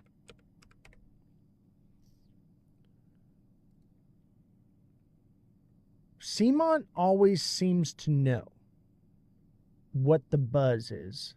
And when unlike Big Baller will come in and he will tell you after the green candle and tell you when he bought early on and tell you about the big green candle that you just missed. Whereas Simon tells us down here right before the big green candle. Look at this. Big Baller, take notes. Big Baller knows how to call him, though. I'll tell you what, if he calls a coin, even if it's already started pumping, I will buy it. And if it's already started pumping, I will just DCA all the way up and then jump out at the top. And I print money. I print money because of this guy. He is really good. Now, I don't always do it, but when I see one that I'm like, okay, this is cool, I will do a quick trade on him. He's a trader for sure. He used to be a holder. Now he's trading. And my guy is killing it. Big Nate, Cmont, Alexa, Kodak, The Narrow Path, Jesus, TikTok Seller, Nico, One Dread, and if I missed you, Big Baller, thank you for all the gifts, guys. You are incredible. Thank you. I just appreciate you guys so much. I will tell you this, Cmont. This could potentially come back down. Does this one have utility? The Goat Gang, heck yeah. Simon, what's the utility on this one? I don't have Jesse in here to look into it for me. But I would say, let's see here. October to December, July, April, May. I would say we could see one of these big nasty wicks come October, November. I think this one, it's going to be quick though, man. You're going to want to set like, that's going to be a strong zone. 196 is going to be a hard one to pass. You're going to want to sell orders at 196, 266, 341, and 480. If it goes past that, you've just got to get into the TA class so that you can get the right strategy out on that one. And it could potentially do like crazy. I don't think though, because look at it, kind of has this trend going for it. Okay? Kind of like that, you know? Kind of has this trend. So I'm going to lean towards it's going to stop at 504, $5, you know? That's kind of where I'm at on this one. But yeah, from 25 cents to $5, that looks good to me. That's everything we ever wanted XRP to do, right? That's highly potential that this one hits $4 or $5 come November. November would put it at $3.50 to $4.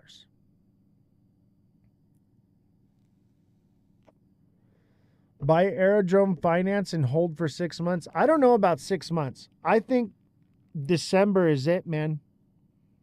I think December is it, and then we may have little narratives that come out here and there after the bull run that spikes little things up, and then that'll be it, and we'll go into a bear market.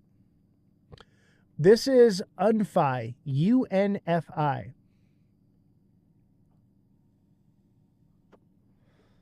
This looks promising, especially for here's the problem, okay? There are so many alts. There's so many altcoins, ladies and gentlemen. There's so many meme coins. The liquidity is more spread out, and there's not new people coming in. People would say otherwise. Oh, well, they're creating new wallets every day. They're creating new wallets. It's the same people with the same money. They're creating more wallets so that they have more votes.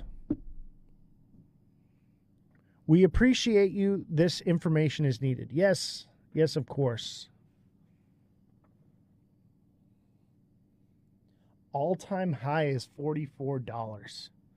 Could you imagine if this thing went from 25 cents to $44? Could you imagine if it went to $50 and hit a new all-time high? Get out of town. But we need that Bitcoin money to do it. This is UNFI. I don't think these coins are going to get new all-time highs. Some of them will.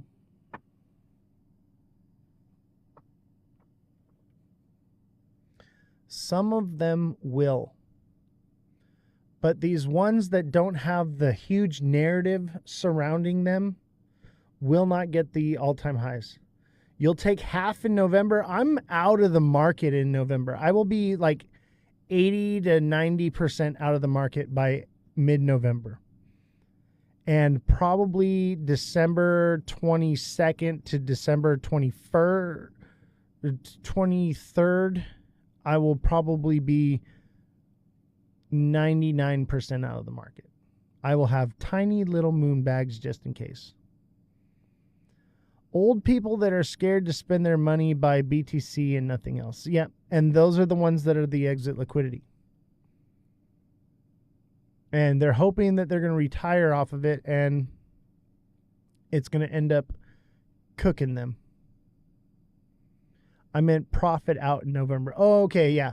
Dude, I'm out in November, December. Like, I will leave a little bit in there for just in case I was wrong, right? But it's going to be little. And if I was wrong, it won't matter because I'll have made so much. I can still wait for a dip and get back in and ride the FOMO with the second wave. You know, you always get a second chance, guys.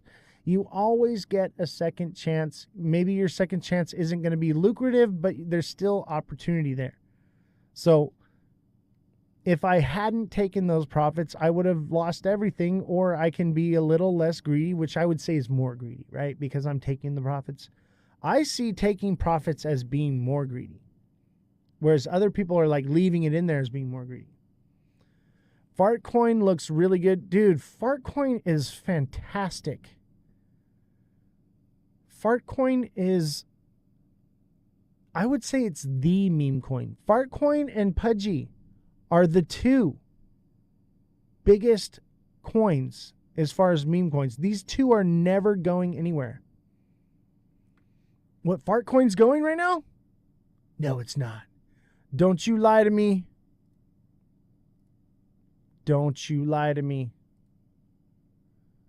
Oh, we got to go see. I got to go see. This is my biggest bag. I got to see if I got to take profits. Oh, baby, come on.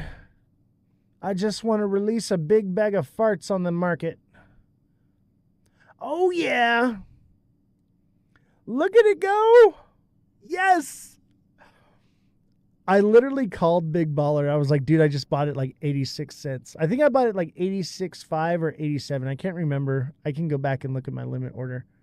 Yeah, I bought it 87. I bought it 87. It ran up and it dipped down again, and I bought it 87 again. And I'm just like, I'm holding this thing until it goes to a new all-time high. I'm going to take 50% out here at, I think it was, I'm going to take like 10% out at 125. Actually, 124.5. I'm going to take like 20% maybe. And then at 131, I'm going to take out 50% of what's there left. And then I'm expecting a retracement at that point and come down. And I'm going to put it all right back in. And wherever it, and I'm going to build the biggest bag of farts that the crypto space has ever seen. That's what I'm doing, baby. I am so all in on this coin. Like Fartcoin and Pudgy, I am so in. Pudgy for the marketing strategy, Fartcoin for the narrative and what it is. It's never going anywhere. Even if I have to hold this thing for 20 years, in 20 years, there will be more people in the space and it will still be just as funny as it is today. And it's never going below 75 cents. And that's a loss that I can deal with.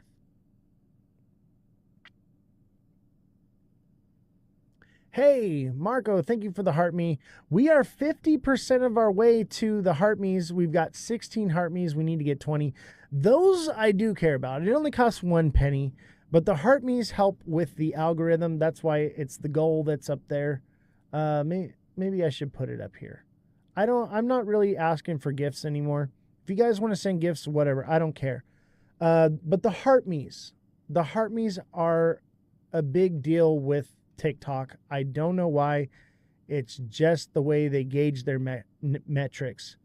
JFM, thank you so much for the heart me. Everybody that has heart mead and been liking and gifting, thank you all so much. You guys are incredible.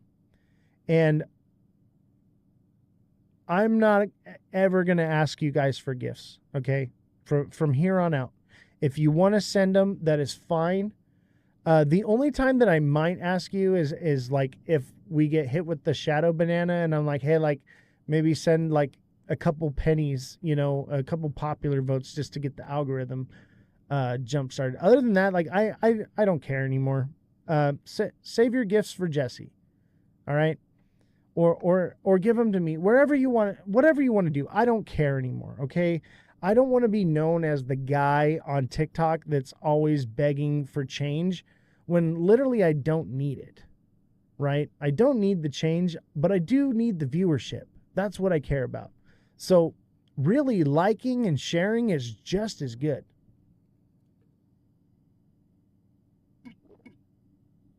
And like I said it before, it'd be nice for this to be a profitable business. I have come to the realization that I made a bad business decision by becoming a content creator, and that this business is not going to be profitable for a very long time. I'm not used to that. I'm not used to having such high overhead, operations costs, employees necessary for, like my last business, I was the only employee and I had zero overhead. I had like my truck, which was paid off, and I had tools that I already had, and people brought their stuff to me or I went to them and there was gas sometimes. And like they literally delivered the parts to the shop and I got them at cost because I have a commercial account. I am not used to having a business with such high overhead. This is new for me. Fortunately, I made a lot of money in crypto, so we're good.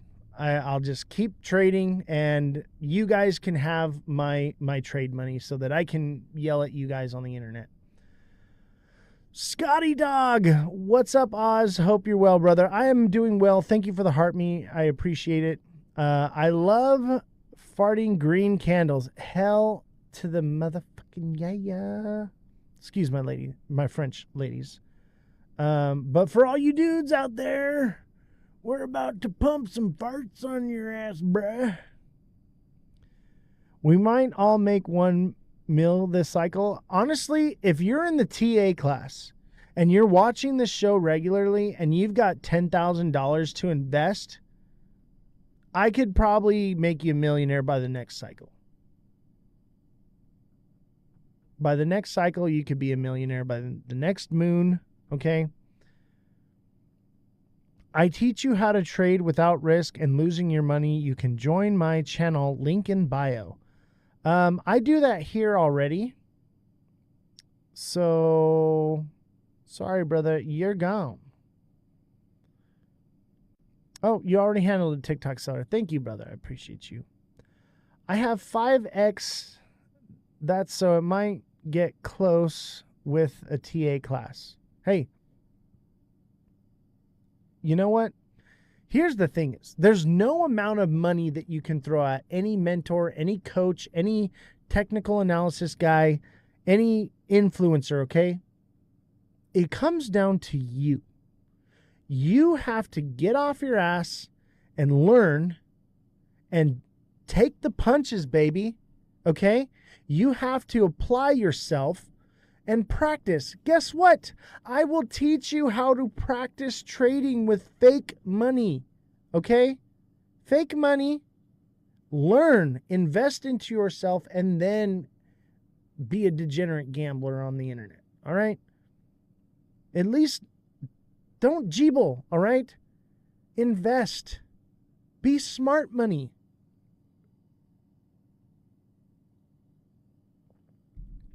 Man, Fartcoin looks so good right now. This is totally a diamond bottom. You know what? I kind of feel bad for you, Josh, because you're coming in late. You need the first couple classes. And what I might do is I might give you just a couple individual classes. I know that you already know how to understand what a candle is, right? You don't need that class, but I think you need the class, which I believe is the second class. Here's the problem is you need all the classes because it's a foundation that teaches you how to see the future, okay? It teaches you how to see the patterns before they form, and we kind of already covered that. Now, I could recap it, but that's not fair to the other mates in the class because they already paid for it. So I'm hoping that you get the value that you're looking for. I know you catch on pretty quick, but like some of the things I'm double recapping on and going into and just kind of reiterating a little bit. But there are some key fundamental things that we covered in the first month. And chat, help me out if you know what I'm talking about. Being able to predict the patterns before they happen and taking the strategy of the aggressive trade before the pattern happens is a very strong way of trading to make massive gains very quickly, and it's very easy to see. TikTok seller says that'll make you rich if you see the patterns early. Exactly. This is, and that's in last month's class. And I feel like you're missing out on I think it's only one class, but it's like one of the most important classes that I've taught so far. And so I'm afraid that you're going to come in and miss out on value. And that's the last thing I want to do. So it's up to you to decide. Maybe you take the class and you start making a ton of money and then you can just pay for the earlier classes. I don't know. I would just say that I think that it's more valuable to have the whole book instead of just reading, the last page to get the ending. You know what I mean? Arrow is pumping. Dude, everything is pumping right now. What is going on? It's pumping right now, ladies and gentlemen. Everybody was screaming bear, bear, bear today. When I woke up this morning, the sentiment in the TikTok space and on the internet is everything is going down, doom and gloom. And I'm like, I'm bullish. We're about to pump. Look at that. Aerodrome pumping. Cardano, I know Cardano's pumping. Let me tell you right now. I am so bullish on Cardano. I almost wanted to change this to the Cardano Lounge. Okay, instead of the Ledger Lounge, the Cardano Lounge. I am so bullish on Cardano. It was my number 2.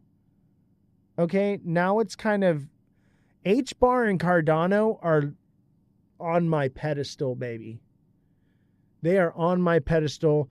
I will wipe my ass with the XRPL. All right? And maybe I'm wrong about XRP. I really don't care. I don't want to get dumped on every month because why? I'm a trader, not a hodler. I don't want to get dumped on. The way I see it is if you're holding XRP, you're holding it for toilet paper to wipe the shit off of you because you got dumped on again. Dang, Cardano's going right back to retest.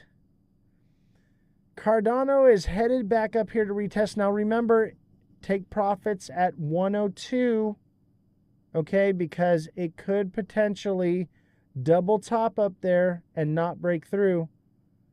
All right, but if it does, if it does, it's going to $1.15. Well, $1.10 and then $1.15. All right. I'm going to wipe my ass with an XRPL. I see 150. Oh, yeah, 150 is definitely possible. Okay, hear me out. Okay, these are short-term projections. You guys want a long-term projection on ADA?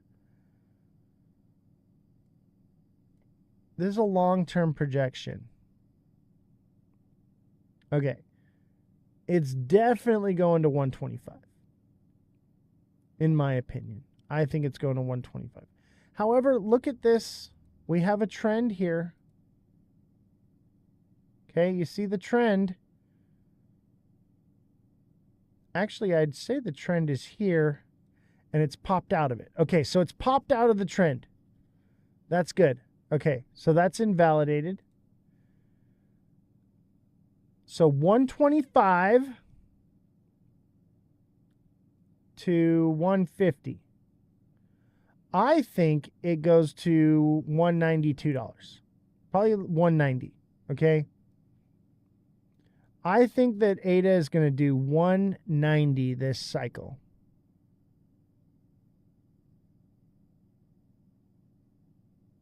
And if it goes past 190, actually 187.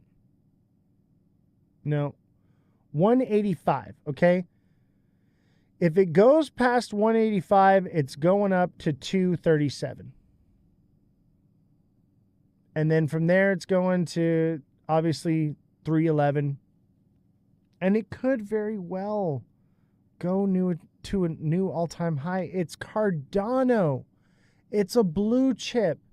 If anything is getting new all-time highs this year, it's going to be Cardano, baby. I got to put on my Cardano glasses, okay? Look at, baby. I got my Cardano glasses. Maybe I just have ADA blinders on, all right? But I'm telling you, if any of the coins is going to see a new all-time high, it's going to be Cardano and it's going to be H-bar, all right? Those two are going to see new all-time highs. I really believe so, or they're going to get close. But I think they're going to do something massive, massively massive. The only thing that would really screw it up is if everybody just apes into XRP and these two get left in the dust. But I'll tell you what, if that ends up being the case, then I'm going to be loading up on this stuff for the next cycle, because XRP will not be the narrative next cycle.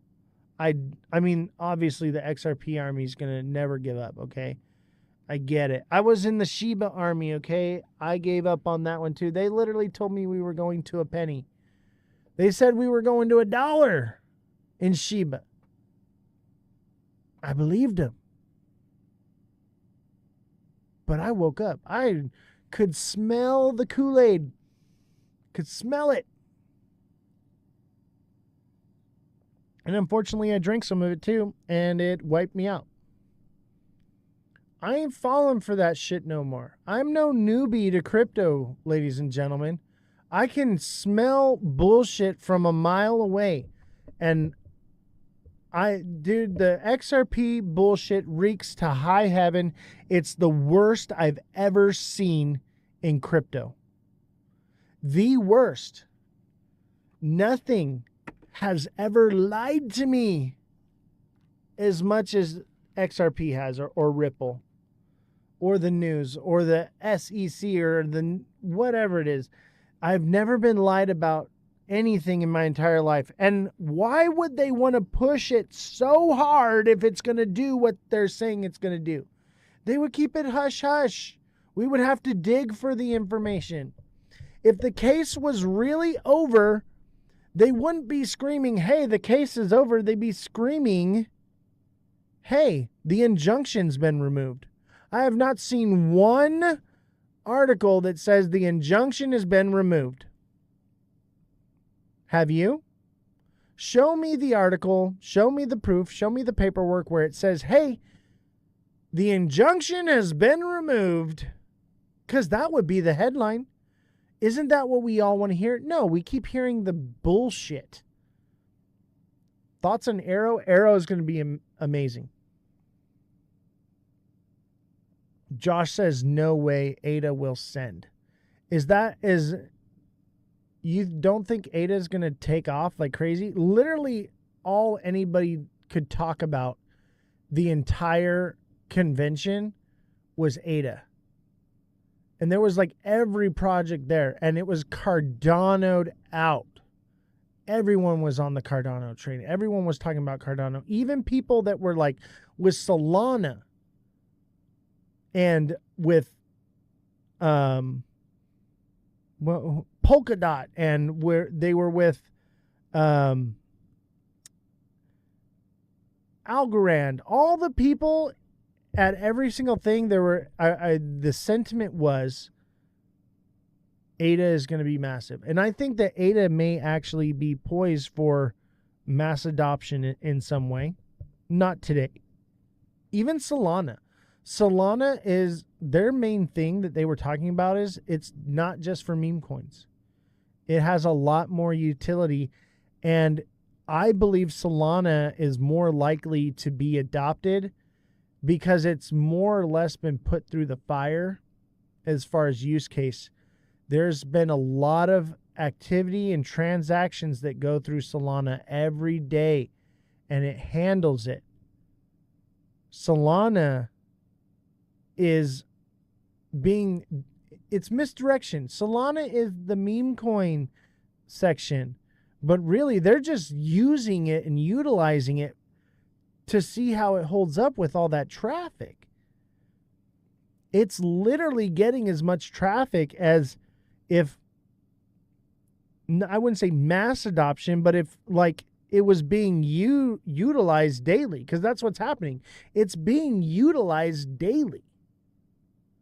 I am so bullish on Solana. I'm excited to get Bangers on here and talk about Solana. I really hope she gets back to me. She did confirm with me that she will do an interview. However, she's a massive influencer, so it may take time for her to see my messages. And also, she's an influencer by trade. So she works at the Solana headquarters in San Francisco. And she's, constantly working and creating content and stuff. You know what I want? I want the Solana Seeker phone. I'm not going to lie. I kind of want it. If I ever get a new phone, that's probably the phone it's going to be. Solana is dope. Absolutely, absolutely awesome. And you know why they made the phone? It's about security. The whole freaking narrative I've been trying to tell you guys is security is everything, right? This is it. Security.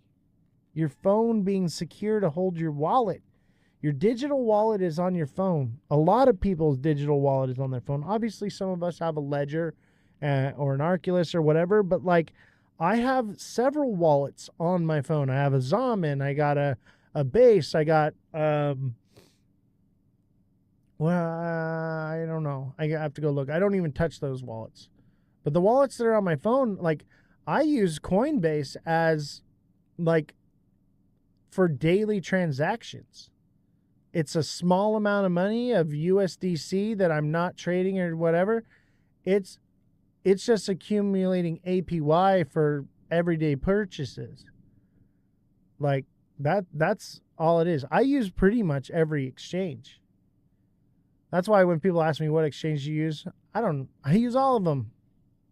There's a few that I don't, but yeah. I think they all serve a purpose. It's an ecosystem. When you start using crypto the way it's intended to be used and reuse it and replace your bank, you will start to actually see what is actually valuable in this space. And I would encourage you to adopt crypto yourself. Don't wait for mass adoption. Just do it. That's what I've done. I've adopted crypto. It's replaced my bank. And now that I've done that, I'm seeing the real world use case. I'm seeing the real world value and where the market is going to decide what is really valuable. And that's why I'm leaning on Cardano, because I'm actually getting a Cardano wallet set up right now, and I'm seeing, wow, its functionality and all the different things, and it's a little bit more advanced, and I have to use it on my phone or on my computer, but its functionality is just like mind-blowing. ICP. Insane Clown Posse. If you guys don't know what ICP is, go Google it. Insane Clown Posse, and you can thank me later.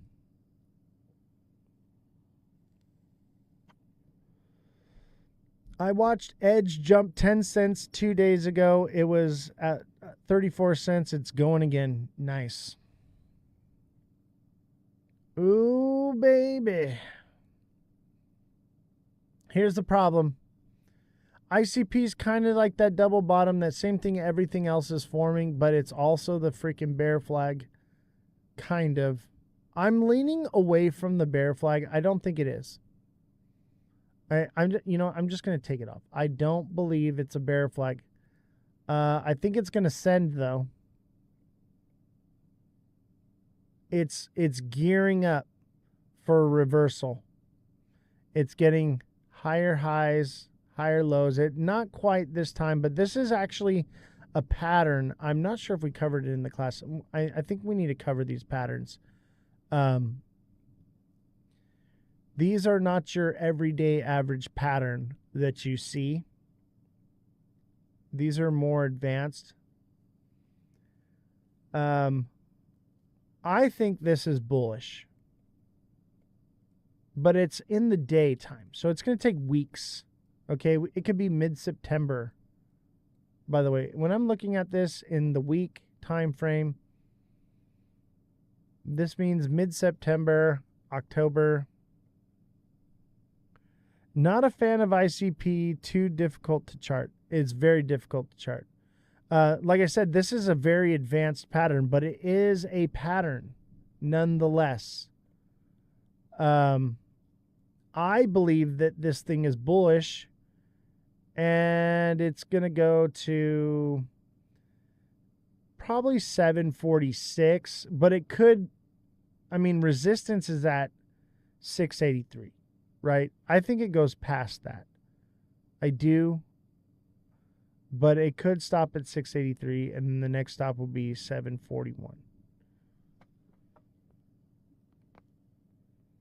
I'm going to lean towards like that 741 to 730, somewhere in there. That's going to be your sweet spot. I'm going to lean towards the 730, to be honest with you.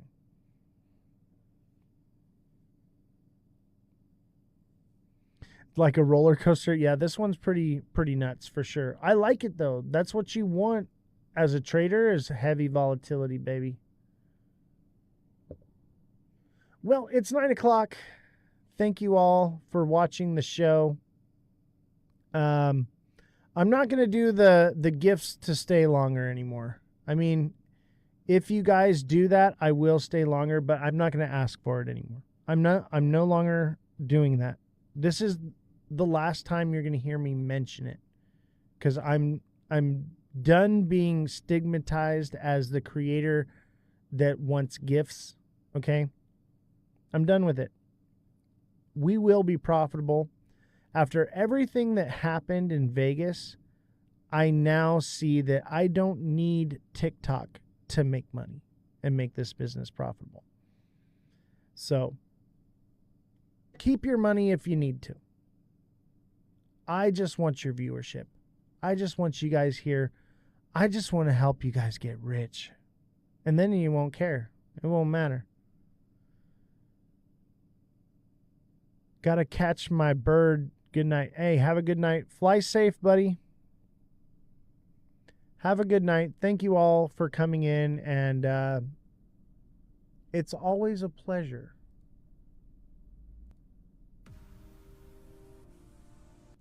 Let's do this one. This is the song. Every time we're bullish, this is the song.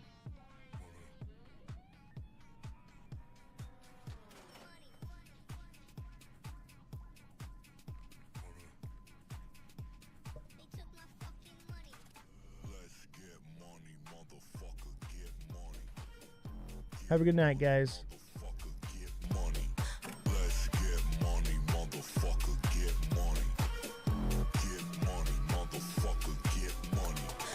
By the way, thank you for all the gifts today, guys.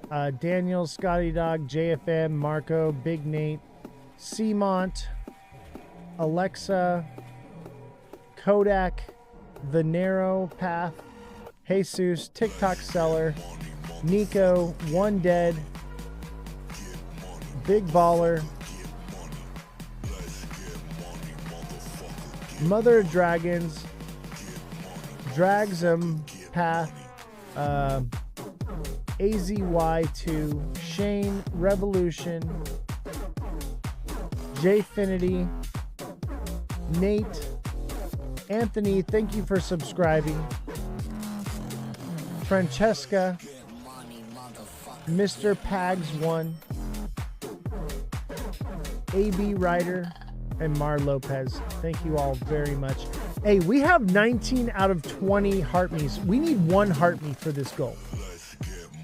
All right, this is the only gift I'm going to ask for. I need a heart me. Who's got me with a heart me? It's after 9 o'clock. You can send a new one. I need one Heart me. I'm turning the light back on. I need one heart me. One heart me. Yes, we got it. Alan and TikTok Seller, thank you guys so much. I appreciate you guys. Have a good night, and I will see you all tomorrow. Alan with the win. He beat you to it, TikTok Seller. He beat you to it. But that's all right. You're still a champion in my book. Josh, I will send those videos and reach out to you on Discord right now. Have a good night. I'll be hanging out in Discord for a little bit. If you guys want to hop into my Discord and chat a little bit and yell at Josh that we're not going to 10K, I'll see you guys in the Discord. Good night.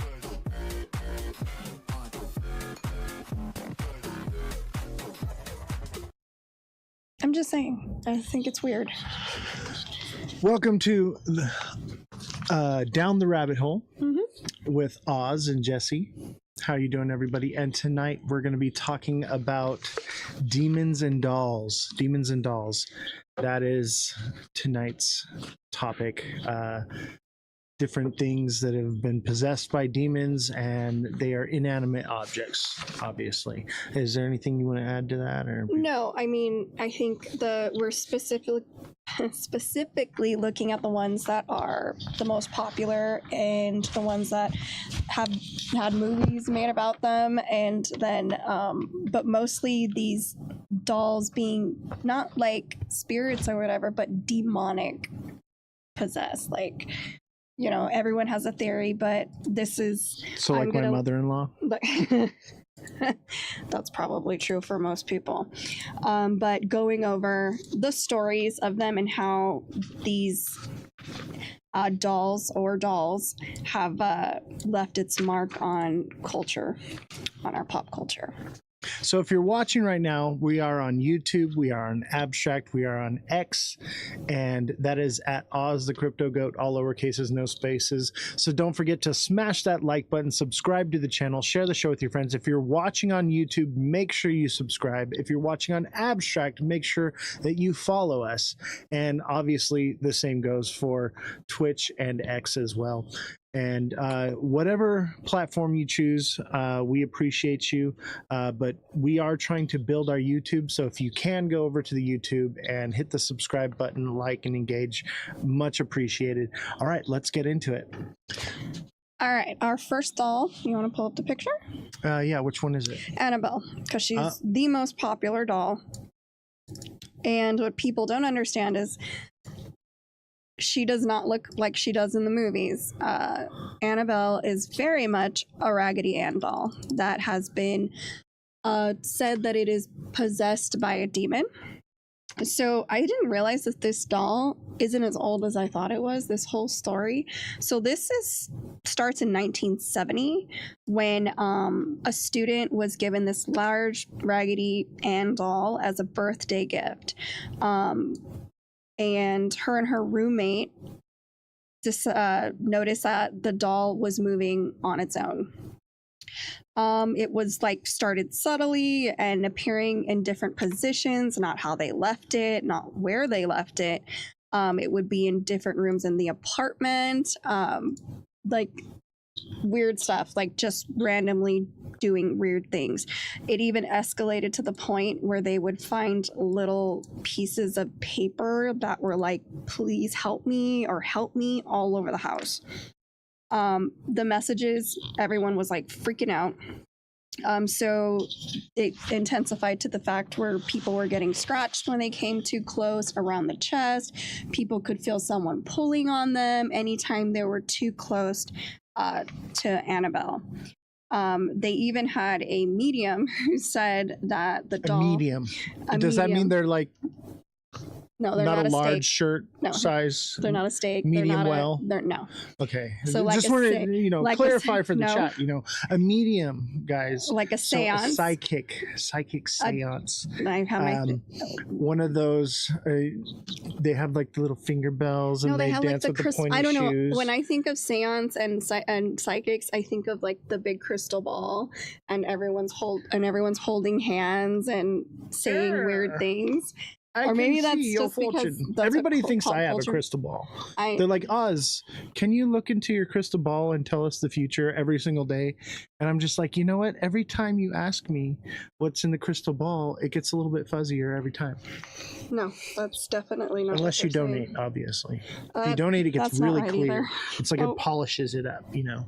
Okay, No, so I'm just messing.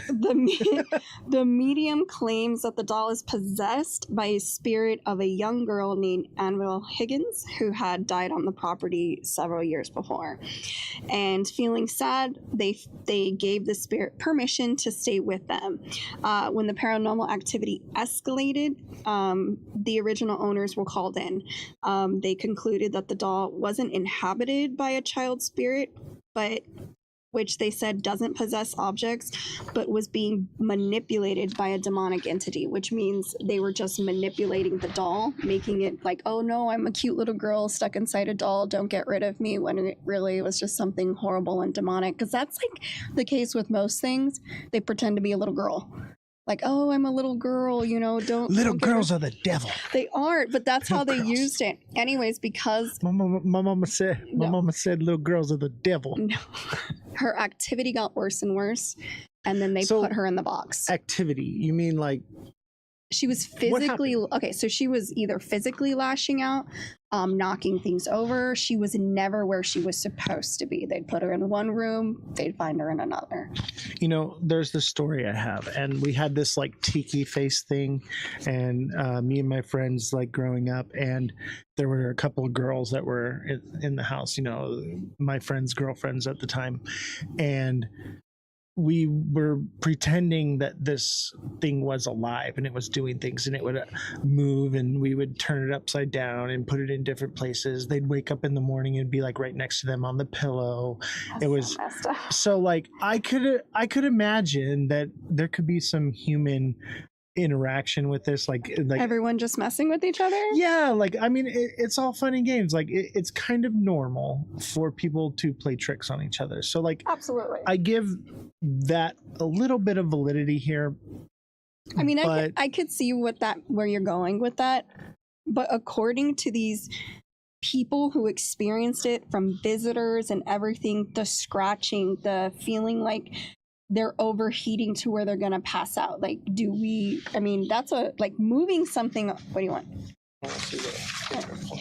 Like moving something, that kind of stuff, that's a whole different ball game. Like scratching people, these people really believe these things happen. So is it in their head? I mean, how do you fake some scratch marks on your back? So here's the thing. This is what makes it valid for me. Okay.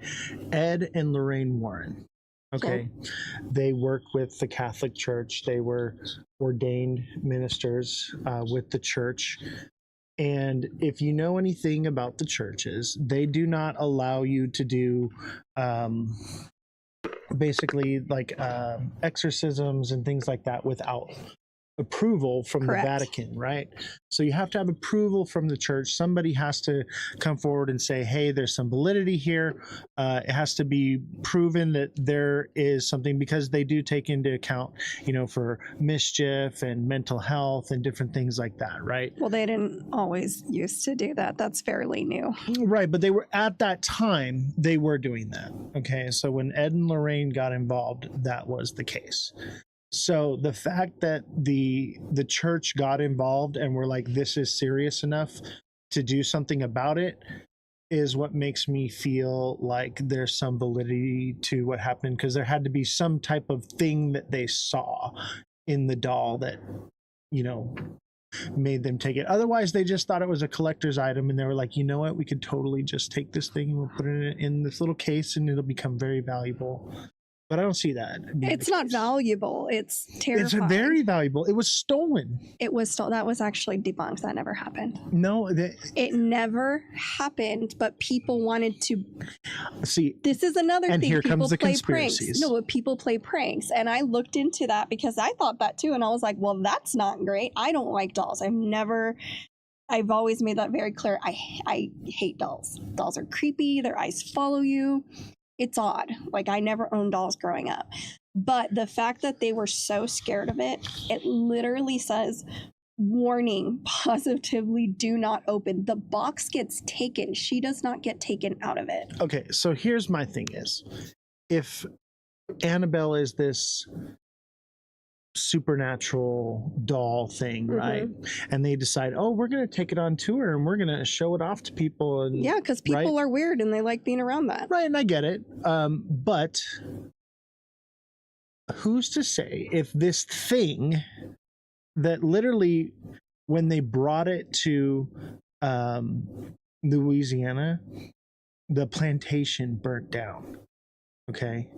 And I have a clip. We're going to watch the clip here in just a minute. But what I want to say is if it did go missing and it was gone, would you believe the official story that, oh, we totally found it, it was never lost? No, I would. First thing I would do is I would go get a Raggedy Ann doll, stuff it in the box and say, look, we found Annabelle. There she is. For all we know, Annabelle is lurking in the shadows behind your bed, in your closet right now, prying from around the corner, looking to menace society right now, for all we know. As far as I'm concerned, I do not trust the official story. I think she could potentially be out there like Chucky, roaming around, doing little things and whatnot. I refuse to believe the idea that she's just, oh, she went missing. Oh, no, she's back. I don't believe it. I don't believe it. You can't prove that one way or another. Either way, I choose to believe to look over my shoulder because Annabelle's down the rabbit hole over there, okay? But hear me out then. Okay, so by that logic, maybe she never even left and it was all a publicity stunt and it wasn't the real doll, but because people will buy anything and people are delusional and they love this creepy kind of stuff, they could have just been faking it. That and makes she's more still sense. There. Except for the videos that I found while she went on tour. Some YouTubers went and they opened the box and were allowed to like touch. That's her impossible. So we're gonna watch the because video. then it's not the real box. There's just no way. You're not real, man. None of us are real, technically. All right, so let's start with this, okay? Let's give this a little gander here. I'm gonna put my headphones on so I can hear. Do you want to hear it? Drop my stuff. Because I already heard it. Okay. All right. Make sure it's on the screen. So you can just put this up to your ear like this and take a little listen. And so let's listen to this. This is from YouTube. These guys are freaking hilarious, by the way. I love. Can they see it? Yeah, they can see the. So it's right here. Okay. So let's take a little listen. Recently too, what happened in New Orleans? What happened? Fam, they moved the Annabelle doll. Did you see that? They took the Annabelle doll off the real case and they're doing a tour with it. Oh they brought it there? Yes, and the first one was Louisiana. Oh my god. The warden literally told that person, this is the most dangerous thing we have at our museum. You must be sick in the head if you want to do a tour with it. And then they're doing a tour. Yeah, That's crazy. look at this. He's doing that then. Fam, he has holy water and a prayer beside him, and the Annabelle doll is right in that black thing. Oh my god. And then you see him bro. every time they have to do this. That's crazy. Yeah, bro. you said a lot of like the were like buried and stuff like that. There's a lot of that were Fam, right after the Annabelle doll left, two things happened in New Orleans that was really big. One was the plantation caught on fire. Oh shit. One of the longest standing plantation houses burned. I saw a video where people are saying when they took pictures of the fire, there would be silhouettes everywhere, ghosts. And I'm like, yo, that makes sense because if people died there, so boom, if you see right here, zoom in on the circles, the ancestors. Damn, so right away they brought the doll into the fire. That's crazy. The Nottoway plantation started burning. That's crazy. Yeah. You see all these silhouettes like actual like ghosts, fam. No, and just recently too, what happened in New Orleans? What happened? Fam, they moved the Annabelle doll. Did you see that? They took the Annabelle doll. Okay. You want a real answer to that? Because I got a better answer than the doll. Okay, tell me. What are the history of these huge plantations that have been around for over 100 years? And what kind of apparitions or ghosts would be lurking there wanting to set it on fire? Let's go back in history a little bit. Master sir, please, master sir. And So he'd if be like, anyone go wanted- pick my cotton. if He's like, anyone I'm wanted- gonna voodoo the ghost of Annabelle on you. If anybody wanted to burn it down, that's all I'm saying. All I'm saying is I want to burn it all down. Well, that's That's I'm a with little it. different. Let's leave the government shut down. Let's just leave it that way. Anyway, let's not get too political on No. that. But yes, so the plantation did burn down, and also I believe it was 12 inmates escaped from prison And that I don't the know. same time. So let's pull that one up here. Oh my gosh. So the rabbit hole gets deep, chat. All right, the rabbit hole is deep. So they're moving the Annabelle doll to the French Quarter. He's blessing it and praying over it, right? This is their little ritual thingy that they're doing, right? And that's his little prayer he's got to read. He's got it written down so he doesn't forget. It's just like Jessie. She got Most gracious Virgin Mary, thou She did who her was homework, crushed the guys. head of the serpent, protect us from vengeance from the evil one. We offer prayers, supplication, and sufferings, and good works to thee, so that thou may purify them, sanctify them, and present them to thy Son. I'm gonna open up the case. So, You're gonna quickly, man. Annabelle I mean quick. in the case, right? And Grab it and put it in. this is obviously not the real Annabelle. It's Annabelle is worn looking, not bright, Right. and So this is a regular. They this said they can't video see. right here. You guys can't. Close it Oh, up fast. sorry. Let's go back Close it to. up quick. So look, he's blessing it. We saw him blessing it, right? And then this is the Annabelle doll. They're supposedly are moving. That is not the real Annabelle. it's not. It's that red. 100% That hair is too red.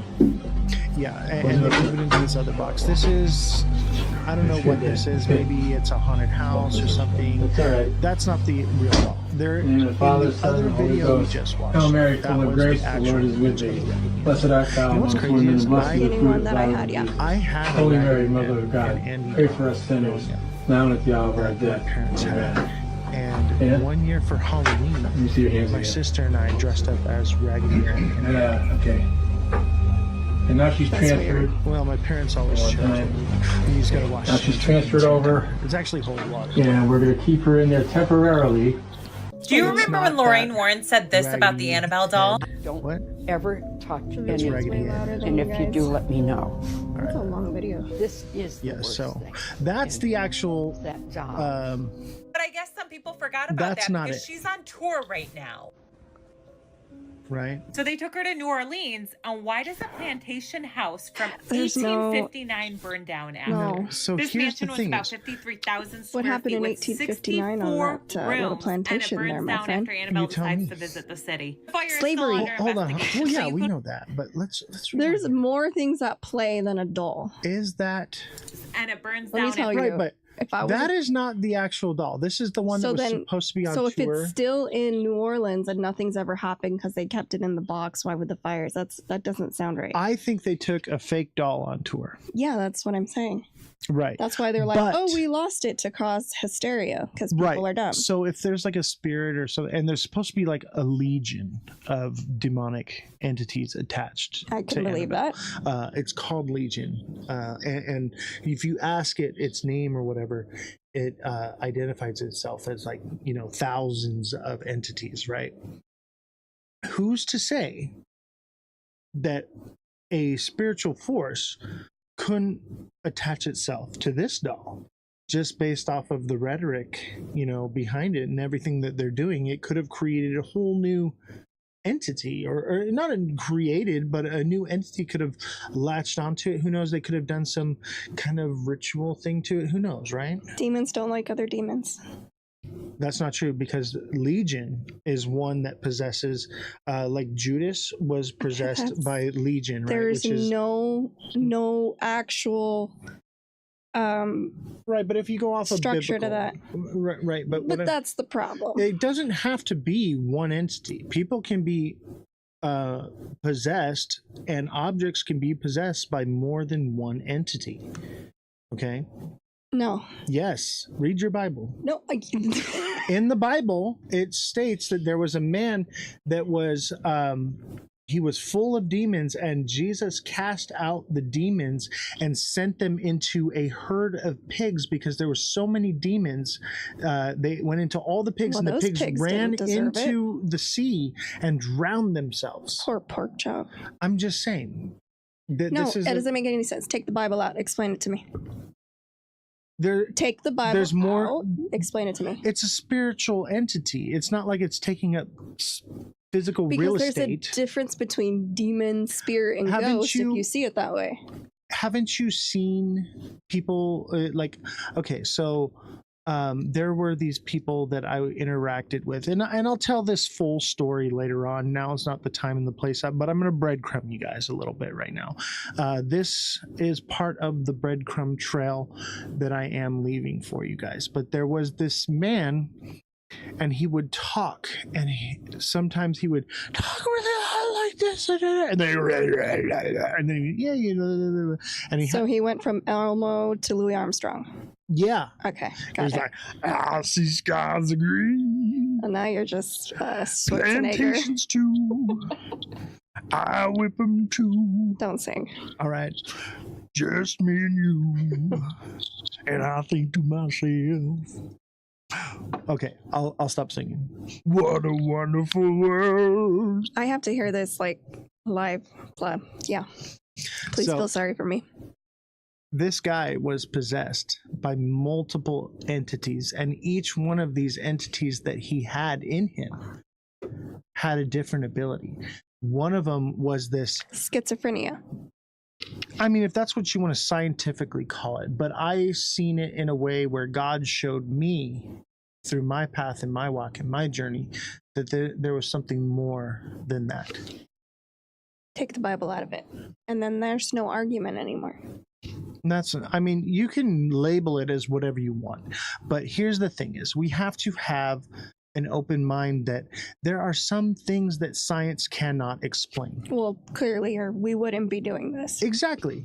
So tell me when I can unmute. What do you mean unmute? So unmute what? Are we muted? I don't know. But basically he's talking about your horrible singing. Now I know what he's talking about. Oh my God. You are correct. You're not allowed to mute say that. Okay. You have to watch I can't the whole mute, show. But you mute for me. Okay, so we have to understand that, yes, we can put a scientific explanation on everything, okay? And we can look at it from a logical perspective, but we have to, especially with these things that we're talking about, that we're looking into, we need to have an open mind, and we need to start, in my personal opinion, I think we should blend science with spirituality. I think that they go hand in hand. Because we have the separation of church and state and all these things, right? That's a no-no, right? But I do believe that they are similar, one and the same. Yes, we have physics, but there are things that defy the laws of physics. You know, there are things that we can give it this label, and that's how we can describe it and give it away for our puny little brains to understand. But there are just some things out there that we cannot explain. No matter what scientific explanation you want to put on it, for me, in my life and my experiences, I have come to find that yes, there is versions of people who are mentally unwell and they are schizophrenic, and then there are other people that are possessed by demons and they are granted powers because of those demonic entities that are within them. And that's what I'm referring to with this guy. This is how I knew that he was possessed by demons and that he was not schizophrenic, because the different personalities or whatever that he had, they gave him abilities that no human could do.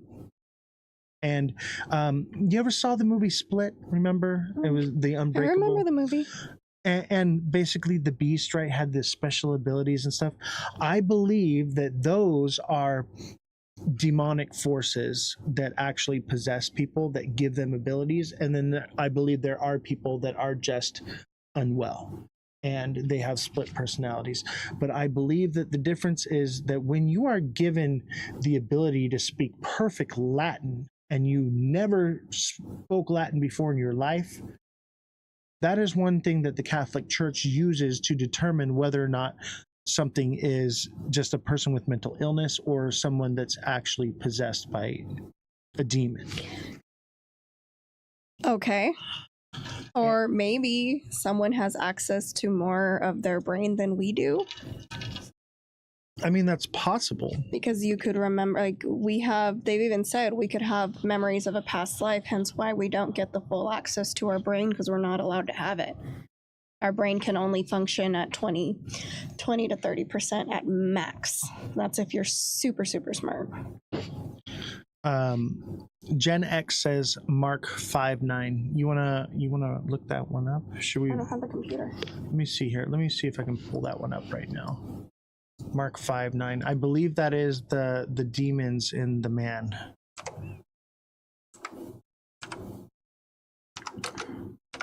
So I have actually read every page in the Bible. So have I. We both went to Christian school. Well, most people who went to Christian school never actually.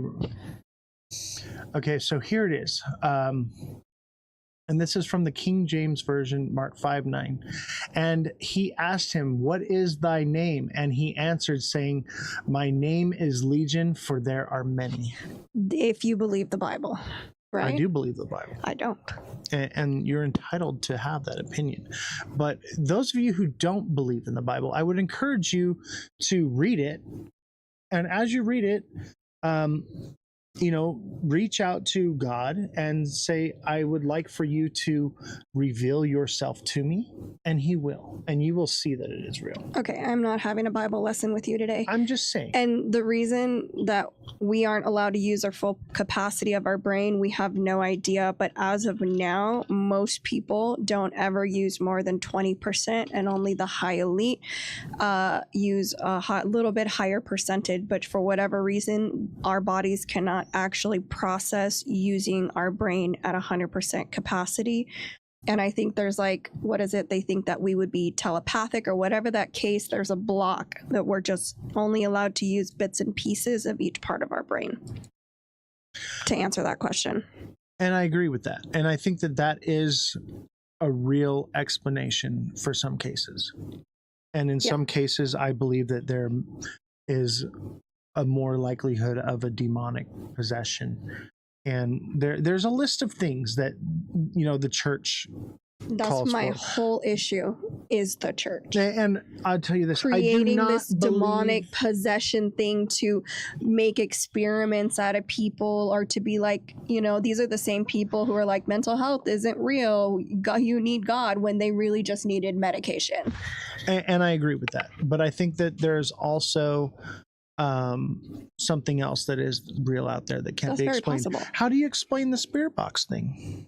I believe that ghosts are real. Right. And I believe that I don't believe that all of them are ghosts. I think that some of them are demons, which are basically the fallen angels, and whatever you want to call it. Like in any religion, right? First of all, I'm not religious, okay? I just understand that there's something bigger out there that we can't begin to understand. I do not believe in church as a religion. I think that most churches and the people that are in churches are very hypocritical and are probably some of the worst people, and I do not find myself equally yoked with them because they have these righteous blinders on, and they refuse to see the truth because they think they're holier than thou.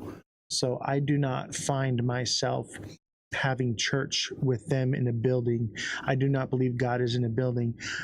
The best church I ever had was with my grandfather. We used to feed the homeless every Sunday from 1983 to 2007. Every single Sunday, never missed one. And one time, my grandfather, it was just me and him, and on a Sunday, we went down to the liquor store. We grabbed a couple 40 ounces of malt liquor and went to the park. Just me and him. I was 21 at the time. This was much later on. and we just sat down with some of the homeless people there, and we said, hey, you guys want to share a beer with us? And we passed around the 40, and we were just sitting there talking, and we were just fellowshipping with one another, telling our past stories and things that we've been through, our struggles. We prayed for them, and that was the best church I ever went to. It was helping people, even with just a beer as a way to open it up. Nowhere in the Bible does it say you can't have a beer. You know, I don't understand where all these if you believe the Bible, he turned water into wine. Exactly. And that's lit. Just saying. Like, that's what I'm saying. That's the kind of God I want to have. If someone could do that in front of me, I'm like, I'd be a believer. But I turn water into wine. I just add a little bit of fruit and sugar to it. That's not how that happened. That's how I do it. You're done preaching to me now. I'm just saying, you know, I get it why you guys have to believe what you do. It gives you purpose. It gives you something that's greater than yourself to explain things you don't understand. I totally get it.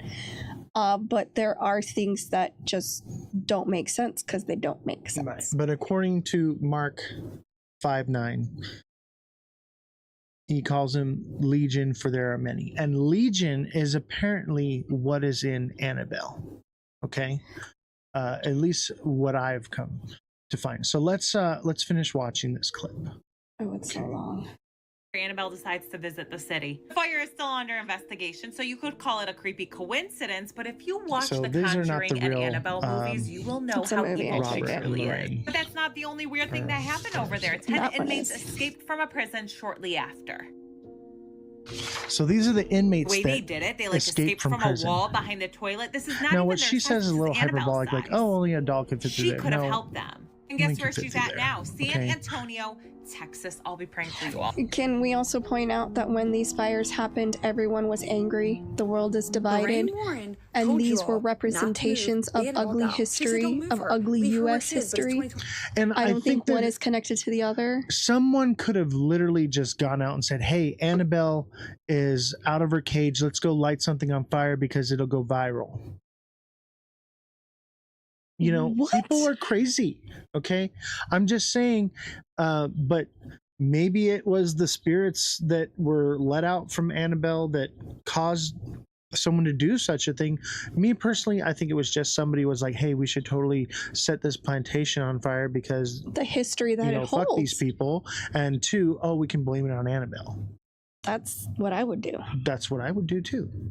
But right, we don't know, but the most likely scenario, the history that those plantations have, they probably deserve to be burned. Not saying that anybody should have got hurt. I'm just saying, I don't care what happened there. I don't think you should burn down a building just because it was the man who, was the judge for the Salem witch trials. Like, you don't burn the building down. No, it's a part of history, and there's things we can learn from history. They literally rename cities when atrocities happen there.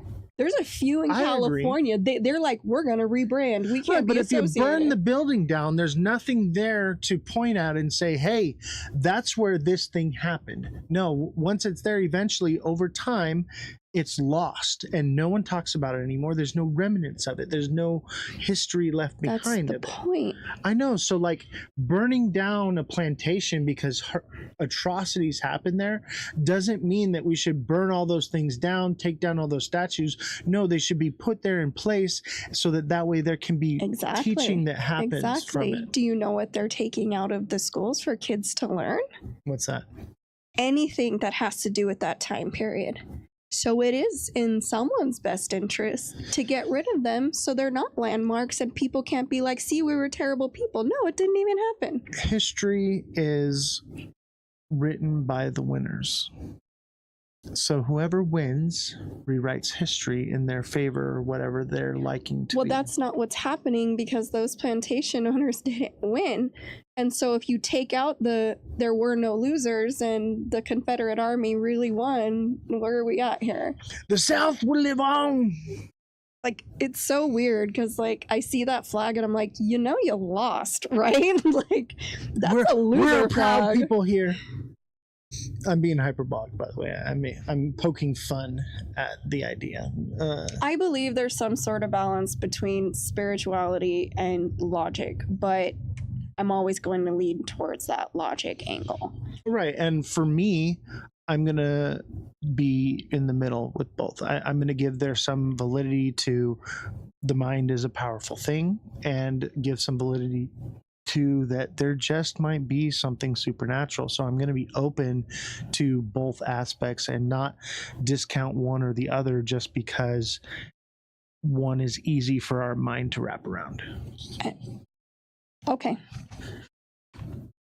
Okay, so let's finish watching our little clip here. It's not. It's 30. Let's finish it here. 25. We like to fuck around and find out. So what do? We take Annabelle on a world tour. Okay, we're just moving her all over the place. They send her to New Orleans. Moving her all over the place. New Orleans, man. There's a lot of creepy energy in New Orleans. I disagree. It depends on what you discern as creepy. I mean, there's vampires. They literally had the fire out at one point, and it reignited itself. Clip. If that's not the ancestors speaking their truth. Yeah, it's not a little clip. I know, that's what I just said. But I want you guys to see. So these are the prisoners that escaped, right? Escape a prison. Okay? There are 10 That's pretty much all there was to take from this. Hold on. Unaliving people on the loose this in is New what Orleans. I want you to Actually, I see think they've right called here. She would cause chaos. I just didn't think it would end up like this. Annabelle. So this is the actual Ed and Lorraine doll. That's made like thousands so I wanted Chat to get a chance to see them. And this is supposedly the original doll. I don't think it is, though. Maybe it is. 1971. They're just kind of explaining, you know, what happened. The nurse received the doll. About 3 foot high. What we talked about. Right, and exactly. she would take it to bed with her at night. So I just wanted you guys to get a little context of who they are. They're not the people that you saw in the movie or whatever. So there's that, okay? So this is the video. This one is short. So there were some YouTubers that while it was on display, and this is what makes me believe that it was the real people. Oh, did we lose it? They've opened Annabelle's box to investigate whether she's actually haunted or not, these and they YouTubers found right out here, something terrifying. Owner of the museum let them open the case for only 5 minutes to make this meeting relatively safe. And they even asked a priest to say a prayer. So after opening the case, there was no coming back. We didn't want to waste any time that we had to be able to do this. At any point you feel threatened or anything like that, you know, don't hesitate to leave the museum for a little bit. They used the Estes method to communicate with the doll. It's the same one they used to talk to Peggy. Watch what happened. Annabelle, or any spirits here, you can speak through Colby to tell us a message or to talk with us. Is there anybody here in the museum with us? 200,000. What? Are you connected in any other way to other haunted dolls? Everybody against you. Meeting with the doll showed immediate results, because after getting into the car, they had a serious argument and finished recording. You believe. You always believed. I mean, these guys were seriously traumatized from this. They've opened Annabelle's seems box. Pretty real and legitimate to me. This is why I believe that they had the real doll on tour. This, I think, is the real doll right here. I thought it wasn't. There was another image, though, that looked more like it. Maybe that was the wrong image. I'm not completely sure. But I do know that this image is from Ed and Lorraine's basement, where they have all these different artifacts and things that they've gathered over the years. Maybe they're just pack rats, and they saw cool things and they're like, oh, it's got a demon, we better take it with us and add it to our little collection. I think that's plausible. Maybe not. I mean, my dad's a pack rat. Okay, my dad wants, if you've got something that he doesn't have, he's got to have it, and he would blame it on the devil to get it away from you. I'm just saying, it is plausible, right? I think you're way out there with this one. Why not? Because, like you said, they were religious people. It's the devil.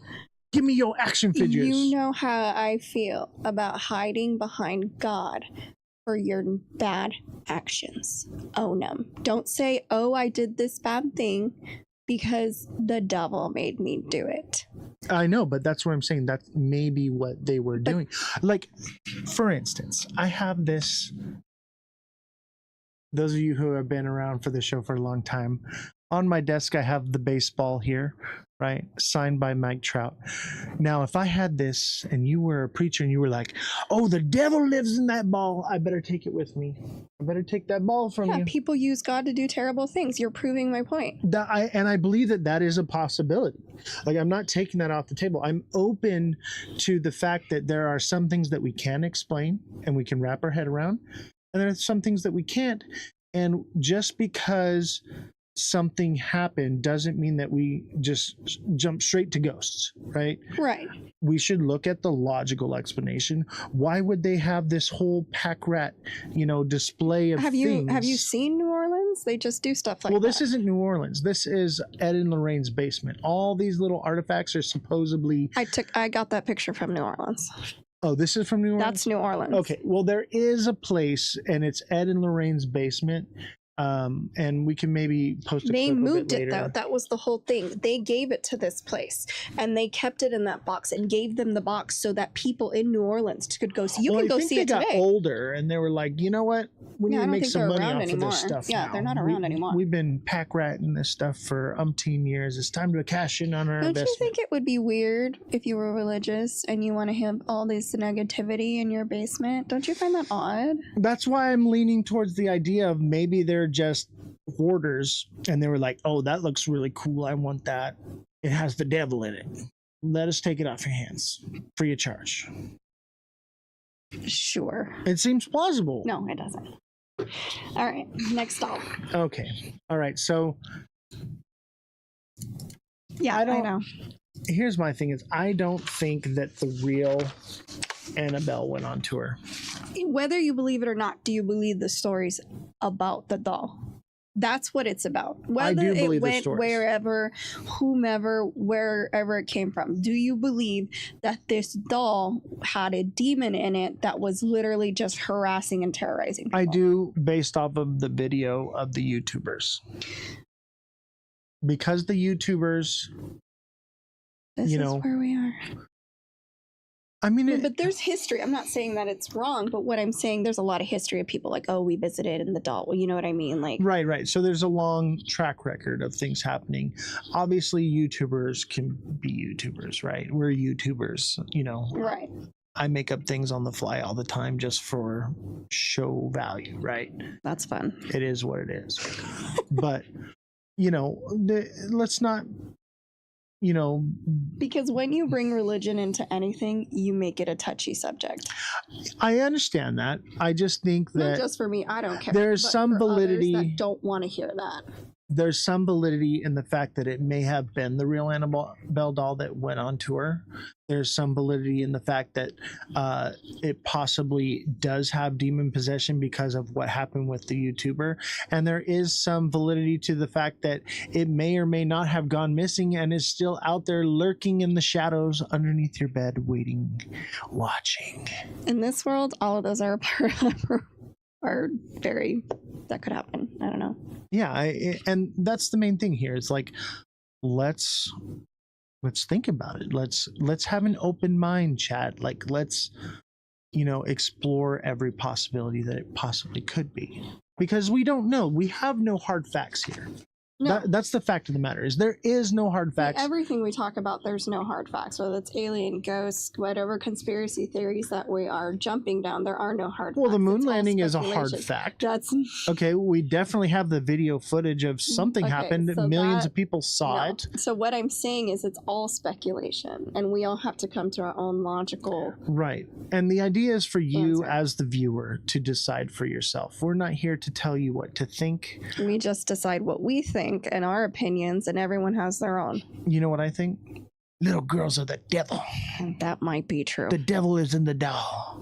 I'm raising psychological warfare. All right, bring up Robert the doll. All right, Robert the doll. This story is a little older. This one's freaky. Okay, I'm not gonna lie. It looks so sweet and innocent, but oh my goodness. I'm not gonna lie. Okay, so the story. This one. Hold on. Before, let me just set the room real quick.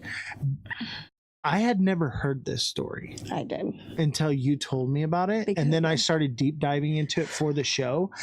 And I got a little freaked out. Okay. Yeah. This is crazy, chat. If you haven't heard Robert of is Robert something the else. Doll. Robert the Doll.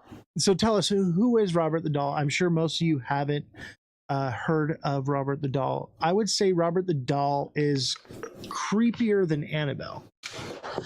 Oh yeah, and not only that, Robert's been around for a very long time. Right. So tell us about Robert the Doll. Who is he? What does he do? So Robert the Doll, this toy was given to a little boy in 1904. 1904. He was originally given to Robert Eugene Otto, a young boy from the Key West. So that's 120 years ago. Yeah. Yeah, 121 years ago. Dang. The doll was manufactured in Germany and was brought to Otto's grandfather during a trip abroad. They speculated that the doll may have originally intended for a window display, and it was not to be for sale, but the grandfather convinced them to sell it to him. A variation of the origin story claims that a Bohemian servant, like somebody off the street, is the one who sold it to him, or practiced voodoo, cursed the doll, the same old rhetoric. Voodoo. Right. It comes back to that kind of rhetoric. Young Robert Eugene Otto became so attached to the doll that he gave it its own name and instead on being called Jean. So this boy goes, okay, this doll is named Robert and my name's Jean now because I love this doll so much. Wait a minute. So let's jump down the rabbit hole a little bit here before we go any deeper. So the little boy's name's Robert. Robert Eugene, yes. Right. And so the boy says, I want the doll's name to be Robert and for me to be Jean. Right. Now that is a sign of demonic possession. Well, that's a sign of some kind of connection where the doll's like, I want your name. Call your name. Right. Or basically he's like, I no longer live in my body. I'm a vessel for this entity to take me over. And now I reside in the doll and it has possession over me. So it is odd. Sign number one. It is odd for a little child to be like, I'm Jean now. The doll is Robert. Like I don't know if my 5-year-old came up and said that to me. I'm like, oh, okay, that's a little weird, but sure, son. Like, I don't know how I would react to that. Every time you say Jean, I think of Jean from Bob's Burgers going a jiggly, jiggly, jiggly, jiggly. Anyways, as a child, Jean would often blame any mischief or misbehavior on the doll, saying Robert did it when toys were mutilated or objects were overturned in his room. Neighbors, according to legend, claimed to see the doll moving in the upstairs window when the family wasn't at home. The Ottos and their guests also reported hearing giggling and seeing the doll's face expression change wherever the doll was. Okay. Let's rewind a little bit. Mm-hmm. So the story that I read about it is basically the doll was doing weird things and moving on its own and creepy, weird things were happening. So they locked it away in the attic. Okay. Well, before we get to that, that wasn't just the only case. The incident that occurred for that to happen. Okay. So one night after hearing commotion in Jean's room, his parents found the room in disarray. Jean was terrified, shaking and screaming in his bed, insisting Robert was responsible. All of his toys and everything were mutilated. Everything in the room was destroyed. Hold on. Don't you think that a kid could be having a temper tantrum and did a bunch of crazy stuff, or maybe split personality disorder, yes, or whatever very personality, logical, yes, and then uses that as a reason to blame it on something? Because I'll tell you what, right now, my 5-year-old, or I think she's like 6 now, when she was younger, even now still, she would do things and blame it on the devil. The devil made me do it. I believe that. So, is it perfectly logical for a child to lash out and do something like that and then blame it on a doll? Yes. Absolutely. Yeah. The question is this. They were not home, and the neighbors saw it moving around in the attic. Right. That's what's creepy to me. That's what leads me down the crazy rabbit hole of this is some demonic thing, right? But here's my issue. So Gene, and he stayed with this name. He never went back to Robert, even after he went to college. And he kept the doll. He kept it. Okay, so not me. I'm gonna light it on fire. You know, I had a Furby one time, and this thing was possessed. Okay, and it was like going. It was going like crazy. And we took the batteries out of it, and it kept like going. So we torched it with a torch. Yeah, that was the right move. Those things were creepy. And it was literally on fire, still going like yeah. It was creepy. No, so this dude, he literally brought it back to his childhood home after studying and being abroad. His wife, Anne, was reportedly uneasy with Robert and had him moved to the attic. Visitors claimed to hear giggling and footsteps coming from the attic after the doll was confined. So this is Robert's reputation. He's obviously in a museum now, locked up, like you see right here. And the story is, if you take a picture of him without asking for permission, you just get bad luck and bad things happen to you. And they literally Elaborate. Okay. like car accident, something bad happens, they lose their job. You get the bad juju. Yeah, they get that bad vibe, that bad. And so what they have to do is send in an apology or come apologize to the doll for taking its picture Dear without Mr. permission. Doll, Robert the doll. Dear Robert, we are so sorry that we used Flash. Please forgive us. Our utmost apologies. Could I please get the winning lottery numbers this week? I've been doing so bad. I believe the government was surveillance through Furbies. I think that was like a test program, by the way. I believe that too. They had like that little like camera sensor thing. And you just do you remember the Simpsons? Oh, you didn't watch the Simpsons. There's a Simpson episode that made fun of the Furbies, and they were literally monitoring children to see what kind of toys they like, so they knew which toys to make for Christmas. I mean, that checks out. It does, right? Yeah. I would not when it comes to the government, anything's possible. I would not put it past any government entity to do something with toys, especially toys, right? Because children, because it's about money, right? Like that's why they monitor everything we do online. They want the data. The data can literally, Facebook knows when you have to poop. They know you have to poop before you do. This is a real thing. Are you talking about that? This is how we all only watch cartoons. Are you talking about that American Dad episode where she finally got a conspiracy theory right, and it was Project Poop, and they were filming everyone while they were people who were on the toilet looking at their phones, and they were filming them? Yeah. and like, so the camera's looking at you and it's looking down. So if you're beating it in the bathroom, the CIA's got footage on you. They're watching you. Big Brother is watching you. Spank the monkey. All right, so you just remember that, and one day when you run for Congress, they're going to say you better play ball, or we're going to show them videos. We got a whole spank bank full of them, baby. Spank bank. No. I mean, it makes sense. Why, next time you're beating your meat and you're in the bathroom, look at what direction the cameras are looking right at your face. Who takes their phone in the bathroom? That's disgusting. That's where germs live. I mean, never, I get, I put when I have music, when I take a shower, but when I'm using the restroom, why would you take your phone in there where germs and poop and pee live? What the hell is wrong with people? I get my best TikTok work done while I'm on the toilet. Oh, that's so disgusting. Those are my best lives ever. No. Yeah. And you know what? As long as you're using a mic, they don't know, because, if you got your regular phone mic, they hear the echo, right? But if you got your little mic going, and then you're good, they don't even know it. That's disgusting. True story, chat. That's disgusting. True story, chat. No. Yeah. Next time I'm live, I'm just going to say this is a TP live, and all y'all from YouTube are going to know what I'm talking about. We are on a TP live right now. I don't understand it. I guess that's a toilet paper. I'm not gross, so I'm not. Oh, gross. I'm just kidding. Come on, Don't lie. Entertainment. Don't lie. You're a man.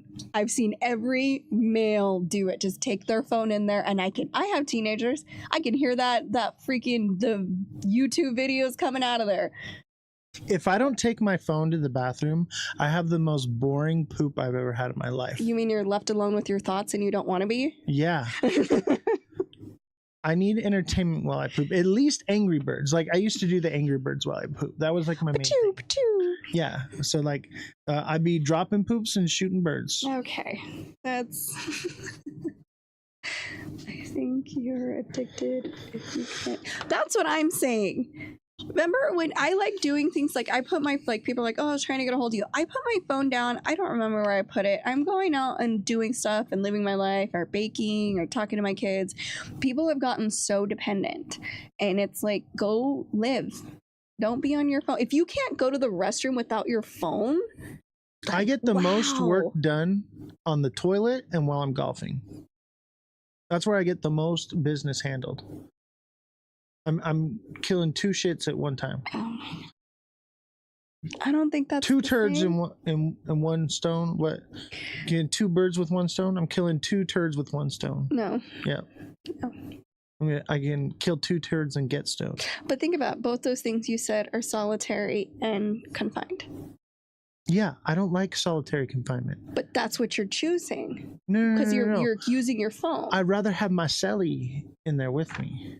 My phone is my celly. It's my cell phone. You gotta have the homie in there with you. Can't poop alone. I digress. All right, next one, Valley of the Dolls. Some of y'all never been locked up, and it shows.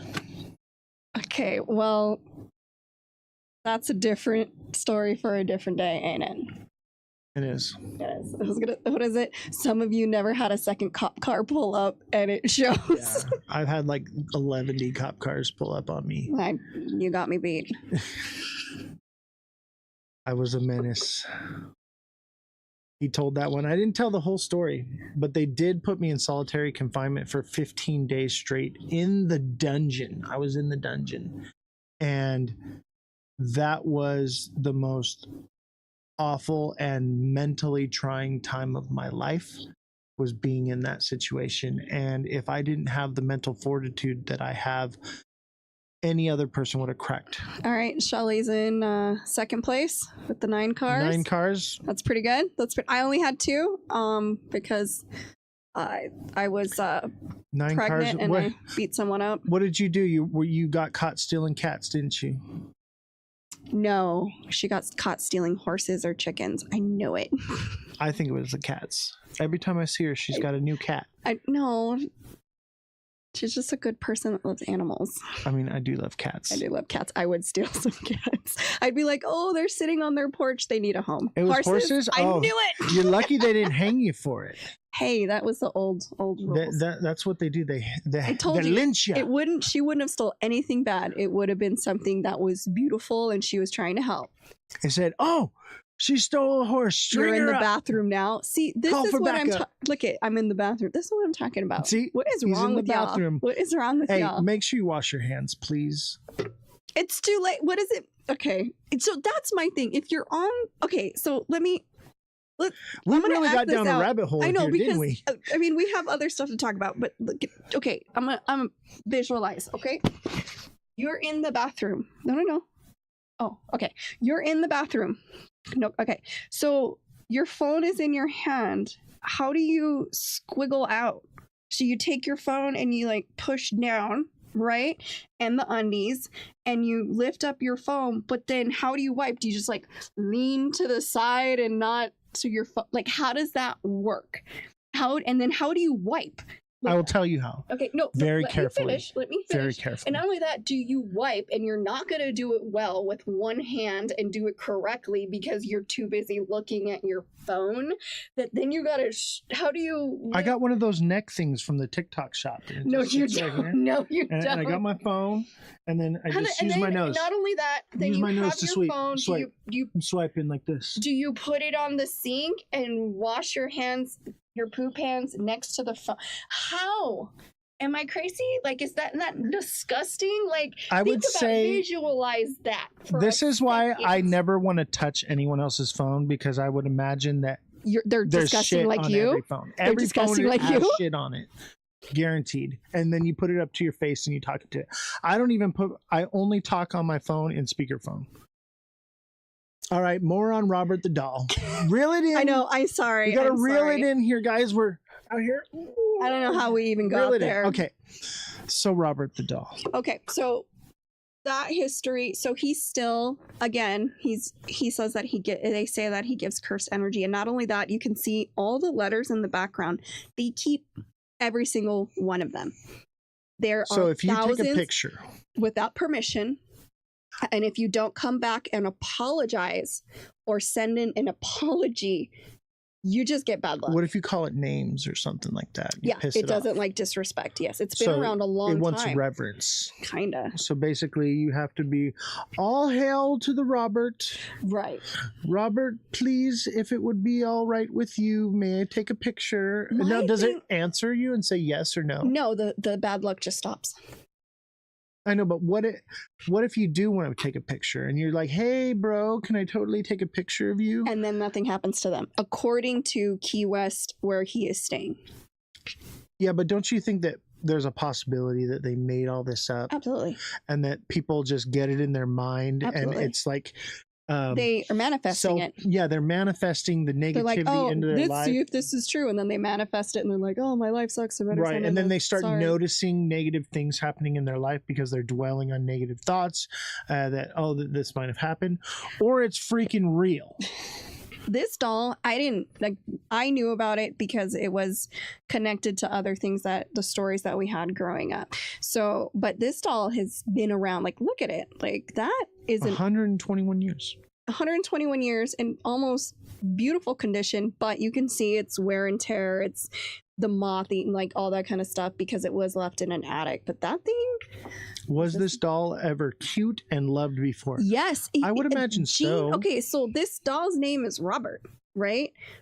That Mind was you, the boy's name. He loved his doll so much, he gave his name Robert to the doll, and he used his middle name as Gene, and still went by Gene his whole life, leaving Robert with his own name.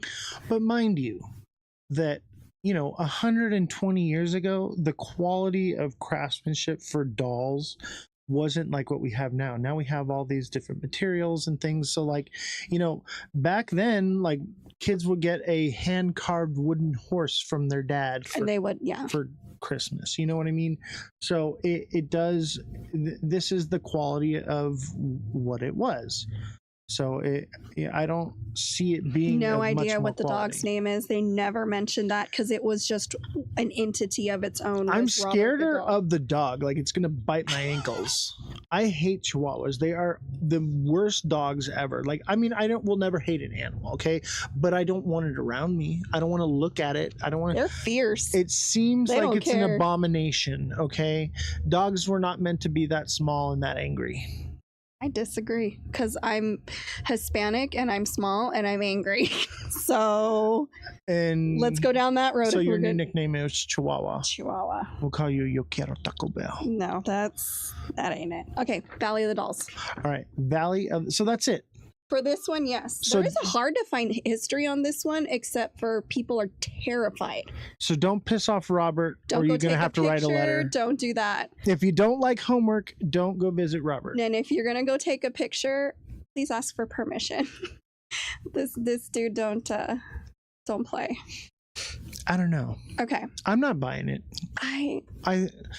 Before History we get is it, history. It's like saying that, what does the Bible say? Some guy lived to 500 years. We know that's not true. it seems psychosomatic. And like, wouldn't you want to write a letter that they're possibly going to put up in the case for somebody to I would read? never be around dolls. So that I'm going to not write a the right letter and person. never been there. Be like, I'm so sorry, Robert.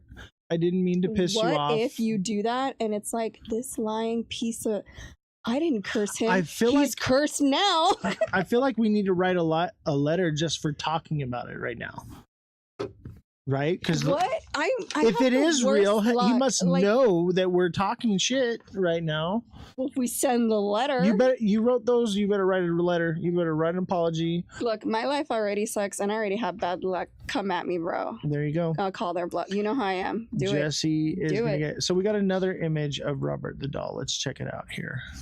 Cutie pie. Let's take a look. I just can't see how this doll did so many bad things. So this is another image of the doll from the side, and what I want to know is who is this guy that looking like Walt Disney right here? That's what we're focusing on.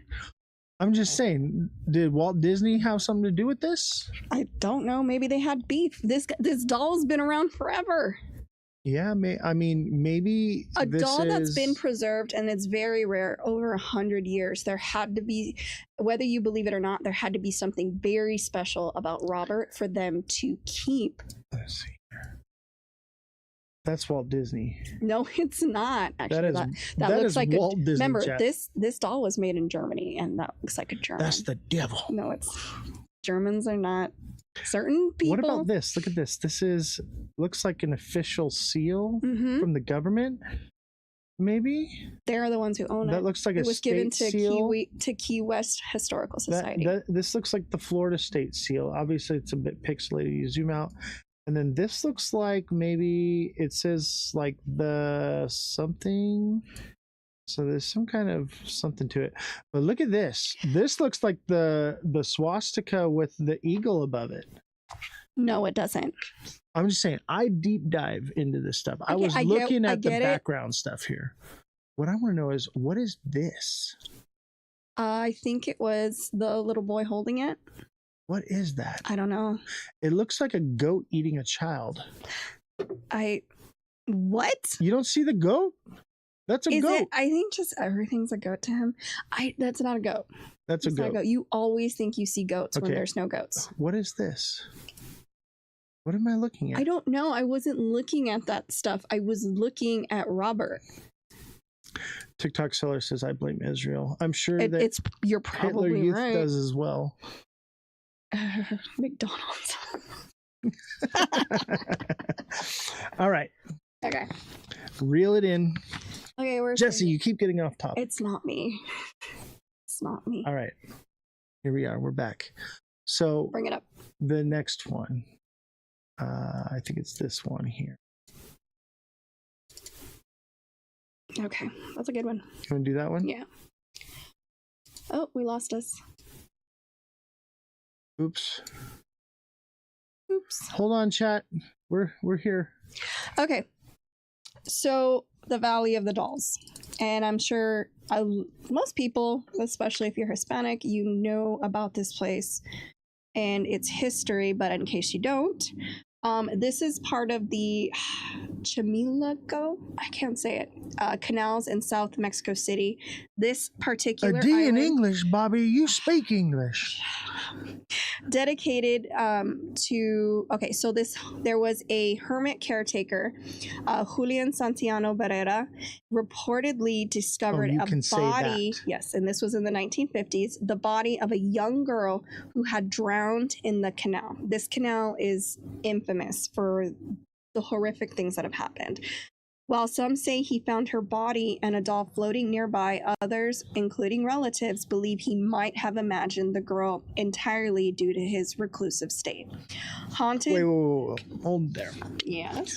So they're saying, because he was basically a hermit to this island, that he was seeing things, is what people are trying to say.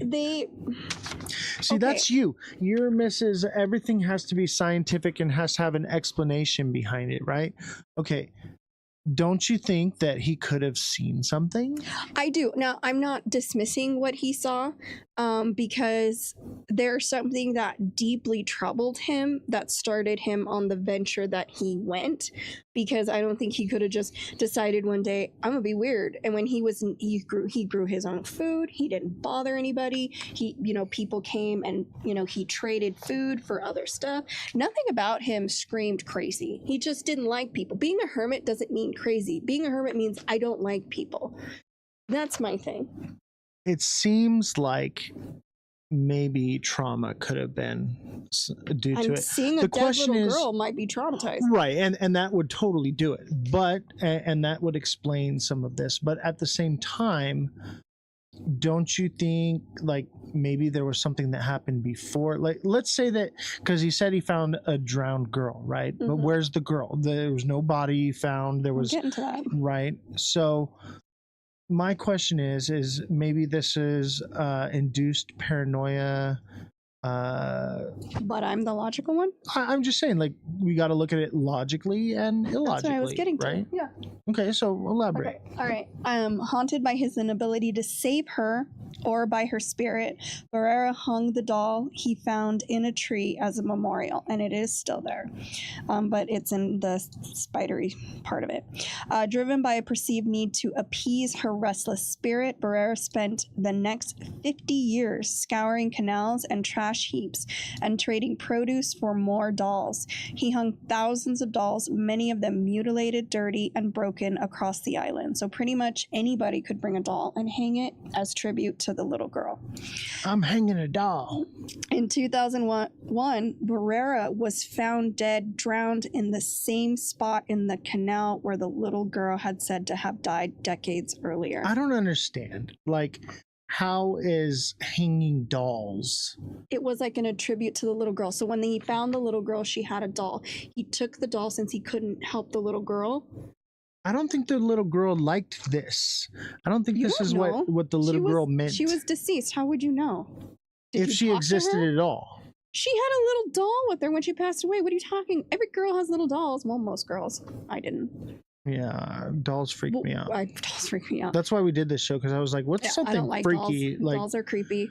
dolls But my freak me thing is out. that she apparently when he found her and she was drowned, she had a little doll with her. So he took that doll and to appease her spirit, because we don't know what the little girl just drowned. Nobody came looking for her and all that kind of stuff. So his way of dealing with that trauma was the dolls, was collecting the dolls for her. I'm leaning towards like, the dude was smoking some good stuff and, had a traumatic experience, thought he saw something, maybe went a little bit off his rocker and started doing this to find a way, like a coping mechanism for. Yeah, I would think this that. seems more psychological Yes than and it no, does. Like the other ones seem more demonic. This seems more psychological to me. Okay, so remember he was found dead in the same spot the little girl had died. His nephew Anastasio, who had inherited the island, continued the tribute. Then he also died of a heart attack in the same location. All three of them died in the same spot. The island is now. Legend centers believe the dolls are possessed by a spirit of the drowned girl.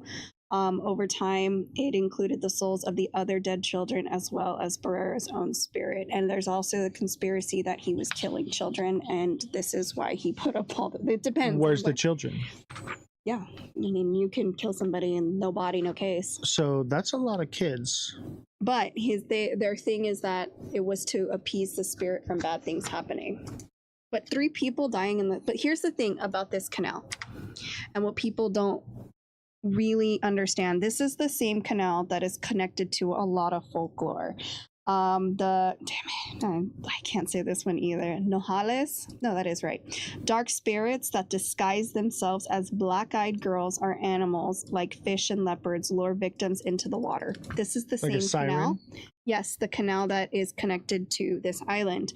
Also, part of this canal is La Llorona, the legend of the weeping woman searching for her children that she drowned. It is also associated with these waterways. The paranormal activity to this canal's dark history, the canals were part of vast Aztec lake system. After Hernan Cortez conquered the region, it is said that more than 30,000 Aztec bodies were dumped there, potentially opening a portal of evil entities. Okay, it's a whole different, because okay, so everything connected with this canal is connected with a lot of dark folklore for Mexico City. Okay, so I'm leaning towards supernatural now that we have the full story here. It does seem plausible the dude could have, went off of his rocker on this one. Oh, of course, anybody. But maybe something drove him to that. Maybe some type of spiritual entity. Like, if La Llorona is in my backyard, I'm probably not going to be the sanest person. Well, think about the water. It's all about the water. Like, this is all attributed to this canal and this island that is right next to the canal. Like, well, we do the know drowned children and water can store energy. Right, and I don't know how familiar people are with Aztecs, but they were not kind. And if they were leaving this world, they did some horrific things. Child sacrifices. Sacrifice anything that they thought would please the gods, they did it. That's terrifying. And this is why I don't like religion. For that reason right there. I'm not a religious person. I'm a spiritual person. I see it more as like a relationship. But yeah, I think when you get religious and things, it can send you down a very, very dark path. They say the road to hell is paved with good intentions, right? So, these people may have had good intentions. Oh, we're going to make it rain. Let's totally kill our children. That'll do it. Yeah. And a lot of people disappear, then everyone gets gaslighting into believing it never happened. And that's like what you're trying. Oh, no, that didn't happen. There was no drowned little girl or the La Llorona. There's no dead babies. Right. That's a hard one because not only, I guess what bothers me about this one than the other ones is the bodies of the people, the little girl, the owner, and the nephew all died in the same place. In the exact same spot. In the exact same spot. So, hold on. Dude finds a little girl. Correct, with a doll. In the water, drowned, yes. Right? And then he dies there at the water in the same spot. Drowns. And then his nephew dies at the water. Heart attack, drowns. And then someone else? No, nobody else. Nobody So wanted to be on the island anymore. Everyone's like, I ain't going over that No, spot. they do allow people to visit during the day. They do not suggest you be there at night. It is very horrifying and terrifying. Bad things happen. I feel like we should go at night. Oh, yeah, not that one. I don't like dolls. I know the history. I've been to Mexico City. You stay away from that. Canal is a huge tourist spot. I grew up with the story of La Llorona because my mother was mean. What about the cucuy? No, we grew up with all of that. The cucuy chased you down the hallway when you were going to the restroom. Like, my mom just didn't want us to leave our room or our house at any given moment. She was just like, how can I scare these kids? And they were real folklore. They've been around forever. If you get up and go to the bathroom at night, going to the kitchen. If you go into the kitchen and steal snacks, the cucuy and the La Llorona is going to come get you in the night. That was what she did. She goes, that was our nighttime stories. We didn't get no Hansel and Gretel or. And see, this is how religion can Three control Bears. people. Lore like this can control people, right? We're literally controlling children to stay in their beds and not get into snacks by telling them that the creature from the Black Lagoon is lurking in the shadows. It's like when you get told, and I found out that this isn't true. Like, if you go to bed with wet hair, you'll be sick the next morning. That's not true, right?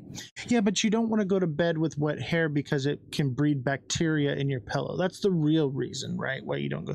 But we tell children these crazy stories so they'll think, oh my God, if I get out of bed, the crazy demon monkey's going to grab my ankle and yank me into hell, I mean, because kids, maybe that did happen. Right, but if you tell kids things logically, they're just going to disobey, right? So we come up with the cucuy and the chupacabra to scare them into Who says those doing things something aren't safe. real? I mean that believe they're story came from somewhere. I've actually seen a chupacabra. A bald dog? They have one on display. It's a bald dog. It's a bald, oversized dog. It's a chupacabra, and no one can tell me otherwise. It's a hairless dog. It's a chihuahua. Chihuahuas are chupacabras. They're not hairless. All right. So do we have another picture here? Let's see here. So that's our picture now. And here's my thing is it seems made up until you factor in the idea that maybe there is. Those are the trips you can take. Okay, hold on. Let me pull it up here. So because people all died in the same spot, that's where I'm like, okay, maybe this is the only story I give any weight to. Because they what were are you talking about? People. What about freaking Annabelle and the dude? Do you want my honest opinion on that? Now, I gave the story of the background because that's my job to do so. I think it's crap. The doll thing, the dolls being possessed, is crap. Just plain crap. I don't think so. I believe, again, whether you believe in demons or not, demons, and even the church, they want bodies. And in your thing about this guy being possessed, like dead bodies, they want a live vessel. They have they can't get anything accomplished with a doll. They need a person. They need a body. Okay, that was one thing that I was researching. Because I was like, they need a body, they need a host. So when I see these doll ones, I think those people of Annabelle, they made a fortune, and they used religion to, again, not a fan of religion. They use that to push their narrative. Second, the other doll, again, why would you hold on to it? Oh, Robert made me do it, or Robert did it. That sounds like a child didn't want to get in trouble. It's mutilating toys, so we're just going to put it in the attic. I'd burn that thing. I burned my Furby. He kept it. Maybe it was because the child was so attached to it. It is weird, though, that he still let it keep its name. Like, that's still trippy. Like, he must have believed it so much. Now, again, I could be wrong. These things could be totally real. But in my brain, the two dolls are complete bullshit. To me, it's crap. I want to believe. I get it. And people do. People do. But the Valley of the Dolls, knowing Mexico City, knowing the lore behind this canal, pushes me in the other way. Because I know there's some especially, so my native heritage who settled here in California, in Southern California, are the sister tribe to the Aztecs. So you sacrificed humans and children? They did. They for sure did. It explains why I'm so mean. But here's my thing. They did horrific things on that land. I'm not going to make excuses. So did the Mayans. So did most tribes all around the world, but I honestly think, out of reading all of it, the Aztecs were pretty freaking bad. Right. So, and like the Annabelle doll thing, it goes back to what, like the 70s. The Robert the doll goes back to 121 years ago. This goes back like what, thousands of years ago. These folklore have been around for a very long time. Now, granted, this guy who had the Valley of the Dolls was in his, it started in the 50s. He was older, and he was very reclusive, so people wanted to dismiss him. And he literally traded like fruits and vegetables for dolls to keep her happy, to keep her spirit alive. I saw that he was literally farming to basically survive and to buy dolls and to get the dolls for the little girl. What would he wasn't asking for money. Well, I will tell you this. He wasn't asking for anything. He just wanted to appease this little girl that he couldn't help, and he felt so devastated he couldn't help her. After he passed, and then his nephew took over and he passed, there wasn't as many dolls as there is today. Nope, the reason it's so much is because people go and visit and they bring a doll. And we're talking about thousands and thousands of people probably every year that are bringing dolls. So now it's more overridden, and it's become more of an attraction. A tourist attraction. But as long as they keep bringing the dolls, the spirits are happy. Maybe there was a couple dozen, maybe a few hundred to begin with. Now we're talking about thousands. So it's a whole island of the dolls. It's become this lure over time. I wouldn't put it past Mexico to do something like this to bring in tourist attraction and American US dollars. That's true.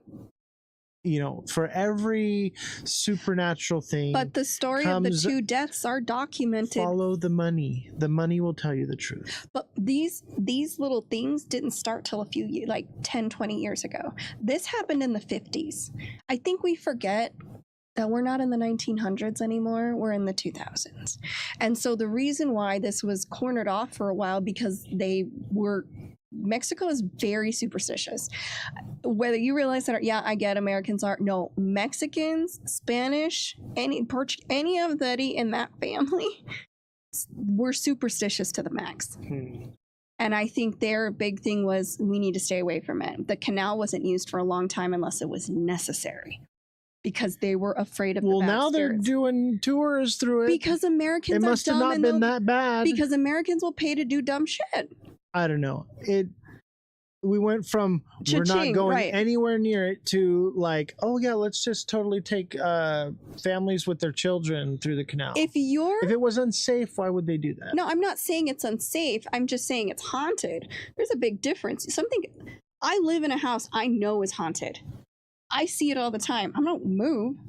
We gonna live together, and someday I'm gonna try to get them to pay rent. Do you understand? This studio is haunted. I believe that because the house you live in, the house I live in, these houses were made in what 1930, They're like 80 years old 1940. or They're more. almost Yeah. 100 years old. Yeah, There's some sketchy shit. Everything around here is old, and I think the older something is, the more likely it is to have like something attached to it.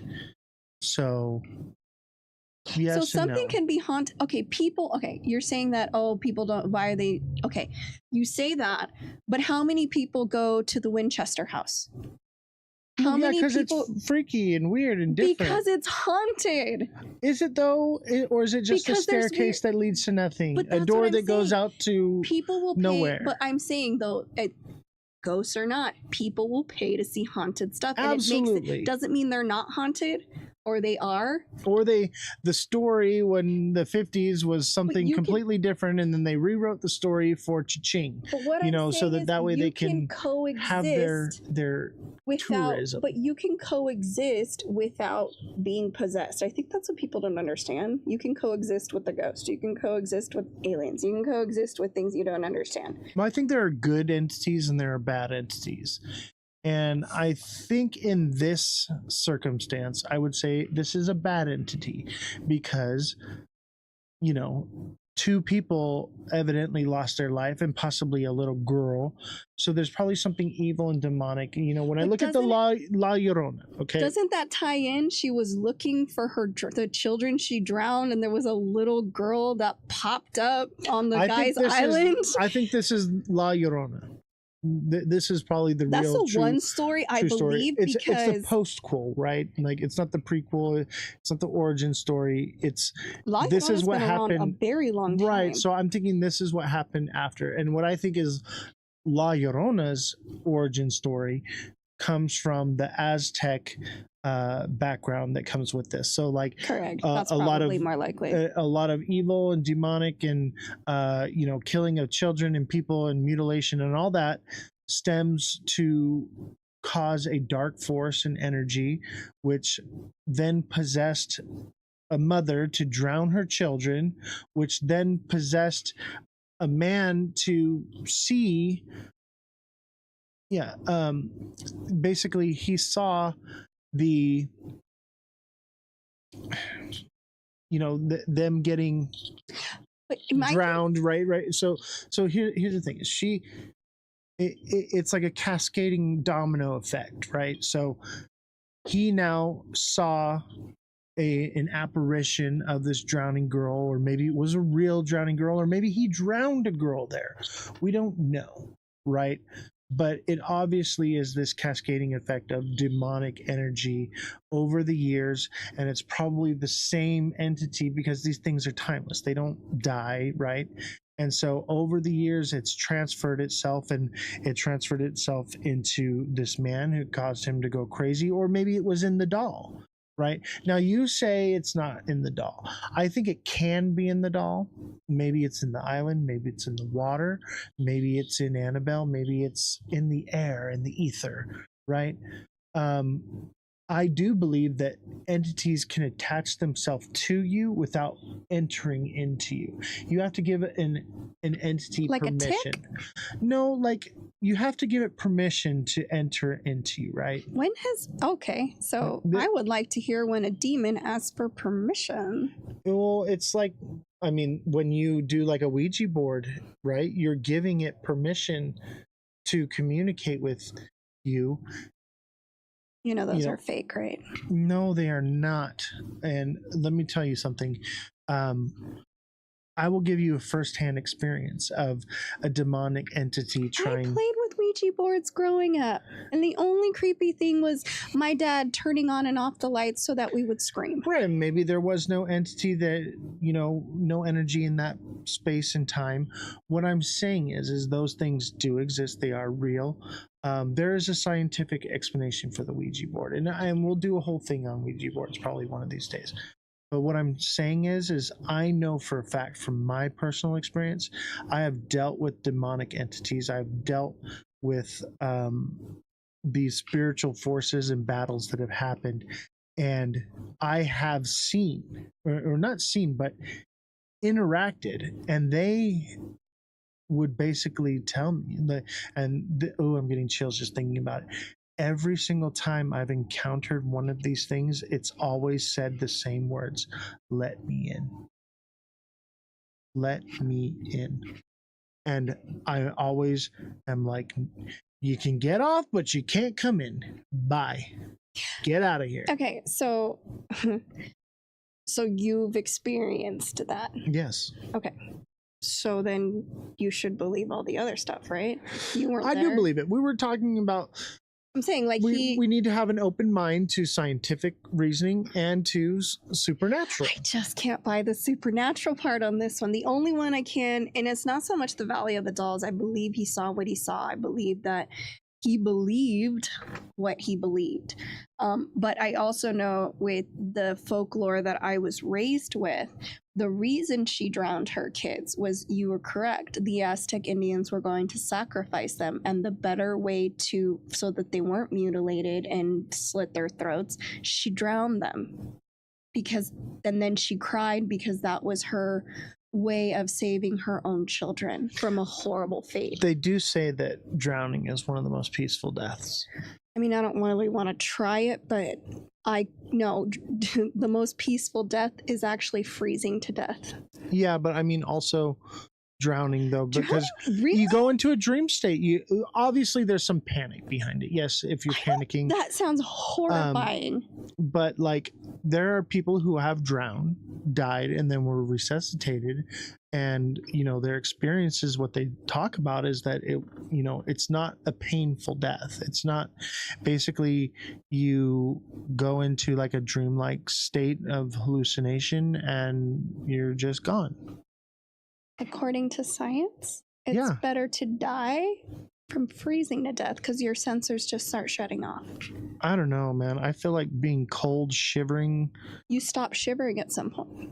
Yeah, but it seems like that would be long and drug out, Whereas drowning, it's a few minutes. At least you can still breathe. That's the difference. But you actually breathing in water. You get to a point you? where you breathe in the water and like you don't get that gas. You know how like when you're holding your breath drowned. And you have to. It is horrifying. That's the panic state of it. But I've actually saved someone's life and resuscitated them. I had a pool at one time, and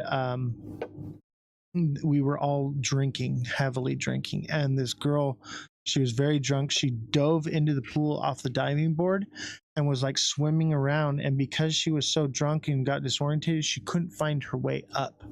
And I actually had to jump in and dive and grab her and take her to the top and do CPR. And, someone in that state, they're drunk, they don't know which way is up, they're just swimming around. They're probably not thinking, it's probably not a horrific thing. You're drunk, you're not okay. So under the right circumstances, drowning is fun. I mean, no, listen, I'm just saying. But I get what you're saying, and you're getting frustrated with me. But that sounds insane. That does not sound like heat exhaustion would even be better. Like, you just fall asleep and you just don't wake up. I want one that I can just fall asleep. I and feel you don't like wake low up. oxygen would be the way. Whereas that's what I'm saying. Cold. That is. Anywhere you go, the best way to die is to freeze to death because your oxygen slowly lowers, your sensors slowly turn off, you just fall asleep and you never wake up. Yeah, and I mean, so like I used to collect insects, and That's what I'm saying. Yeah, one of the it ways sounds that we peaceful. would collect insects is we would collect them and then put them in the freezer, and they would fall asleep, and that's how they would go. That's what I'm It was a saying. humane way to do it. So I could see that. Okay. Also, lack of oxygen. Basically, you get really tired and you take a nap and you Heat don't wake exhaustion. up. I don't know. I hate the heat. I hate. But if being you were hot. to go lay down because you were so hot and your breathing starts am to hot. Your breathing. So hot. I had to Did I go see too that. far? I had to see I went too that. far, chat. I don't know. Maybe it's the mustache. That's what's so hot. Maybe it's the red beard. Help me. Anyways, but heat exhaustion. You just get tired, go to sleep. Yeah. Anyway, so back to what we're talking about. The Island of the Dolls, right? Honestly, I want to know what people think because I don't know how people are familiar. Again, I love Hispanic heritage, and this isn't just Mexico. Spain has a lot of their own folklore as well, and that's where most of my ancestors are from, is Spain, and from the sister of the Aztecs that settled in Southern California. But my thing is that what is the difference between taking this tour bus to this haunted island that it is all these Americans and foreigners who go to the haunted houses that are all over California, or I mean the United States? How is that any different? You're like discrediting it. Well, it's not that scary if people go, but there's haunted houses everywhere. I think people will find any reason to monetize something. Well, yeah, but this wasn't monetized till, I guess you want to call it that, for a while back. Right. So, yeah, maybe it was just ancient lure that turned into something that they could market. But what the point is for, this is why this all comes together for me, is the drowned children, the black-eyed girls luring people into the water. Doesn't that seem like, even though they came at different times, doesn't that seem like it's all connected? That's the only one that I could find that was connected to something else, to something else, to something else. Yes, I think that this is the most likely to be real. Right. But at the same time, I think there's some truth in all of it. I'm leaning towards all of it is real. Every single one of them. No. I think the least likely one is the Robert one. The oldest one? Right. Well, it's not the oldest because this goes back to the ancient Aztecs, right? Right. But I would say that one because I would write a letter just to get my letter posted up there. Of course you would. Yeah. Why would? Who would? So many. Because I'm not weird. It's not. But I do think that entities can attach to objects, but I think they would much rather attach to a human. And I think in the Robert case, the human was the little boy, and that's why he switched names, because the little boy went into the doll and the demonic entity took over the little boy. But Gene, what he called himself, had a fairly normal life. Went to college, married, had kids. And there's lots of people that are demon possessed that live normal lives. This is all based on the fact that and then demons next are thing real. you know, one day they snap. I think you and me have different words for demon. Possibly. Yeah. When I think of demon, I think of fallen angel, nefarious and I can't entity. Wrap my head around see a religious answer. Like when I say ghost, I'm thinking of a disembodied soul, right? Roaming the earth. That I believe. Limbo, that's where people get stuck at. I mean, I don't believe in whatever, but I do believe that we either reincarnate or we get to have we get just the same life over and over in a multi-universe. Like, we don't know anything. When I say demon, I'm referring to some nefarious, evil entity that has, ill intentions. Okay. That's what I refer to as demon. I think that ghosts can be good or bad. I think more or less the ghosts that are bad are more likely demons, and the ghosts are more likely just disembodied people. And I think people inherently are good. I think people do evil things, and I think there are very, very evil people out there. Correct. And those are probably some evil spirits, you know. But I think generally, if you're going to encounter a spirit, it's more likely for it to not be evil, because people, I think the majority of people inherently want to be good. At least I feel that way, because I want to be good. I want to be a good person. I want to help people. I want to do good things. I think, you know, people as a group, as a whole, as a society, are very ugly and gross and very malicious and selfish, and, you know. Yes and no. But I think the individual deep down inside has a yearning want to be good, right? Okay, but that's not what we're talking about. You're talking about, I don't believe in this whole demonic thing. I do believe in lost spirits, I guess what you would call them, ghosts, spirits that are stuck in limbo and they have nowhere to go. The reason I don't believe in the whole demonic thing is, one, science can prove that it could be mental illness, schizophrenia. But one of my problems is most criminals, do you know what they hide behind? The devil made me do it. And if that isn't there a show called The Devil Made Me Do It? Yes, which I've watched in its entirety. But here's my thing. That is my issue with this whole demonic thing. It needs to be labeled as something else. Do you understand what I'm saying? I get it. It's a that's cop why out. It's a religious. That's why I have my whole thing with people who are like, oh, you have to one, I don't forgive and I don't forget, but one, oh, you have to forgive them, the devil made me do it. First of all, that is not an excuse. Do you know right from wrong? Great. Now, people who don't know right from wrong, who suffer from psychopathy, that's different. They don't know right from wrong. They think what they're doing is okay.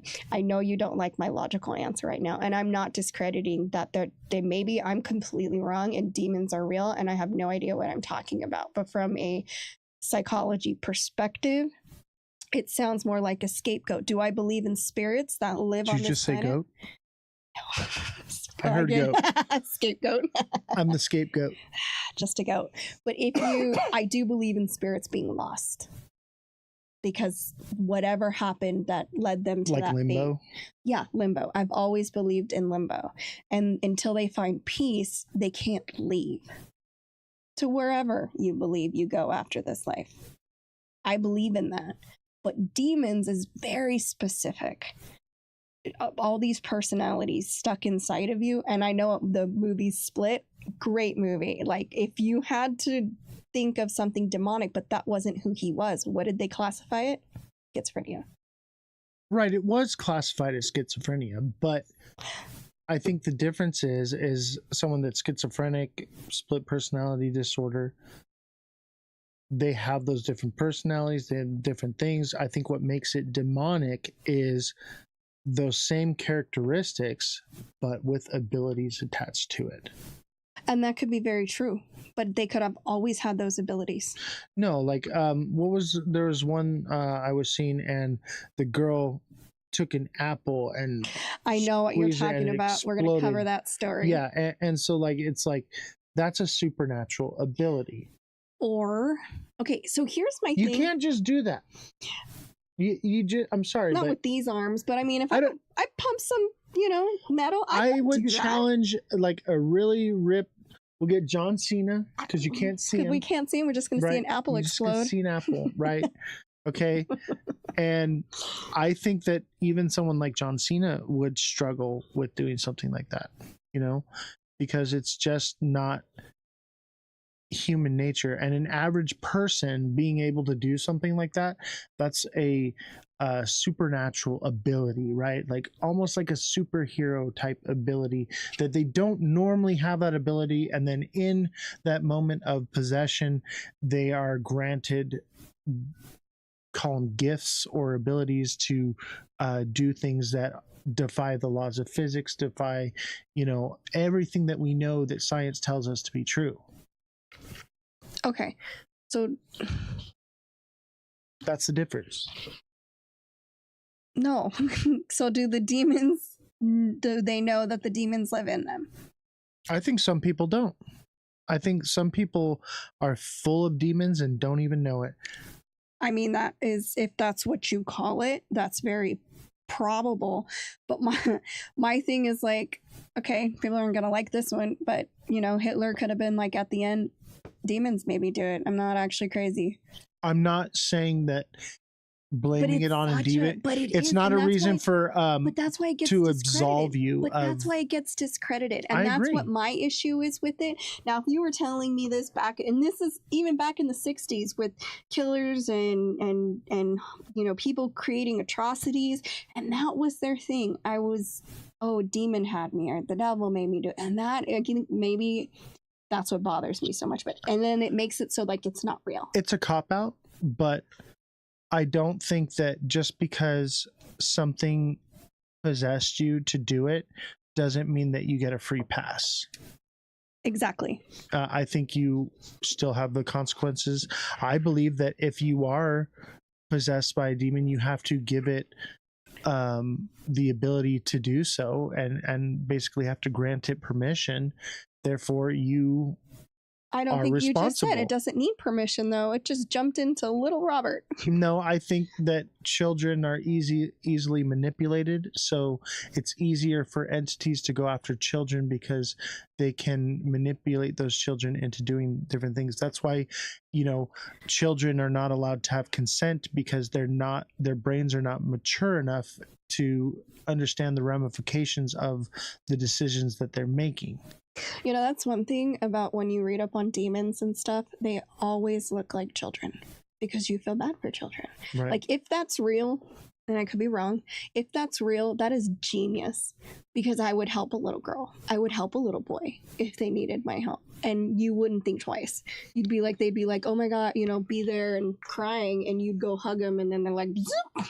Thanks, bitch. Yeah, I think that, and you know, these entities are nefarious, and they will do whatever it takes to manipulate people, or you know, to get their end result, right? Why did it in my head went to a Dave Chappelle, gotcha bitch, like gotcha bitch, gotcha bitch, like that is what it feels like if there's a little, because I'm a sucker. If it's a child, like I'm gonna want to help, you know. And I'm like thinking now, I'm like, if that's true, oh man, so quickly I would have a demon so fast, because they'd be like, oh, help me, and I'm like, oh my gosh, come in. I think that's why they choose to use the form of children. I think that's why they go after children. One, because children are easily manipulated, and to be in the form of a child is because it's easy to manipulate someone else to help a child. Just like the guy at the Valley of the Dolls, right? He wanted to help the child, and therefore it drew him to the water, and it evidently you know, entered into him and attached itself to him. I do think that the entities can not enter in you and possess you, but can latch onto you and follow you, like drain you. Right. So like, you don't necessarily have to be possessed by the entity. You can just be what is the word, like it can follow you, and it can, you know, wreak havoc on you. These dolls, and they're like, oh, they're demonic. My thing is, things that are really demonic just drain you of everything. The worst that most of these dolls, vampires, right? Like they're just but these dolls were just jerks. They're freaking assholes, throwing shit, jumping everywhere, scratching people. Like they were just jerks. Like even if that's the case, and they were somehow, these dolls were just jerks. I think they feed off of fear, because fear is a form of energy. Even with like the adrenochrome, they have to, you know, the adrenochrome is stronger and more pure the more stress and torment that we're not talking about Monsters Inc. right now. I'm just saying is that they do this because it's energy. They're energy vampires. They feed off energy. That's why if they feed off fear, right? But if you believe in the entity, then it gives it more power. And if you are more fearful of it, then it will more likely communicate with you, whereas like somebody's like, whatever, it's all bullshit. They're never going to have those experiences because it doesn't have the energy to feed off of. It's too draining on the spirit to interact with you. Whereas if it can make the hair stand up on the back of your neck, then it's more likely that it can feed off of those emotions and that energy. Okay, so look, I believe in spirits and ghosts. I do not believe in demons. I just don't. I believe in demons. I can't because wrap my head I've around encountered them personally is why I believe it. And I guess because I don't, I never will. But I believe that's in spirits. Exactly what I'm saying. I believe in like spirits and ghosts. And that makes sense to me. That's probably why the ghost actually talked to you on the spirit box. And I believe in spirits and ghosts too. That's why when I talked to it, I got the same result when I started asking the right questions, same as you. We believe. I think someone that doesn't believe, it has a harder time. Doesn't that seem convenient though? Wouldn't you want to go after the people that don't believe? Well, look at Elon. Elon does not believe whatsoever. No. But he's a believer now. A little bit. He's a little bit now. Still hesitation of what he. Right, because he's very logical. And he's like, well, maybe I didn't hear what I thought I heard. Right. But he doesn't have as many encounters as we do. Because he doesn't believe in it. Because he doesn't believe in it. It's too much energy wasted on someone that doesn't believe.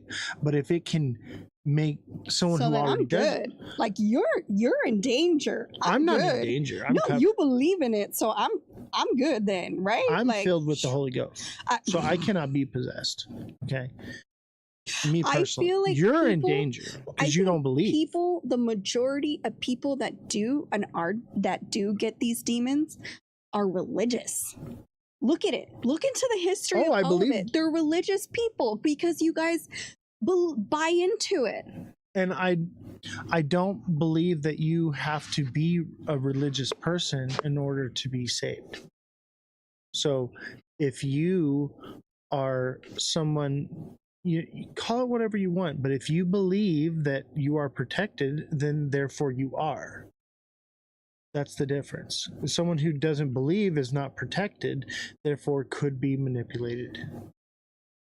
That's a different conversation for another day because I know what I wanted to say, but I feel like you guys are the most vulnerable then. I think because you believe in it and you're religious, and if God can't save you, no one can. I think me personally, I feel like I'm I'm not vulnerable whatsoever because I have that protection, but it also does say in the Bible that you should not, engage in those types of behaviors, right? And what are you trying to do? I don't want to engage. I didn't even want to do that thing. Honestly, I was just like trying to see, okay, was this actually interference? And I probably should have never done it, but the curiosity killed the cat. Okay. True. So curiosity got the best of me. I'm a human being. I make mistakes. I'm not perfect. But I because you don't know what you were talking to. I do not know what I was talking to, but I do know this, that I am safe and I am protected. None of us are. I believe I am. I believe, therefore I am. I believe I'm a cat. You see how that works? You need a cat box? I need a cat box. My thing is this whole, I guess because we're on different ends of the spectrum. I'm going to be okay because I'm choosing to be okay. You need something to protect you because you don't think you're strong enough to do it yourself? No, from like demons or whatever? I do myself, but I have... You need to believe in something? I have a hedge of protection, like a shield. Like what if it's not called real? Putting on the armor. My thing is, I've listened to your sermon this and if whole it's time. Not real, what if you're wrong, and this is all a simulation or whatever it is, and we reincarnate? What if you're wrong? Then I just slept at night, and I'm okay with being wrong. Yeah, but then what if But for me, I don't feel like I'm wrong because of the things that I have seen. But why can't people who have a whole bunch of demons just be schizophrenic? I think they very well could be, and that would be a scientific explanation. The difference is the supernatural abilities. Having a mental disorder doesn't give you the ability to do things that you just can't do or possibly know. Well, maybe they didn't know they couldn't do it, and then they did it. If you've never been exposed to certain languages and then all of a sudden you start speaking them fluently. The first time you're exposed to food, you eat it as soon as you smell it. You don't have questions. You're just like, oh my gosh, this is it. You know, speaking in a different language, for instance, if someone who's never even heard the Latin language just part of their brain, and we just don't know. How did it get there? We have a whole bunch of brain. We don't know. We don't know what's in there. I believe your brain has to be exposed to something in order for it to retain it there. Now, I get what you're saying, that maybe it's from a past life or something like that. Maybe. But that for makes me, more sense to me.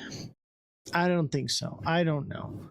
But I would say that, supernatural ability from, split personality disorder seems more likely to be demonic possession. I do believe that split personality disorder does exist, and that is a real scientific explanation. But I think when you add that other factor into it, that's when it becomes something different. And we have to be able to realize that there are just some things that we can't explain or understand. Yeah. And that we have to be open to the possibility that maybe there's something just completely that defies the law of physics, defies the laws of science, defies everything that we know, because it's something that we can't comprehend. And I believe there's things out there we can't comprehend, but I guess you're going to call it demons and I'm just going to call it schizophrenia. And it's all the same thing. It'll all be the same thing in the end. I think a lot of the arguments with all these different things is it comes down to the names. I agree. I think that's what I'm saying. Like, you call it this, I call it that, but it's the same thing. Right. We're arguing over semantics of the identity of the word that we've created for something. And that's what people don't understand. It's all the same thing. We're all talking about the same thing. We're just giving it different names. Even in the world now, like, we are all talking about the same thing. We're just using different words to say right. it. And the problem is we're not moving forward with understanding what is actually happening because we're too busy arguing over the semantics of the words. Now, with that being said, I would still want to help. Even if they were schizophrenic or demonic possessed, I would still want to help. Does that make sense? Like, I don't have to believe in it to want to help somebody be okay. And that's where we all fall on. Like, okay, how do we help this person with whatever is wrong with them? But and I think, help can come in different forms. I think some people find help from medication. Some people get help from prayer and from religion. Exactly. And prayer doesn't necessarily have to be religion, like I said, I don't believe in religion. Okay, well, I mean in God in But general. that's us arguing over the semantic of the word. The semantic of what you call it. Exactly. That's a perfect example of that. Yeah. So, I think we get to the root of all this, the sooner we as a society accept that there are things we can't explain and stop arguing over the semantics of the words and start having a more open mind about the different things that we are encountering, because there are just some things that science can't explain. I mean, yeah. And the reason I do agree with that is because I believe ghosts are real. And if you're watching, don't forget to smash that like button, subscribe to the channel, share the show with your friends. I forgot we were live because that was in my head. The subscription button if you're watching on YouTube and you're not subscribed already. We are trying to get to 500 subscribers, so help us out with that. And we appreciate all of you that are watching and hitting the like button consistently. We are live on YouTube, Twitch, X, and Abstract at Ozthecryptogoat. So come check us out. If you're watching on TikTok, you're not watching on TikTok because we're not live on TikTok anymore. I'm done with TikTok. We can't say what we want to say. And that's the beauty of the show, is we get to openly talk with free speech and expression.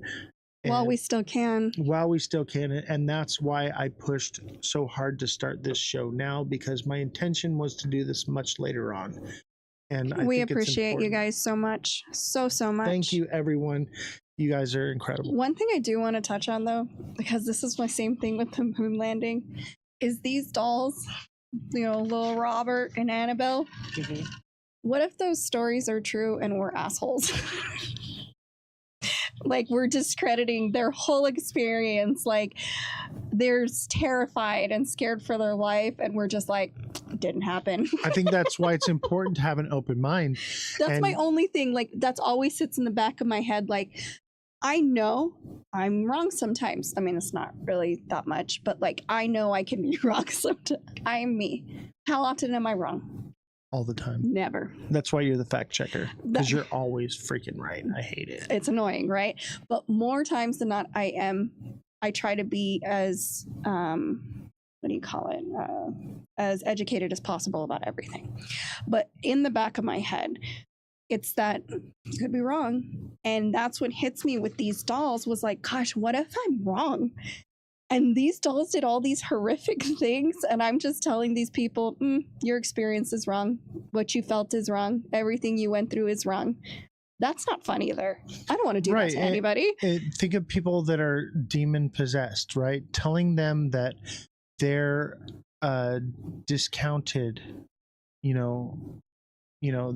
I don't want to do that either. I don't want to discount somebody's what did I say? Perception is 90% reality. What you perceive is your reality. And to them, that was their reality, whether they made it up. Now, see, that's where that's where we try to decide, but perception is reality. And that reality for them that's what was real. For me, I've experienced demonic entities. I've experienced schizophrenic personality my mother disorder seems pretty demonic people. Maybe it's true. I've experienced both, probably, and there is a fine line where you can use discernment to identify the difference between each, because I believe both do exist. I do. But again, the back of my head, it's like, could be wrong, but the reality is I'm too logical to think anything else. But again, I don't want to discredit someone's perception. That just seems mean. Like, I believe that you think you saw those things, and I wouldn't discredit that because that was your experience. It wasn't my experience. So only you would know that experience. Does that make sense? Right. And if you're watching, I would implore you to have an open mind about things. Do not, put people down or discredit their experiences, because we as humans may never understand any of these topics, and you should never, mock someone or put them down or anything like what you're talking about, because the fact of the matter is that no one does. That is, we don't know nothing. Yeah, we have no idea. We have no idea. Right. So no one is right, no one is wrong. So for you to go into the world and act as though you know what you're talking about and you know everything, that is when you realize that you know nothing, is when you stop learning. Right. So if you cannot be taught something and you cannot be receptive to something new, that is a form of holding yourself back from learning and educating yourself. So I would implore you to have an open mind, question everything, listen to everything, but believe nothing. And I know we bicker, but it's more so we have very, very different of opinions and thoughts and how we do things. But at the same time, there's a mutual respect, because his comes from a real place, mine comes from a real place. You don't get to discredit the other ones. I don't believe, and he may not believe what I have to say, but the point of this show is to listen to all perspectives, listen to all the theories, come up with your own way of thinking. Maybe you learned something you didn't. Maybe you think we're crazy. It doesn't matter. Like he said, listen to everybody's point of view. And I think, especially right now with the world being the way it is, just listen. You don't have to always react. You don't always have to comment. You can just listen and go from there. Just my thoughts and opinions. And that's why I brought you to be on this show, is because we are complete polar opposites. We basically agree on nothing. True. Right. And at the same time, we have the ability to sit in a room together and discuss them without yelling and calling each other names and stuff, and understanding each other's perspectives. And I think that is something that we need to normalize as a community, as the world, and as society and humanity together. it's okay to agree to disagree. You don't have to hate someone just because they don't think the same way you do. And unfortunately, we've lost that somewhere along the way. We should stop being human beings. Like, just love. We're all human. That was always my thing when I was a kid and everyone hated everybody. I'm like, we're just human beings. All of us are human. Just be kind to other humans. That's all you have to do. That's my simple. goal with this show is to lead by example. Show people in the world that we do not have to hate each other because we disagree. We can get along, we can sit in the same room, break bread, and conversate with each other without tearing each other apart. And let me tell you something right now. If you are in an argument with somebody and you stoop as low as to start name calling and using derogatory marks, you've already lost. You lost. Yeah. I can't stand that. Like, you know how I am. I'll make a factual statement and it'll bother somebody and they're like, oh, you're a stupid bitch. And I was like, I won. Okay. Yeah, exactly. Say it again. Say it a little louder. Please say it. Argue with people with intelligence and facts and even opinions, right? That's how you win an argument. When you stoop down to hateful rhetoric and violence, then you've basically lost. You've already lost because you could not come together and put down a complete thought. And the moment you realized that you lost, you decided to lash out. And that's how you know. Like a tantrum, like a child. Like That's a what it bothers me. Even my kids have better composure than most adults these days. And it's like, just, you know, they're all listening to each other. They're all joking. Nobody take, you know what I mean? Like, there's camaraderie and we no longer have that. Yeah, your kids are unhinged, by the way. I know, but they're fun. Yeah. They're completely unhinged. They say the most crazy things, but they all get along. I Mine never are like have to cookie worry. cutter children. Yeah, mine are, they're like me. We're like, nothing matters. Everything matters. It doesn't matter. You know, live your life today. There could be no tomorrow.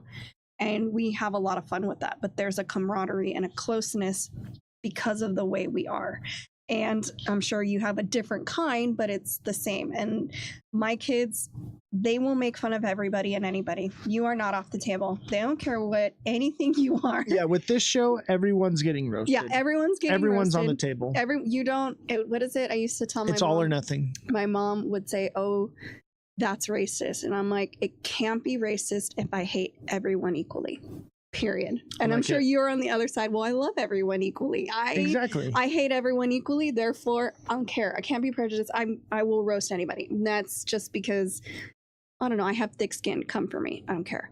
The most hateful, evil people in my life, I still have love and compassion for them because I feel like something must have happened to them to bring them to that place of such hate and anger. And I feel that maybe with compassion and love, there is a way that something good can come from it. Horribly disagree. I think you get